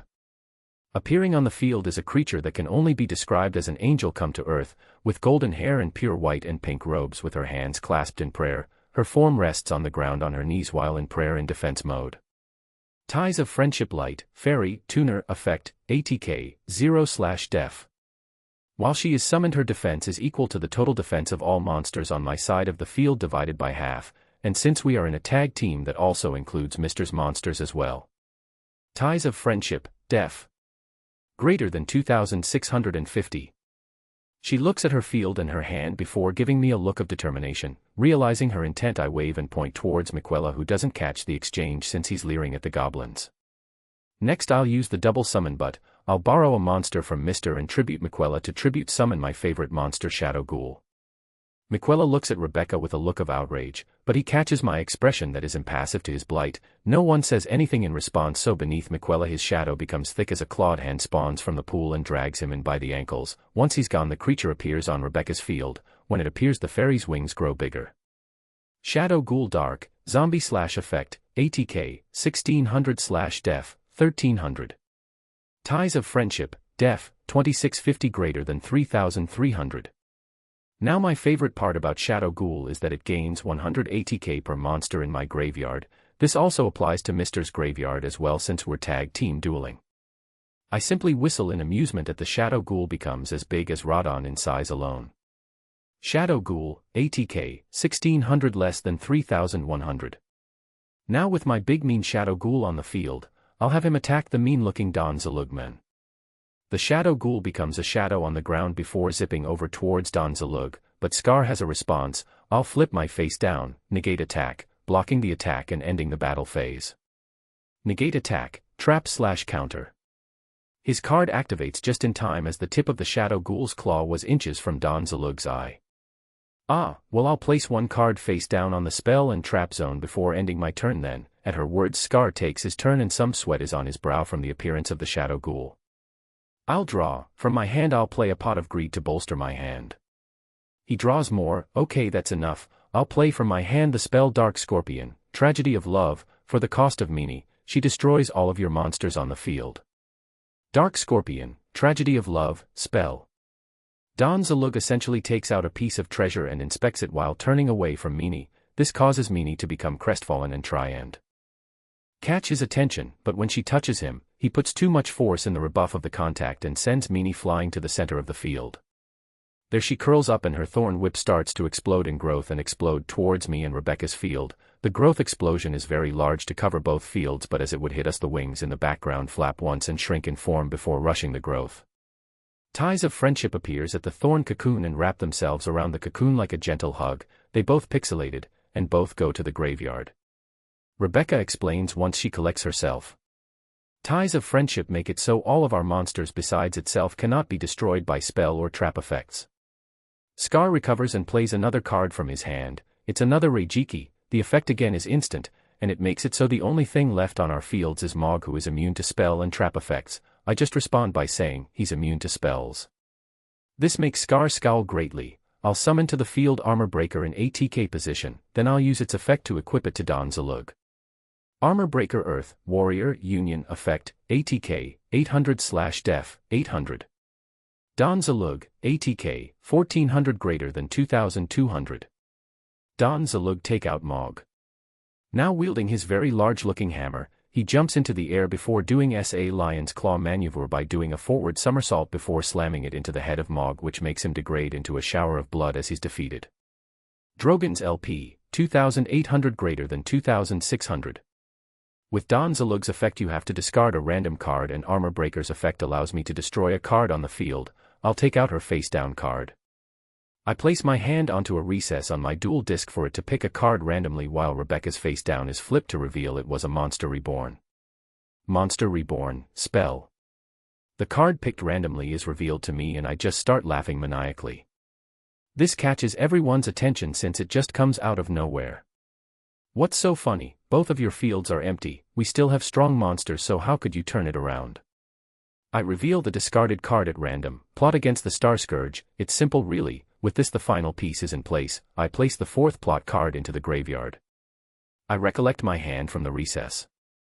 Scar is very unnerved, but he has little he can do, so he has to end his turn letting it be my turn. I draw. Nice but not needed. Just so you all know, I wanted to use this during the finals just to mess with them, but it seems it's time I bring them out. I activate the Scadutrie's Veil's second effect. When there are 4 or more plot cards within the graveyard, I am allowed to search my deck or graveyard to add a special ritual card to my hand. The Scadutree seems to glow brightly as its form seems to shift like in a mirage before I take a card from the graveyard. I activate from my hand, the Gate of Divinity. Chapter 25 The Conjoined God Descends. I activate from my hand, the Gate of Divinity. The Gate of Divinity, spell, ritual, equip. The gateway behind me starts to radiate power and a blinding light between the columns which cause those who look to be blinded. I'm confused for a second, but I feel a weight on my soul as information is placed within my mind. As it turns out, it seems the Elden God cards need an incantation like the Golden Dragon of RA, but as the Miquella's Elden Beast I know them instinctively. I sigh before starting to speak. A lord will usher in a god's return, and the lord's soul will require a vessel of divine standing. Both his loyal blade and the champions of the festival laid the path. May their deeds ever be praised in song, for now, the vow will be honored. A lord within a body infused with life shall call forth the mind of an Empyrean, they will combine and return together to live amongst us. So that they may be the promised consort and usher in a new reign across the land. Stepping out of the light is the depiction of Radon, but in a more wild form. He wields his twin greatsword, one in each hand, and unlike the game version, Miquella is riding upon his back at the start ready to join the fight. Promised consort Radon Light, God, Ritual, Effect, ATK/def. When promised consort Radon is on the field, his attack and defense become equal to that of Radon and Mog, who were removed from play to summon them. Promised consort Radon, ATK, 3000/def, 3000. Next, promised consort Radon gains 500 ATK per spell card in the graveyard. This includes Rebecca's. Promised consort Radon, ATK, 3000 greater than 10,500. The presence of the god card causes both Scar and Mufasa to collapse to their knees in sheer fright. Even Rebecca is absolutely terrified at the 10,500 ATK god card on the field. I just laugh like a fucking madman, and point my god card towards Mufasa. You lose. I'll attack Mufasa's goblin attack force and deal 8,300 damage to him. Scar panics and says, I'll activate one of my face-down quick-play spells, Shrink, to cut your god card's attack in half. He flips the card. This happens and one of consort Radon's blades fade into motes of light, but they continue their assault. Shrink, spell/quickplay. Promised consort Radon, ATK, 10500 greater than 5,250. Mufasa's LP, 3,100 greater than 150. From the blow, Mufasa is physically sent flying away and is only stopped from falling off the building from the concrete barrier. Scar runs from his place and goes to attend to his brother. Everyone hears as Mufasa coughs up some blood. He looks forward and I can tell his consciousness is hanging on by a thread. Above Mufasa's head appears what seems to be a crown of light which hovers over him. The pair of brothers are both breathing heavily due to the god's presence, which is akin to a glowing star, but they stand up, Scar supporting Mufasa. Well, it seems you survive for now. You may have one last turn, it seems. Mufasa, who is actually shaking in fear, draws from his deck and looks at his hand, and scowls. I'll play a warrior returning alive to regain my marauding captain, which I'll summon in defense position. The warrior returning alive, spell. Marauding Captain Earth, warrior/effect, ATK, 1200/def, 400. I'll add a warrior to my hand due to its effect. Next I'll use my double summon to allow me to summon a second marauding captain in defense. I watch in amusement as he has to make another perfect lock scenario to simply hold back the god card. Curiously, I take out a piece of paper from one of my pockets and look at it.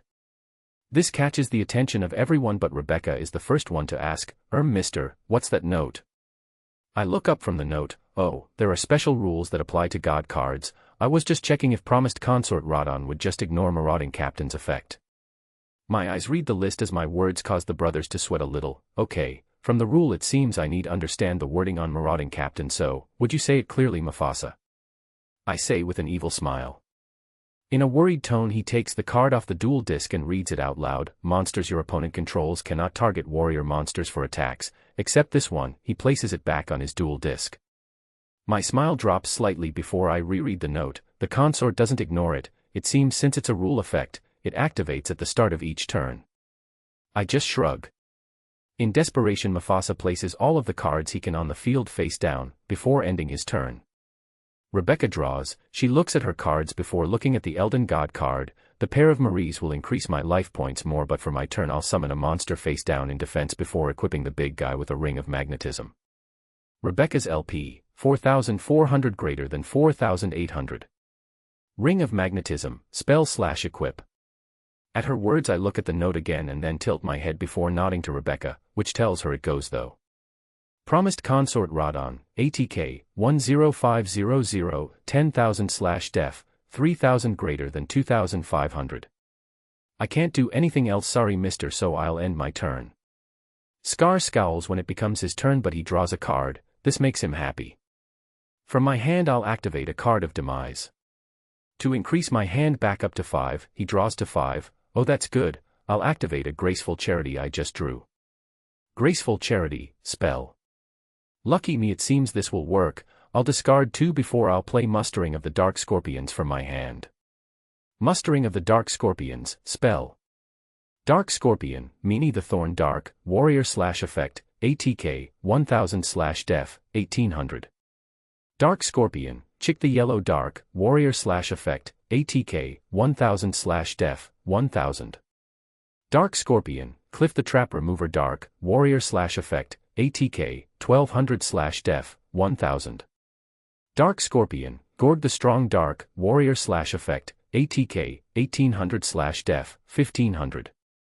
Coming from his hand he actually places all 4 of the other Dark Scorpions, so the whole gang is won the field with Don Zalug. Next I'll flip my face down. Dark Scorpion combination. This allows all of my Dark Scorpions to attack directly but at reduced damage. Dark Scorpion combination, trap. I look at the card and then come to a realization, but Scar doesn't notice in time as he declares an attack towards Rebecca using his Gorg the Strong. Gorg with a roar, charges at Rebecca and ignores the face-down monster, but as he's about to strike at her, a black blade appears to block the strike. Gorg looks up and sees Promised Consort Radon looking down at the thief strongman like he's a noob tarnished. Promised Consort Radon using his other blade swings in a horizontal swipe. The swipe picks up Grog and sends him flying into the other Dark Scorpions, who form a large mass which strike at Scar, reducing his LP to 0. Scar is knocked over by the blow, but he's still conscious. I speak to explain. Ring of Magnetism makes it so if a monster attacks, the equipped monster becomes the target of the attack. Direct attacks don't negate that since it's still an attack. Scar's LP, 2,700 greater than 0. Scar loses. Mufasa starts to sweat since he's alone against the Elden God card, and with Scar's loss it's now my turn again. I shrug before drawing a card and simply playing 1 card on the field from my hand. Mesmer's Flame, spell. I'll target both of your marauding captains. With this we have one, and since I don't want to have Rebecca see you explode, I would suggest surrendering now. Mufasa realizes he's been defeated when his captains both become piles of ash. He places his hand over the deck and surrenders. Mufasa surrenders. Chapter 26, There are more god cards, duh. The faces of the pair of brothers were grim as they know Merrick doesn't accept failure for their mission. I return all the cards back to the deck before storing it in my trench coat. The illusionary forms of Mog, Radon, and Miquella appear. Radon scowls and looks at Miquella. Just so you know, I didn't like it. The experience of being in a lighter body than I'm used to was just weird, even with the amount of mindfuckery Miquella was doing just to keep me sane. I look at Miquella, who looks a little drained but happy. I just give him a look before saying mentally, "How much mindfuckery?" He responds with a flat palm that he shakes. A moderate amount. It was mainly having to balance the consciousness of Radon with the instincts of Mog. Moke actually pips in at this. "Is that why I don't remember it, but I can feel an echo of the experience?" he says with a shrug. "No idea. It's his body. Maybe he felt something like what Godwin did in his dead body." Me and Rebecca start to walk towards the pair of brothers, who are panicking while we approach. I smile at the idea that they're scared of the little girl, but I know it's just me. "Well, you lost, but you made me play my god card, so good on you," but it was mainly Rebecca who set it up. I say with a shrug. Scar, the one which seems more volatile of the pair, yells, "That shouldn't exist. There should only be 3 god cards. Yours must be a fake."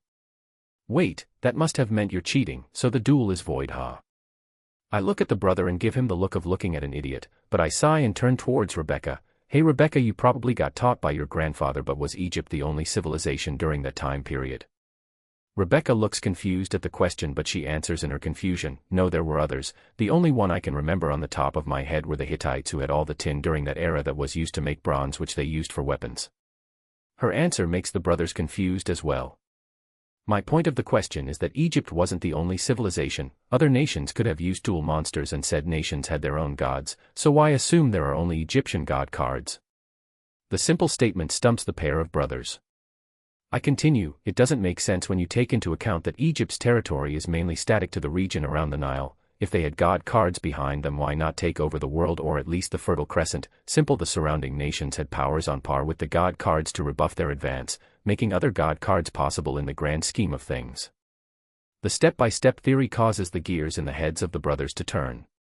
"Regardless, you just don't pull out a god card like it's a common sight. Hell, if we knew you had one, we would have been more careful," Mufasa says.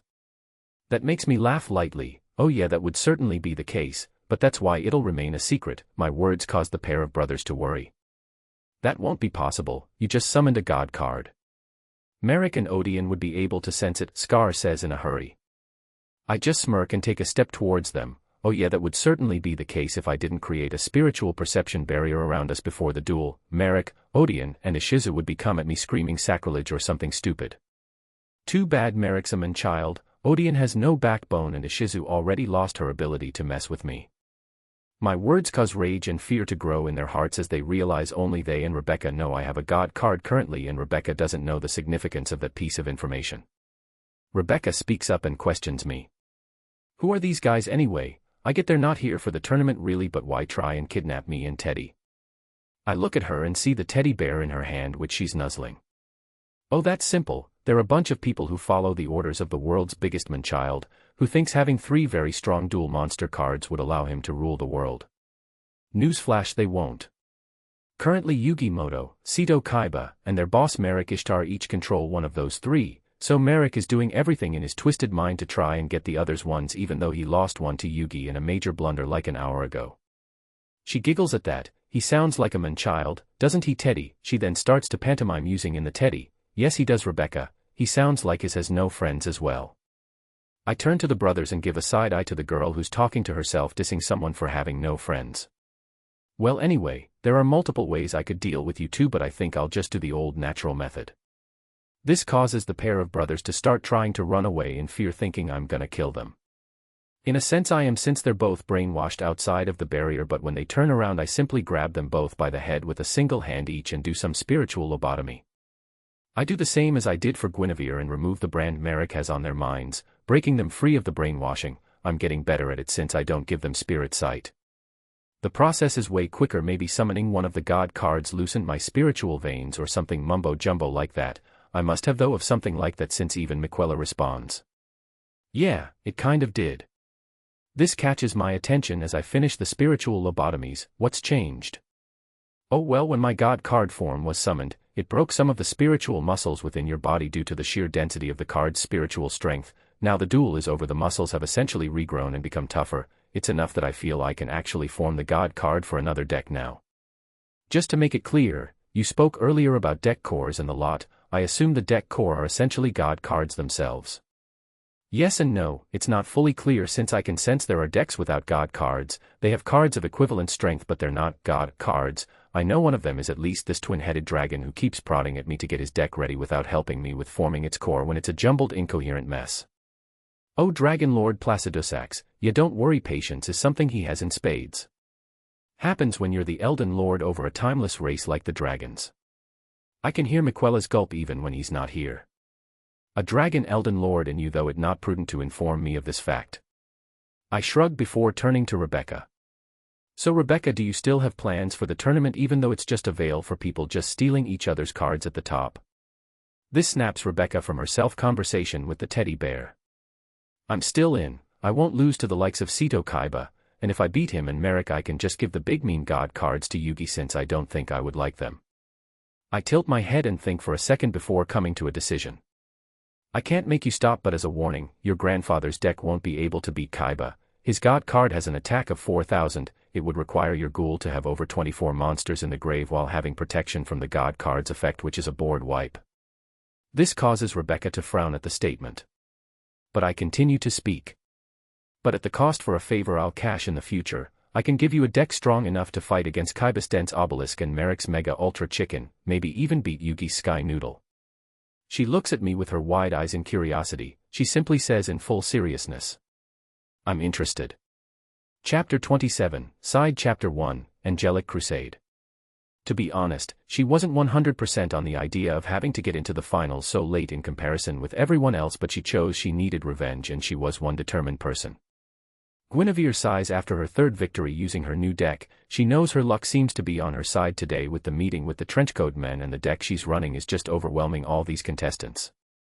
She looks at the 5 crystal map cards in her possession and closes her eyes in contemplation. That last duel was annoying, but now I only need to duel one more time. It helps that most of the duelists here are nerds and so think that I would have something feminine like harpies or maybe Amazon cards. The last person even said out loud when I played Agents when I used my Sanctuary in the Sky Field card, but no one expected a flying paladin. She smirks and looks for her next opponent. The surrounding area is completely swarming with duelists like an ant's nest. It's surprising no one has gotten up to 6 crystal cards yet, even with all the duels. When she arrived here she quickly noticed that most of the remaining duelists had around 3 to 4 cards, but they're being very protective of their cards, making it so they essentially were trying to find weak targets but in the end not dueling anyone since everyone at the same level of skill and deck strength, so she played the victim and robbed them blind. But with her last target, most of them have wizened up to her play act and all are turning away from her. To be honest, her act was terrible and she just copied the face of EVA to try and develop pity, but nothing lasts forever. The little gray alien seems to like sitting on her shoulder, and since they weigh nothing it doesn't bother her. She looks around and spots some people who could still be in the game, but they all turn away from her when she approaches. She was starting to get annoyed until a new quartet of duelists came to the plaza. They had cocky looks on their faces like they were the top dogs and that they would win the tournament even though they were all pre-teens. They seemed to be a team, but when they entered the plaza they seemed to do a group discussion before separating. The cockiest of the lot, with a slick back head of auburn hair wearing tinted glasses, approaches Guinevere. Yo, are you still in the tournament? The street punk says bluntly while addressing her. She simply responds with a nod of her head. I challenge you to a duel then, let's get this on and over with. Guinevere turns to the punk and says, sure, let's duel, you can call me Guinevere, you. He readies his duel disc and aims it at her. You can call me Blaze because I'm gonna smoke your deck, baby. Duel start. Guinevere's LP, 4,000. Blaze's LP, 4,000. Well, since you challenged me I'll go first, I'll draw. She pauses for a second looking at her cards. From my hand, I'll activate Hecatrice, and discard it to add a card from my deck to my hand, which I'll play immediately, sending one to the grave and receiving the card she quickly places it in her duel disc. Hecatrice Light, Fairy / Effect, ATK, 1500/def, 1100. I'll play Valhalla, Hall of the Fallen. This allows me once per turn to special summon a fairy monster to the field as long as my field is empty, which it is, so I'll special summon Air Knight Parshath to the field in ATK mode. Valhalla, Hall of the Fallen, spell/continuous. Air Knight Parshath Light, fairy/effect, ATK, 1900/def, 1400. In a flash of light, white pillars with arches of flowing red silk appear, the silk flutters in the wind and a knight in blue and white with gold hair appears from behind the fluttering silk. And before I end my turn I'll summon a monster face down and place a spell or trap face down. With her field secure with a strong monster she ends the turn letting Blaze start his assault. I draw. Nice, from my hand, I'll activate a Blaze Accelerator. In a flash of light what seems to be a sci-fi tennis ball launcher on a tripod appears aiming at Guinevere. Blaze Accelerator, spell/continuous. Then I'll discard one monster from my hand to activate my accelerator. This allows me to destroy one monster on your field and I'll get rid of your knight. The card in his hand seems to set alight and fly towards the machine. It enters the chamber and quickly launch directly at Parshath. It hits him and turns him into a ball of fire with all of his exposed wings and hair. Next I'll use my Volcanic Shells effect from the graveyard, for at the cost of 500 LP I can add more ammo to my hand for my accelerator. Blaze smirks before taking a card from his deck. Volcanic Shell Fire, Pyro/effect, ATK, 100/def, 0. Blaze's LP, 4000 greater than 3500. Now with more ammo in my hand, I'll summon a face-down monster and 2 face-downs before ending my turn. With a smirk at beating her knight, he ends his turn. Guinevere draws and looks at the card, her face twists in annoyance before revealing a card from her hand. From my hand, I'll discard Zeradius, Herald of Heaven, to add the Sanctuary in the Sky to my hand, which I'll play. The form of a masked man appears with giant green wings. He spreads them far apart and in a flash of light, the surroundings have changed to a sea of clouds with a temple-like structure floating in the sky behind Guinevere. Zeradius, Herald of Heaven Light, Fairy/effect, ATK, 2100/def, 800. The Sanctuary in the Sky, spell/field. With that on the field, I'll flip the monster on the field and play a spell card from my hand which I just drew. The card on the field flips to reveal an angelic figure in a toga, but the key part is the spell card she played, which depicts the 5 Ojama members holding hands together. Shining Angel Light, Fairy/effect, ATK, 1400/def, 800. Solidarity, spell/continuous. Shining Angel, ATK, 1400 greater than 2200. The angel's wingspan increases with his strength and he floats on her field as a bigger threat than before. Now Shining Angel strike down is face down. The angel rises into the air and produces a ball of light which then condenses into a beam of light straight to the face down. It flips to reveal a small reptile in a metal cone-like shell. It offers little protection as the beam just vaporizes the creature in one strike. UFO Turtle Fire, Machine/effect, ATK, 1400/def, 1200. Still smirking, Blaze starts to speak. When UFO Turtle is destroyed I can summon a fire monster with 1500 or less ATK. I'll special summon from my deck Volcanic Trooper, whose on-summon effect is to allow me to add a volcanic card from my deck to my hand. Like a phoenix, the ashes from where the UFO Turtle is vaporized igniting into a being of bronze armor and flames appears holding a bronze ancient-looking pistol. At its appearance Blaze adds a card to his hand. Volcanic Trooper Fire, Pyro/effect, ATK, 1000/def, 1000.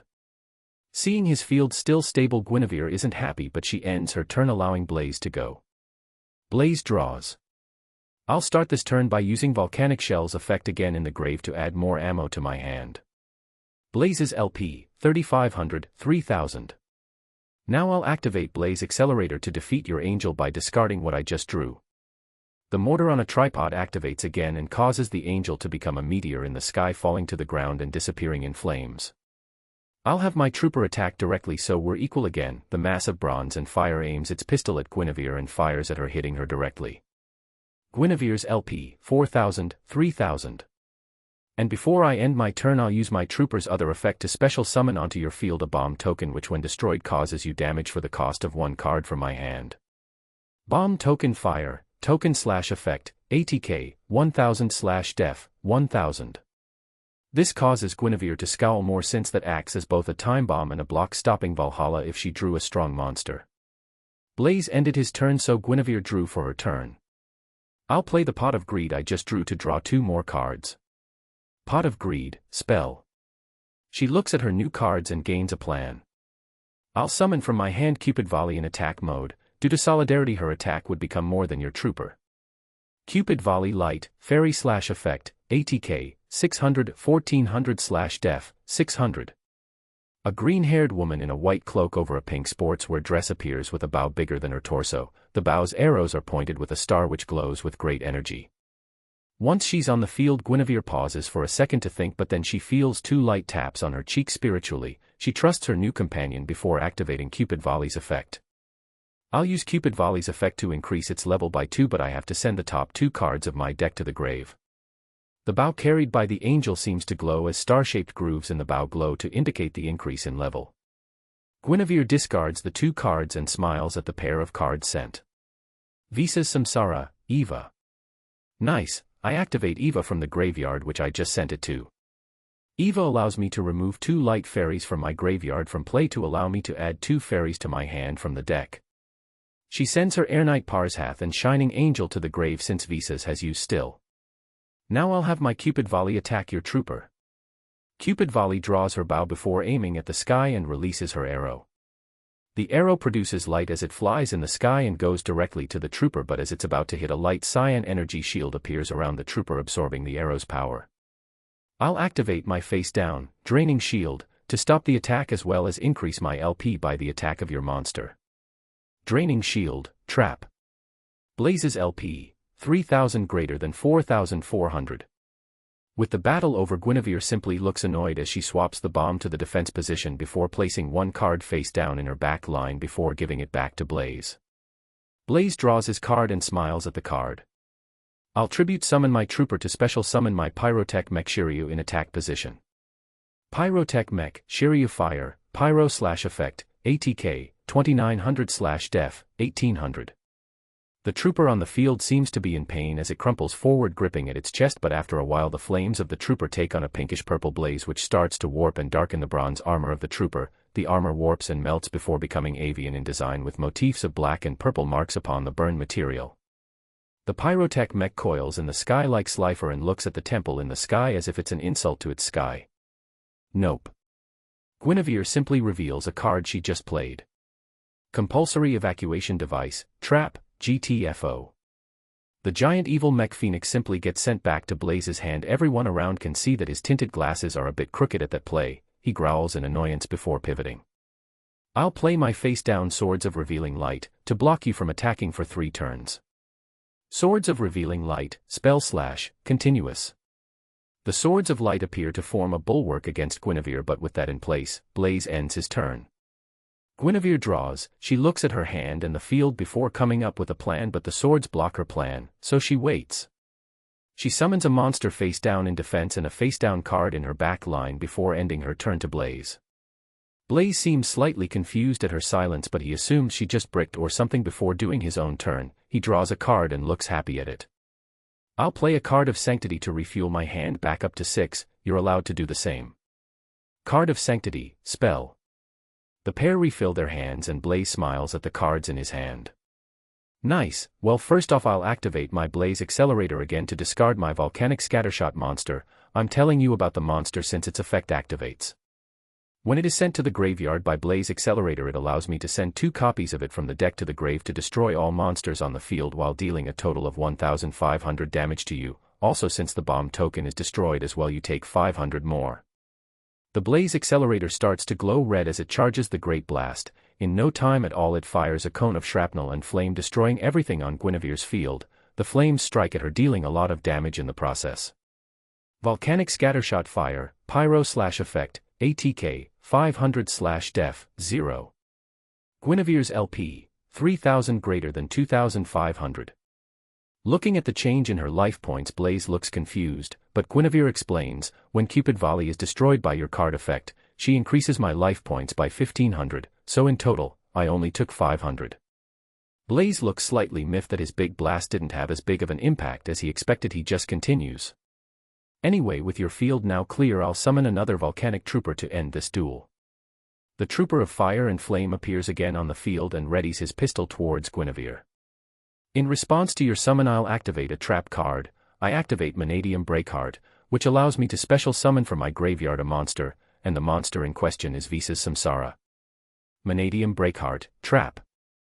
Visa's Samsara Light, Fairy/Tuner/Effect, ATK, 1500-2300/Def, 2100. As a continuation of Mannadium Breakheart, it allows me to destroy one of your monsters with less ATK than my summoned monster, so no Trooper. The ground beneath the Trooper splits open to reveal a strip of the night sky beneath it. From the slit of space, a knight in black armor and tattered cloaks appears with a silver blade and cuts the Trooper down where it stands. The Trooper crumples to the ground as a pile of metal before Visas gets forced from that side of the field as a fleet of glowing swords hounds him. With dexterity he dodges and escapes the blades onto Guinevere's field. Blaze seems to scowl at this, but he speaks, "Well, at least the effect of Volcanic Trooper gives me a volcanic card to my hand. I'll play 2 cards face down before ending my turn." With it being her turn again, and this time with more cards, she smiles. "Let's change the board one last time, shall we? I'll play from my hand Harpy's Feather Duster." At her words, Blaze becomes worried as his field is covered in a flurry of feathers. Each feather is white, appearing from somewhere before impacting against his swords of light and his Blaze Accelerator before destroying them and his face-down Sakuretsu's armor. Harpy's Feather Duster, spell. Now that I'm no longer bound by the swords, I'll end this duel now. First of all, I'll summon from my hand Herald of Orange Light. A metal ball-like fairy appears and produces a large amount of orange light like a miniature sun. Herald of Orange Light, Fairy, Tuner, Effect, ATK, 300-1100/Def, 500. Now from my hand, I'll play a Monster Reborn. And I'll use it to summon the face-down monster you destroyed before on the field. The dramatic effects of Monster Reborn occur to revive a woman in a white robe with wings of rainbow light behind her, which seems to enhance the light effect of the Herald of Orange Light, which floats to be next to her. Diviner of the Herald Light, Fairy, Tuner, Effect, ATK, 500-1300/Def, 300. Now I'll use Visa's Samsara Effect to make him a non-tuner monster, so I can then tune him with Herald of Orange Light to synchro summon Mannadium Trisukta. The robotic herald flies into the air before disintegrating to form 2 rings of light, and Visas with a smile and flourish of his sword jumps into the rings before disappearing as well, becoming a quartet of stars. Blaze's eyes behind his glasses widen and he yells, "What's going on? What the hell is a synchro summon?"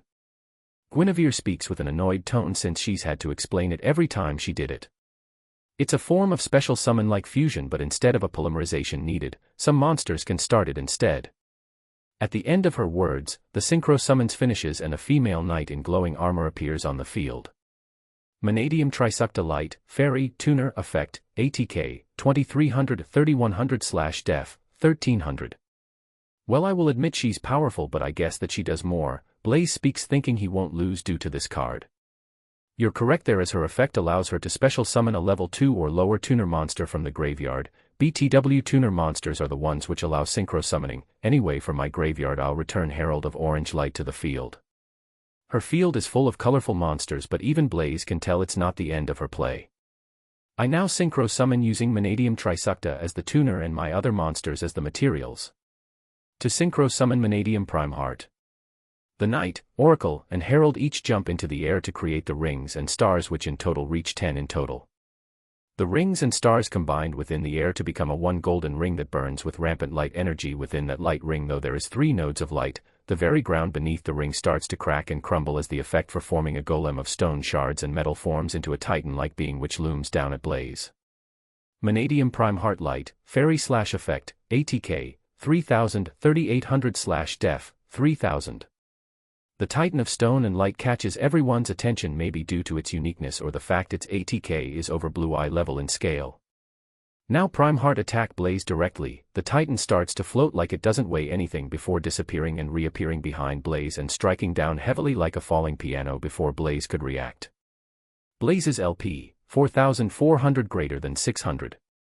Blaze smiles since he survived. That means he could still win this and it wouldn't end like she said, since direct damage spells were banned in the Duel City tournament, but he looks at her and realizes she's still smiling. Now Primeheart's effect activates. It's allowed to attack equal to the number of tuners that were used to synchro summon it. In this case, it's equal to 3. Her words are like a bucket of water on Blaze's ambitions as he notices the Titan is still behind him, looking down at him menacingly. He can't even say anything before the fist of the Titan strikes down and takes the remainder of his life points. Blazes LP, 600, 0. Guinevere wins. And that is Guinevere's last victory needed to enter the finals, but out of sight of her, a Tandman wearing dark robes watches her without her notice. Chapter 28, Chapter 27, New Dextrogan's POV. Hearing she's interested, I just smile on the inside at manipulating impressionable youths in the setting. I know Rebecca is a very strong duelist, but her deck choices are terrible. The Ghoul deck she uses is heavily reliant on a level 5 monster with no actual supporting framework besides a ton of card drop into the grave. That would work for before the Battle City rules, but it's now different. Well, in my possession I have access to many decks that could be of use to you, but I would have to assume you would have a preference. She turns to the side and gives me a glare from the side. Well, I don't know what you have, so I don't know if my idea of a good deck would be there. Also, I won't believe you would have so many good decks on you. At this I chuckle lightly. Oh, Rebecca, that won't be a problem. With her attention on me, I flourish my hand and a card made of light appears between my fingertips. In it is a purple fusion card that she's never seen before. Gladiator Beast and Abata Dark, Beast Warrior / Fusion, Effect, ATK, 1000 / Def, 2800. I can make them on the fly, so it's mainly just your preference. This makes Rebecca blink sometimes before making a scrunched up thinking face like most kids do. Is there a deck that treats the graveyard like an extra recourse? Also, I want a lot of power, so at least having a monster with 3000 ATK points.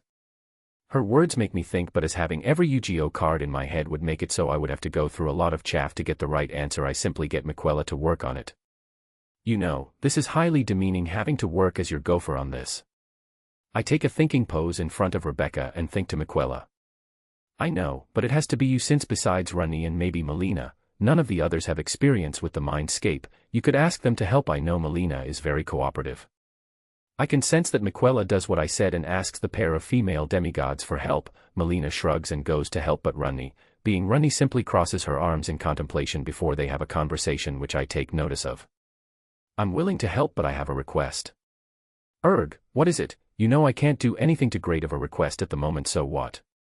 Oh, it's quite simple really. I know you finally fished up one of the god cores needed to form a new deck without telling our host. You were going to hold onto it and try and regain some power, but I wish to have it and reappear in the world.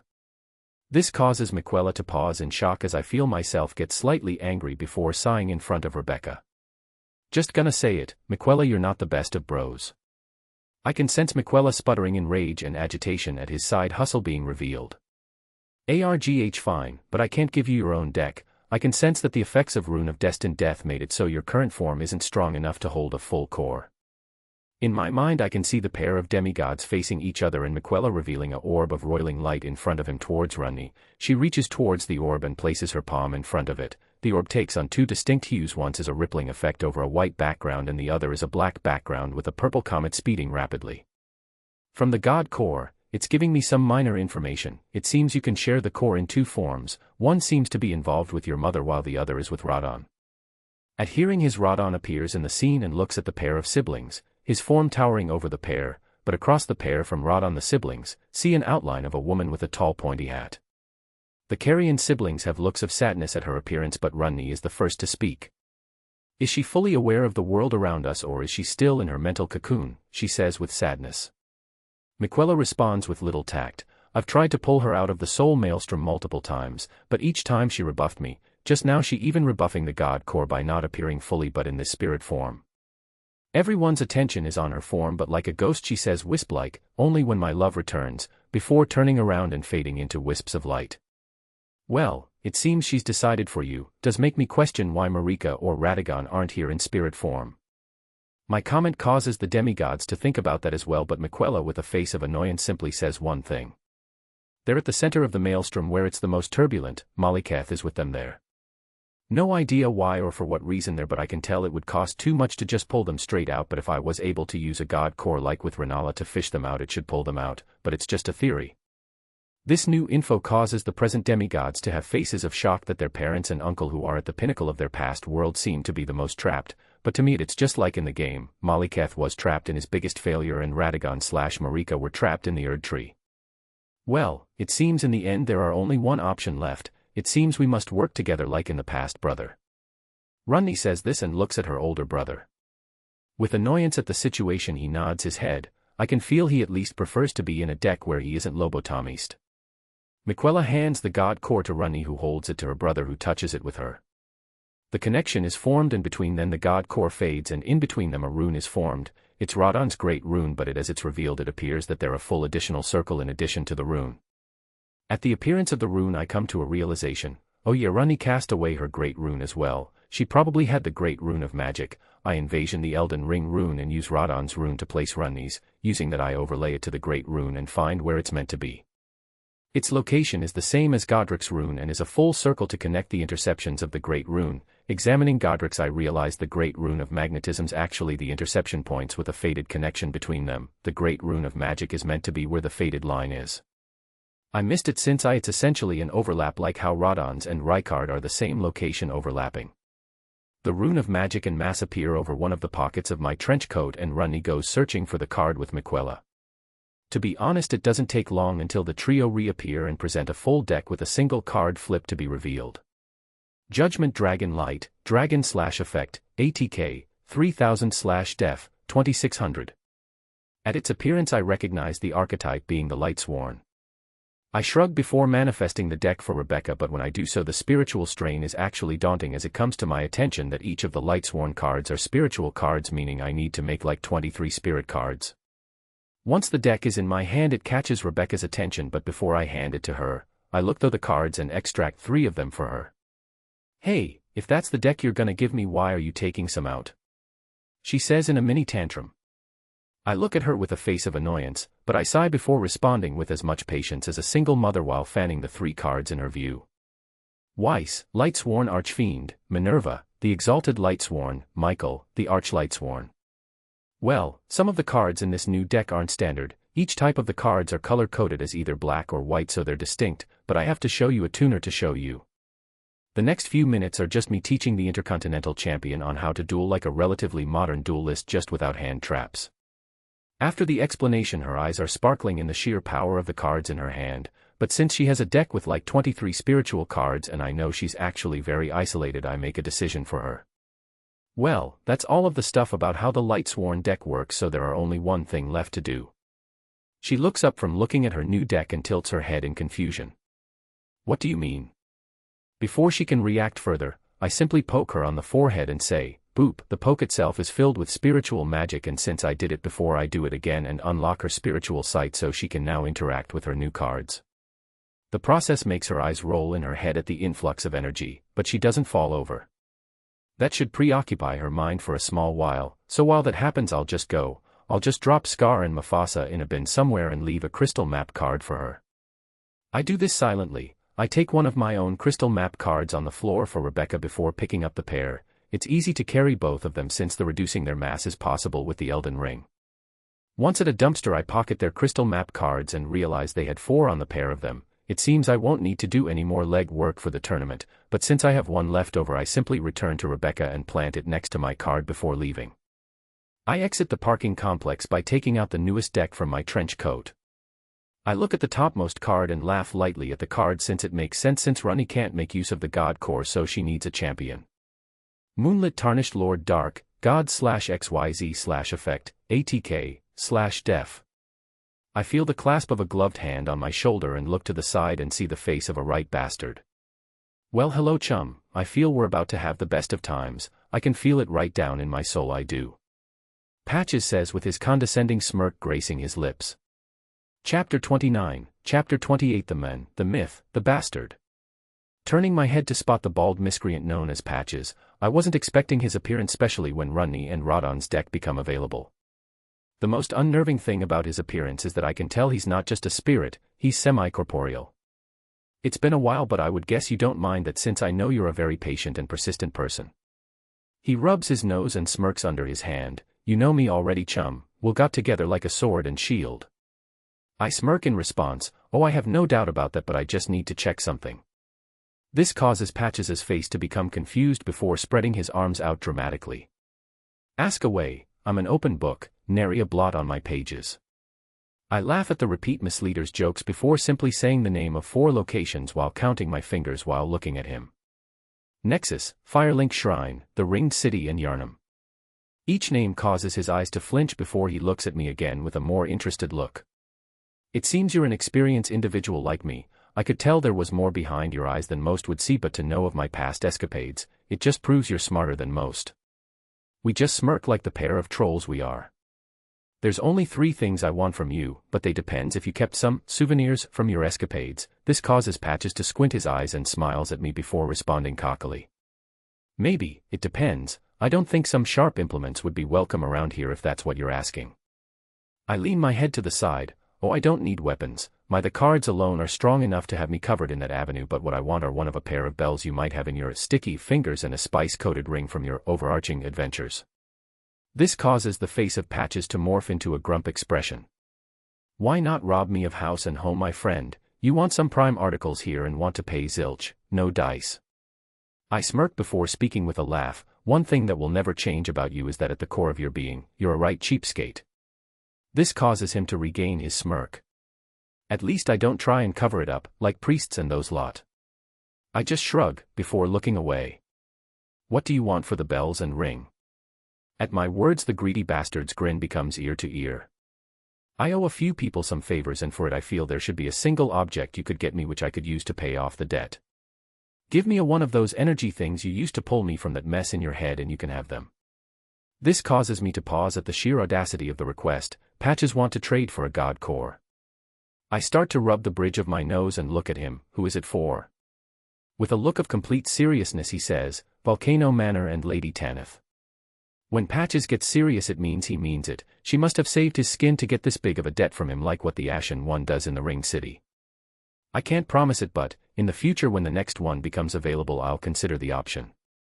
Patches closes his eyes thinking that's the best he can hope for. Anyway pal, could you explain this world to me? It's weird being in a world without things trying to stab you every minuet. I think for a second before searching though the new deck to reveal a certain monster card. Trusty Patches Dark, Warrior, Tuner, Effect, ATK, 1200/Def, 1800. This world is way past the sword and arrow era of combat, but for some reason there's a sub-world of monsters like in Yharnam, but unlike Yharnam the monsters aren't as crazy while only appearing in the forms of these cards which are used in a game against others.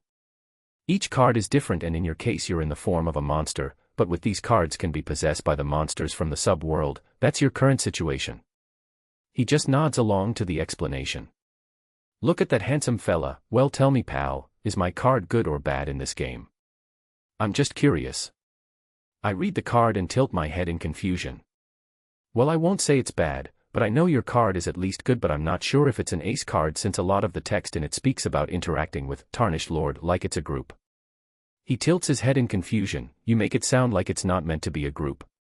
It's not, since this world's peak cards are a god card level in power and the only Tarnished Lord I currently have is Moonlit Tarnished Lord. I reveal the god card to Patches, but as I show it to him, I come to a realization. In Elden Ring there have only been really 4 gods, Miquella, Radon, Moke, Marika/Radagon, Malenia, and the Tarnished. If it takes a god core to make a deck which reasonably has a god card connected to them, they either need to have someone of divine power or strength to hold the deck together. The demigods have enough of strength and will to form the decks, but it's a fact that they don't work together outside of some exceptions. If a deck has a pair of demigods within it, they would fight for the god core of the deck metaphorically. This though caused me to come to a very interesting theory. If the demigods metaphorically clash in a deck, it creates a shattering scenario where a Tarnished Lord card becomes the god card of the deck, like what happened in the game. Miquella, next time you get a god core, try and examine the god card of a deck between a pair of the demigods would be like, maybe Moke and Morgott. I mentally whisper to him. I get back the spiritual equivalent of a shrug. I just had a theory, but if it's correct, you're more useful than a lot of cards in my possession, but I'm getting ahead of myself. I know you don't like to stay in one place for too long, so I won't stop you from getting up to your usual anti-ticks, but if I summon you, don't ditch me like at the Radon Festival. Patches shrugs before grinning. Oh, don't worry chum, I won't do anything of the sort. We're thick as thieves we are. I'll always have you back, but I think I'll go have some fun around town, maybe make some coin, you know me. I have an evil idea. I go to the dumpster which houses the pair of Mufasa and Scar and find them still unconscious. I nick Scar's deck of Dark Scorpion cards and walk away. I palm the deck and looks at Patches, who looks at it in curiosity. I explain. During the tournament, there's an anti-rule in place for the most rare card. I know an entrepreneur like yourself would make headway with a band of thieves at his back, so here. As I hand it over to Patches, I make 5 of the Dark Scorpion cards in the deck into the spirit card version, summoning the dual spirits. Patches watches as the 5 thieves appear with a grin. Oh, I knew we were gonna be friends from day one. As he says this, I essentially mind dumps the rules and how to play Yu-Gi-Oh in his head before walking off to Kaiba Corp Stadium, which is currently being built. Have fun, and oh, if you find some people in black robes with gold eye symbols, I don't like them and they're working for a priest who wants to kill children, so do with that information as you want. Patches starts laughing as I can tell he goes off to do what he does best. Mess with people who think they can control the world around them, while making a profit of their misery.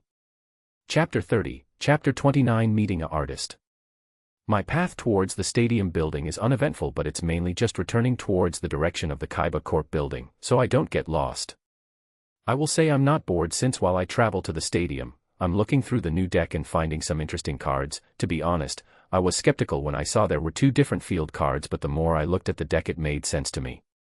The Radon side of the deck works akin to the Rainbow Beast deck in a way that makes it so the monsters can easily come back if they're defeated without the need of revival spells like Monster Reborn, for an endless slog of monsters. While the Runny side of the deck works to summon her to the field, but incidentally when I looked at Runny's card I was both shocked at how scary her card was and intrigued at a similarity I found between the siblings. Lunar Princess Runny Water, Spellcaster/XYZ/Effect, ATK, 3000/Def, 4500. Examining the card, the similarity isn't as pronounced, but when you compare the 2 it turns out they're both rank 6 XYZ cards, so by coincidence the support to summon Runny also applies to the summoning of Radon for level 6 monsters. Another interesting card I found just makes me laugh due to it being as broken as the card I was worrying about from the Rot deck. Let's just say once it's played the main characters will not like me very much. As I think this, I notice I'm passing right by Kaiba Tower now towards the stadium, and I have a quick thought before smirking. I turn 90 degrees and walk directly towards the tower. Using my new credentials and some very subtle magic, aka a ton of perception blocking magic since everyone is magic blind, I'm able to get to the Kaiba Corp server room. Once there I know that the tournament's data and stuff are stored on the servers, so I just want to have a light play with Kaiba's shiny toys. I could go on and on with how I hacked the mainframe or implanted a virus in the system, but to be honest I simply just changed 5 things.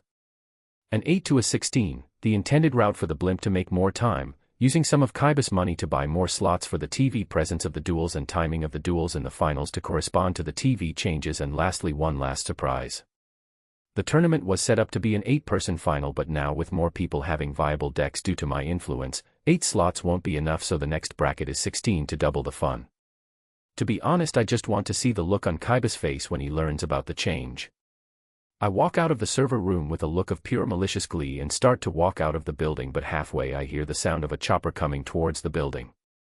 Interested, I use my perception blocking to spy my way to the top of the building. There I spot a certain figure I wasn't expected to see.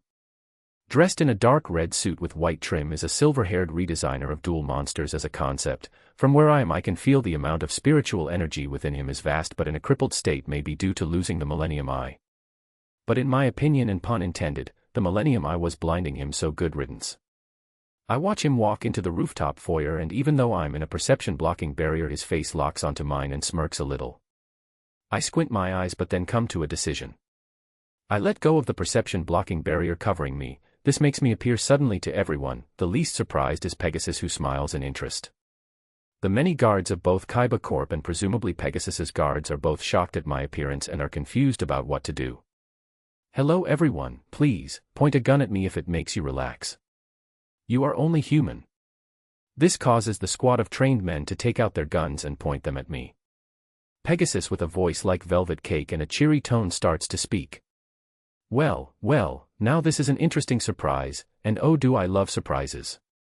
I say your entrance was as spontaneous as it was dramatic, I say, but it begs the question, how are you and what do you want? I let the man speak, mainly because I have as much flair for the dramatic as him, but I respond when he asks, since he isn't someone you just ignore. Well, I could go by many names as people of our standing should, but you can simply call me Drogon, and for the reason I'm here is because I want to mess with Seto Kaiba. But don't worry, it isn't in a harmful way but more in a blindsiding him with a prank sort of way, I say with a jester's grin on my lips as I speak. Oh, a practical joke on Kaiba boy, I must know, he says quickly since I know he's a child at heart, but he quickly places a hand to his lips in a gesture of thinking. No, wait, it'll be better if I don't know, since he would suspect me, and I could simply say I wasn't aware of it to double the impact. I tilt my head to the side and some guns follow the movement. That's why I'm being vague about it. Oh, that reminds me, to every Kaiba Corp guard who doesn't tell him it's coming, I'll give you a bonus for your next paycheck.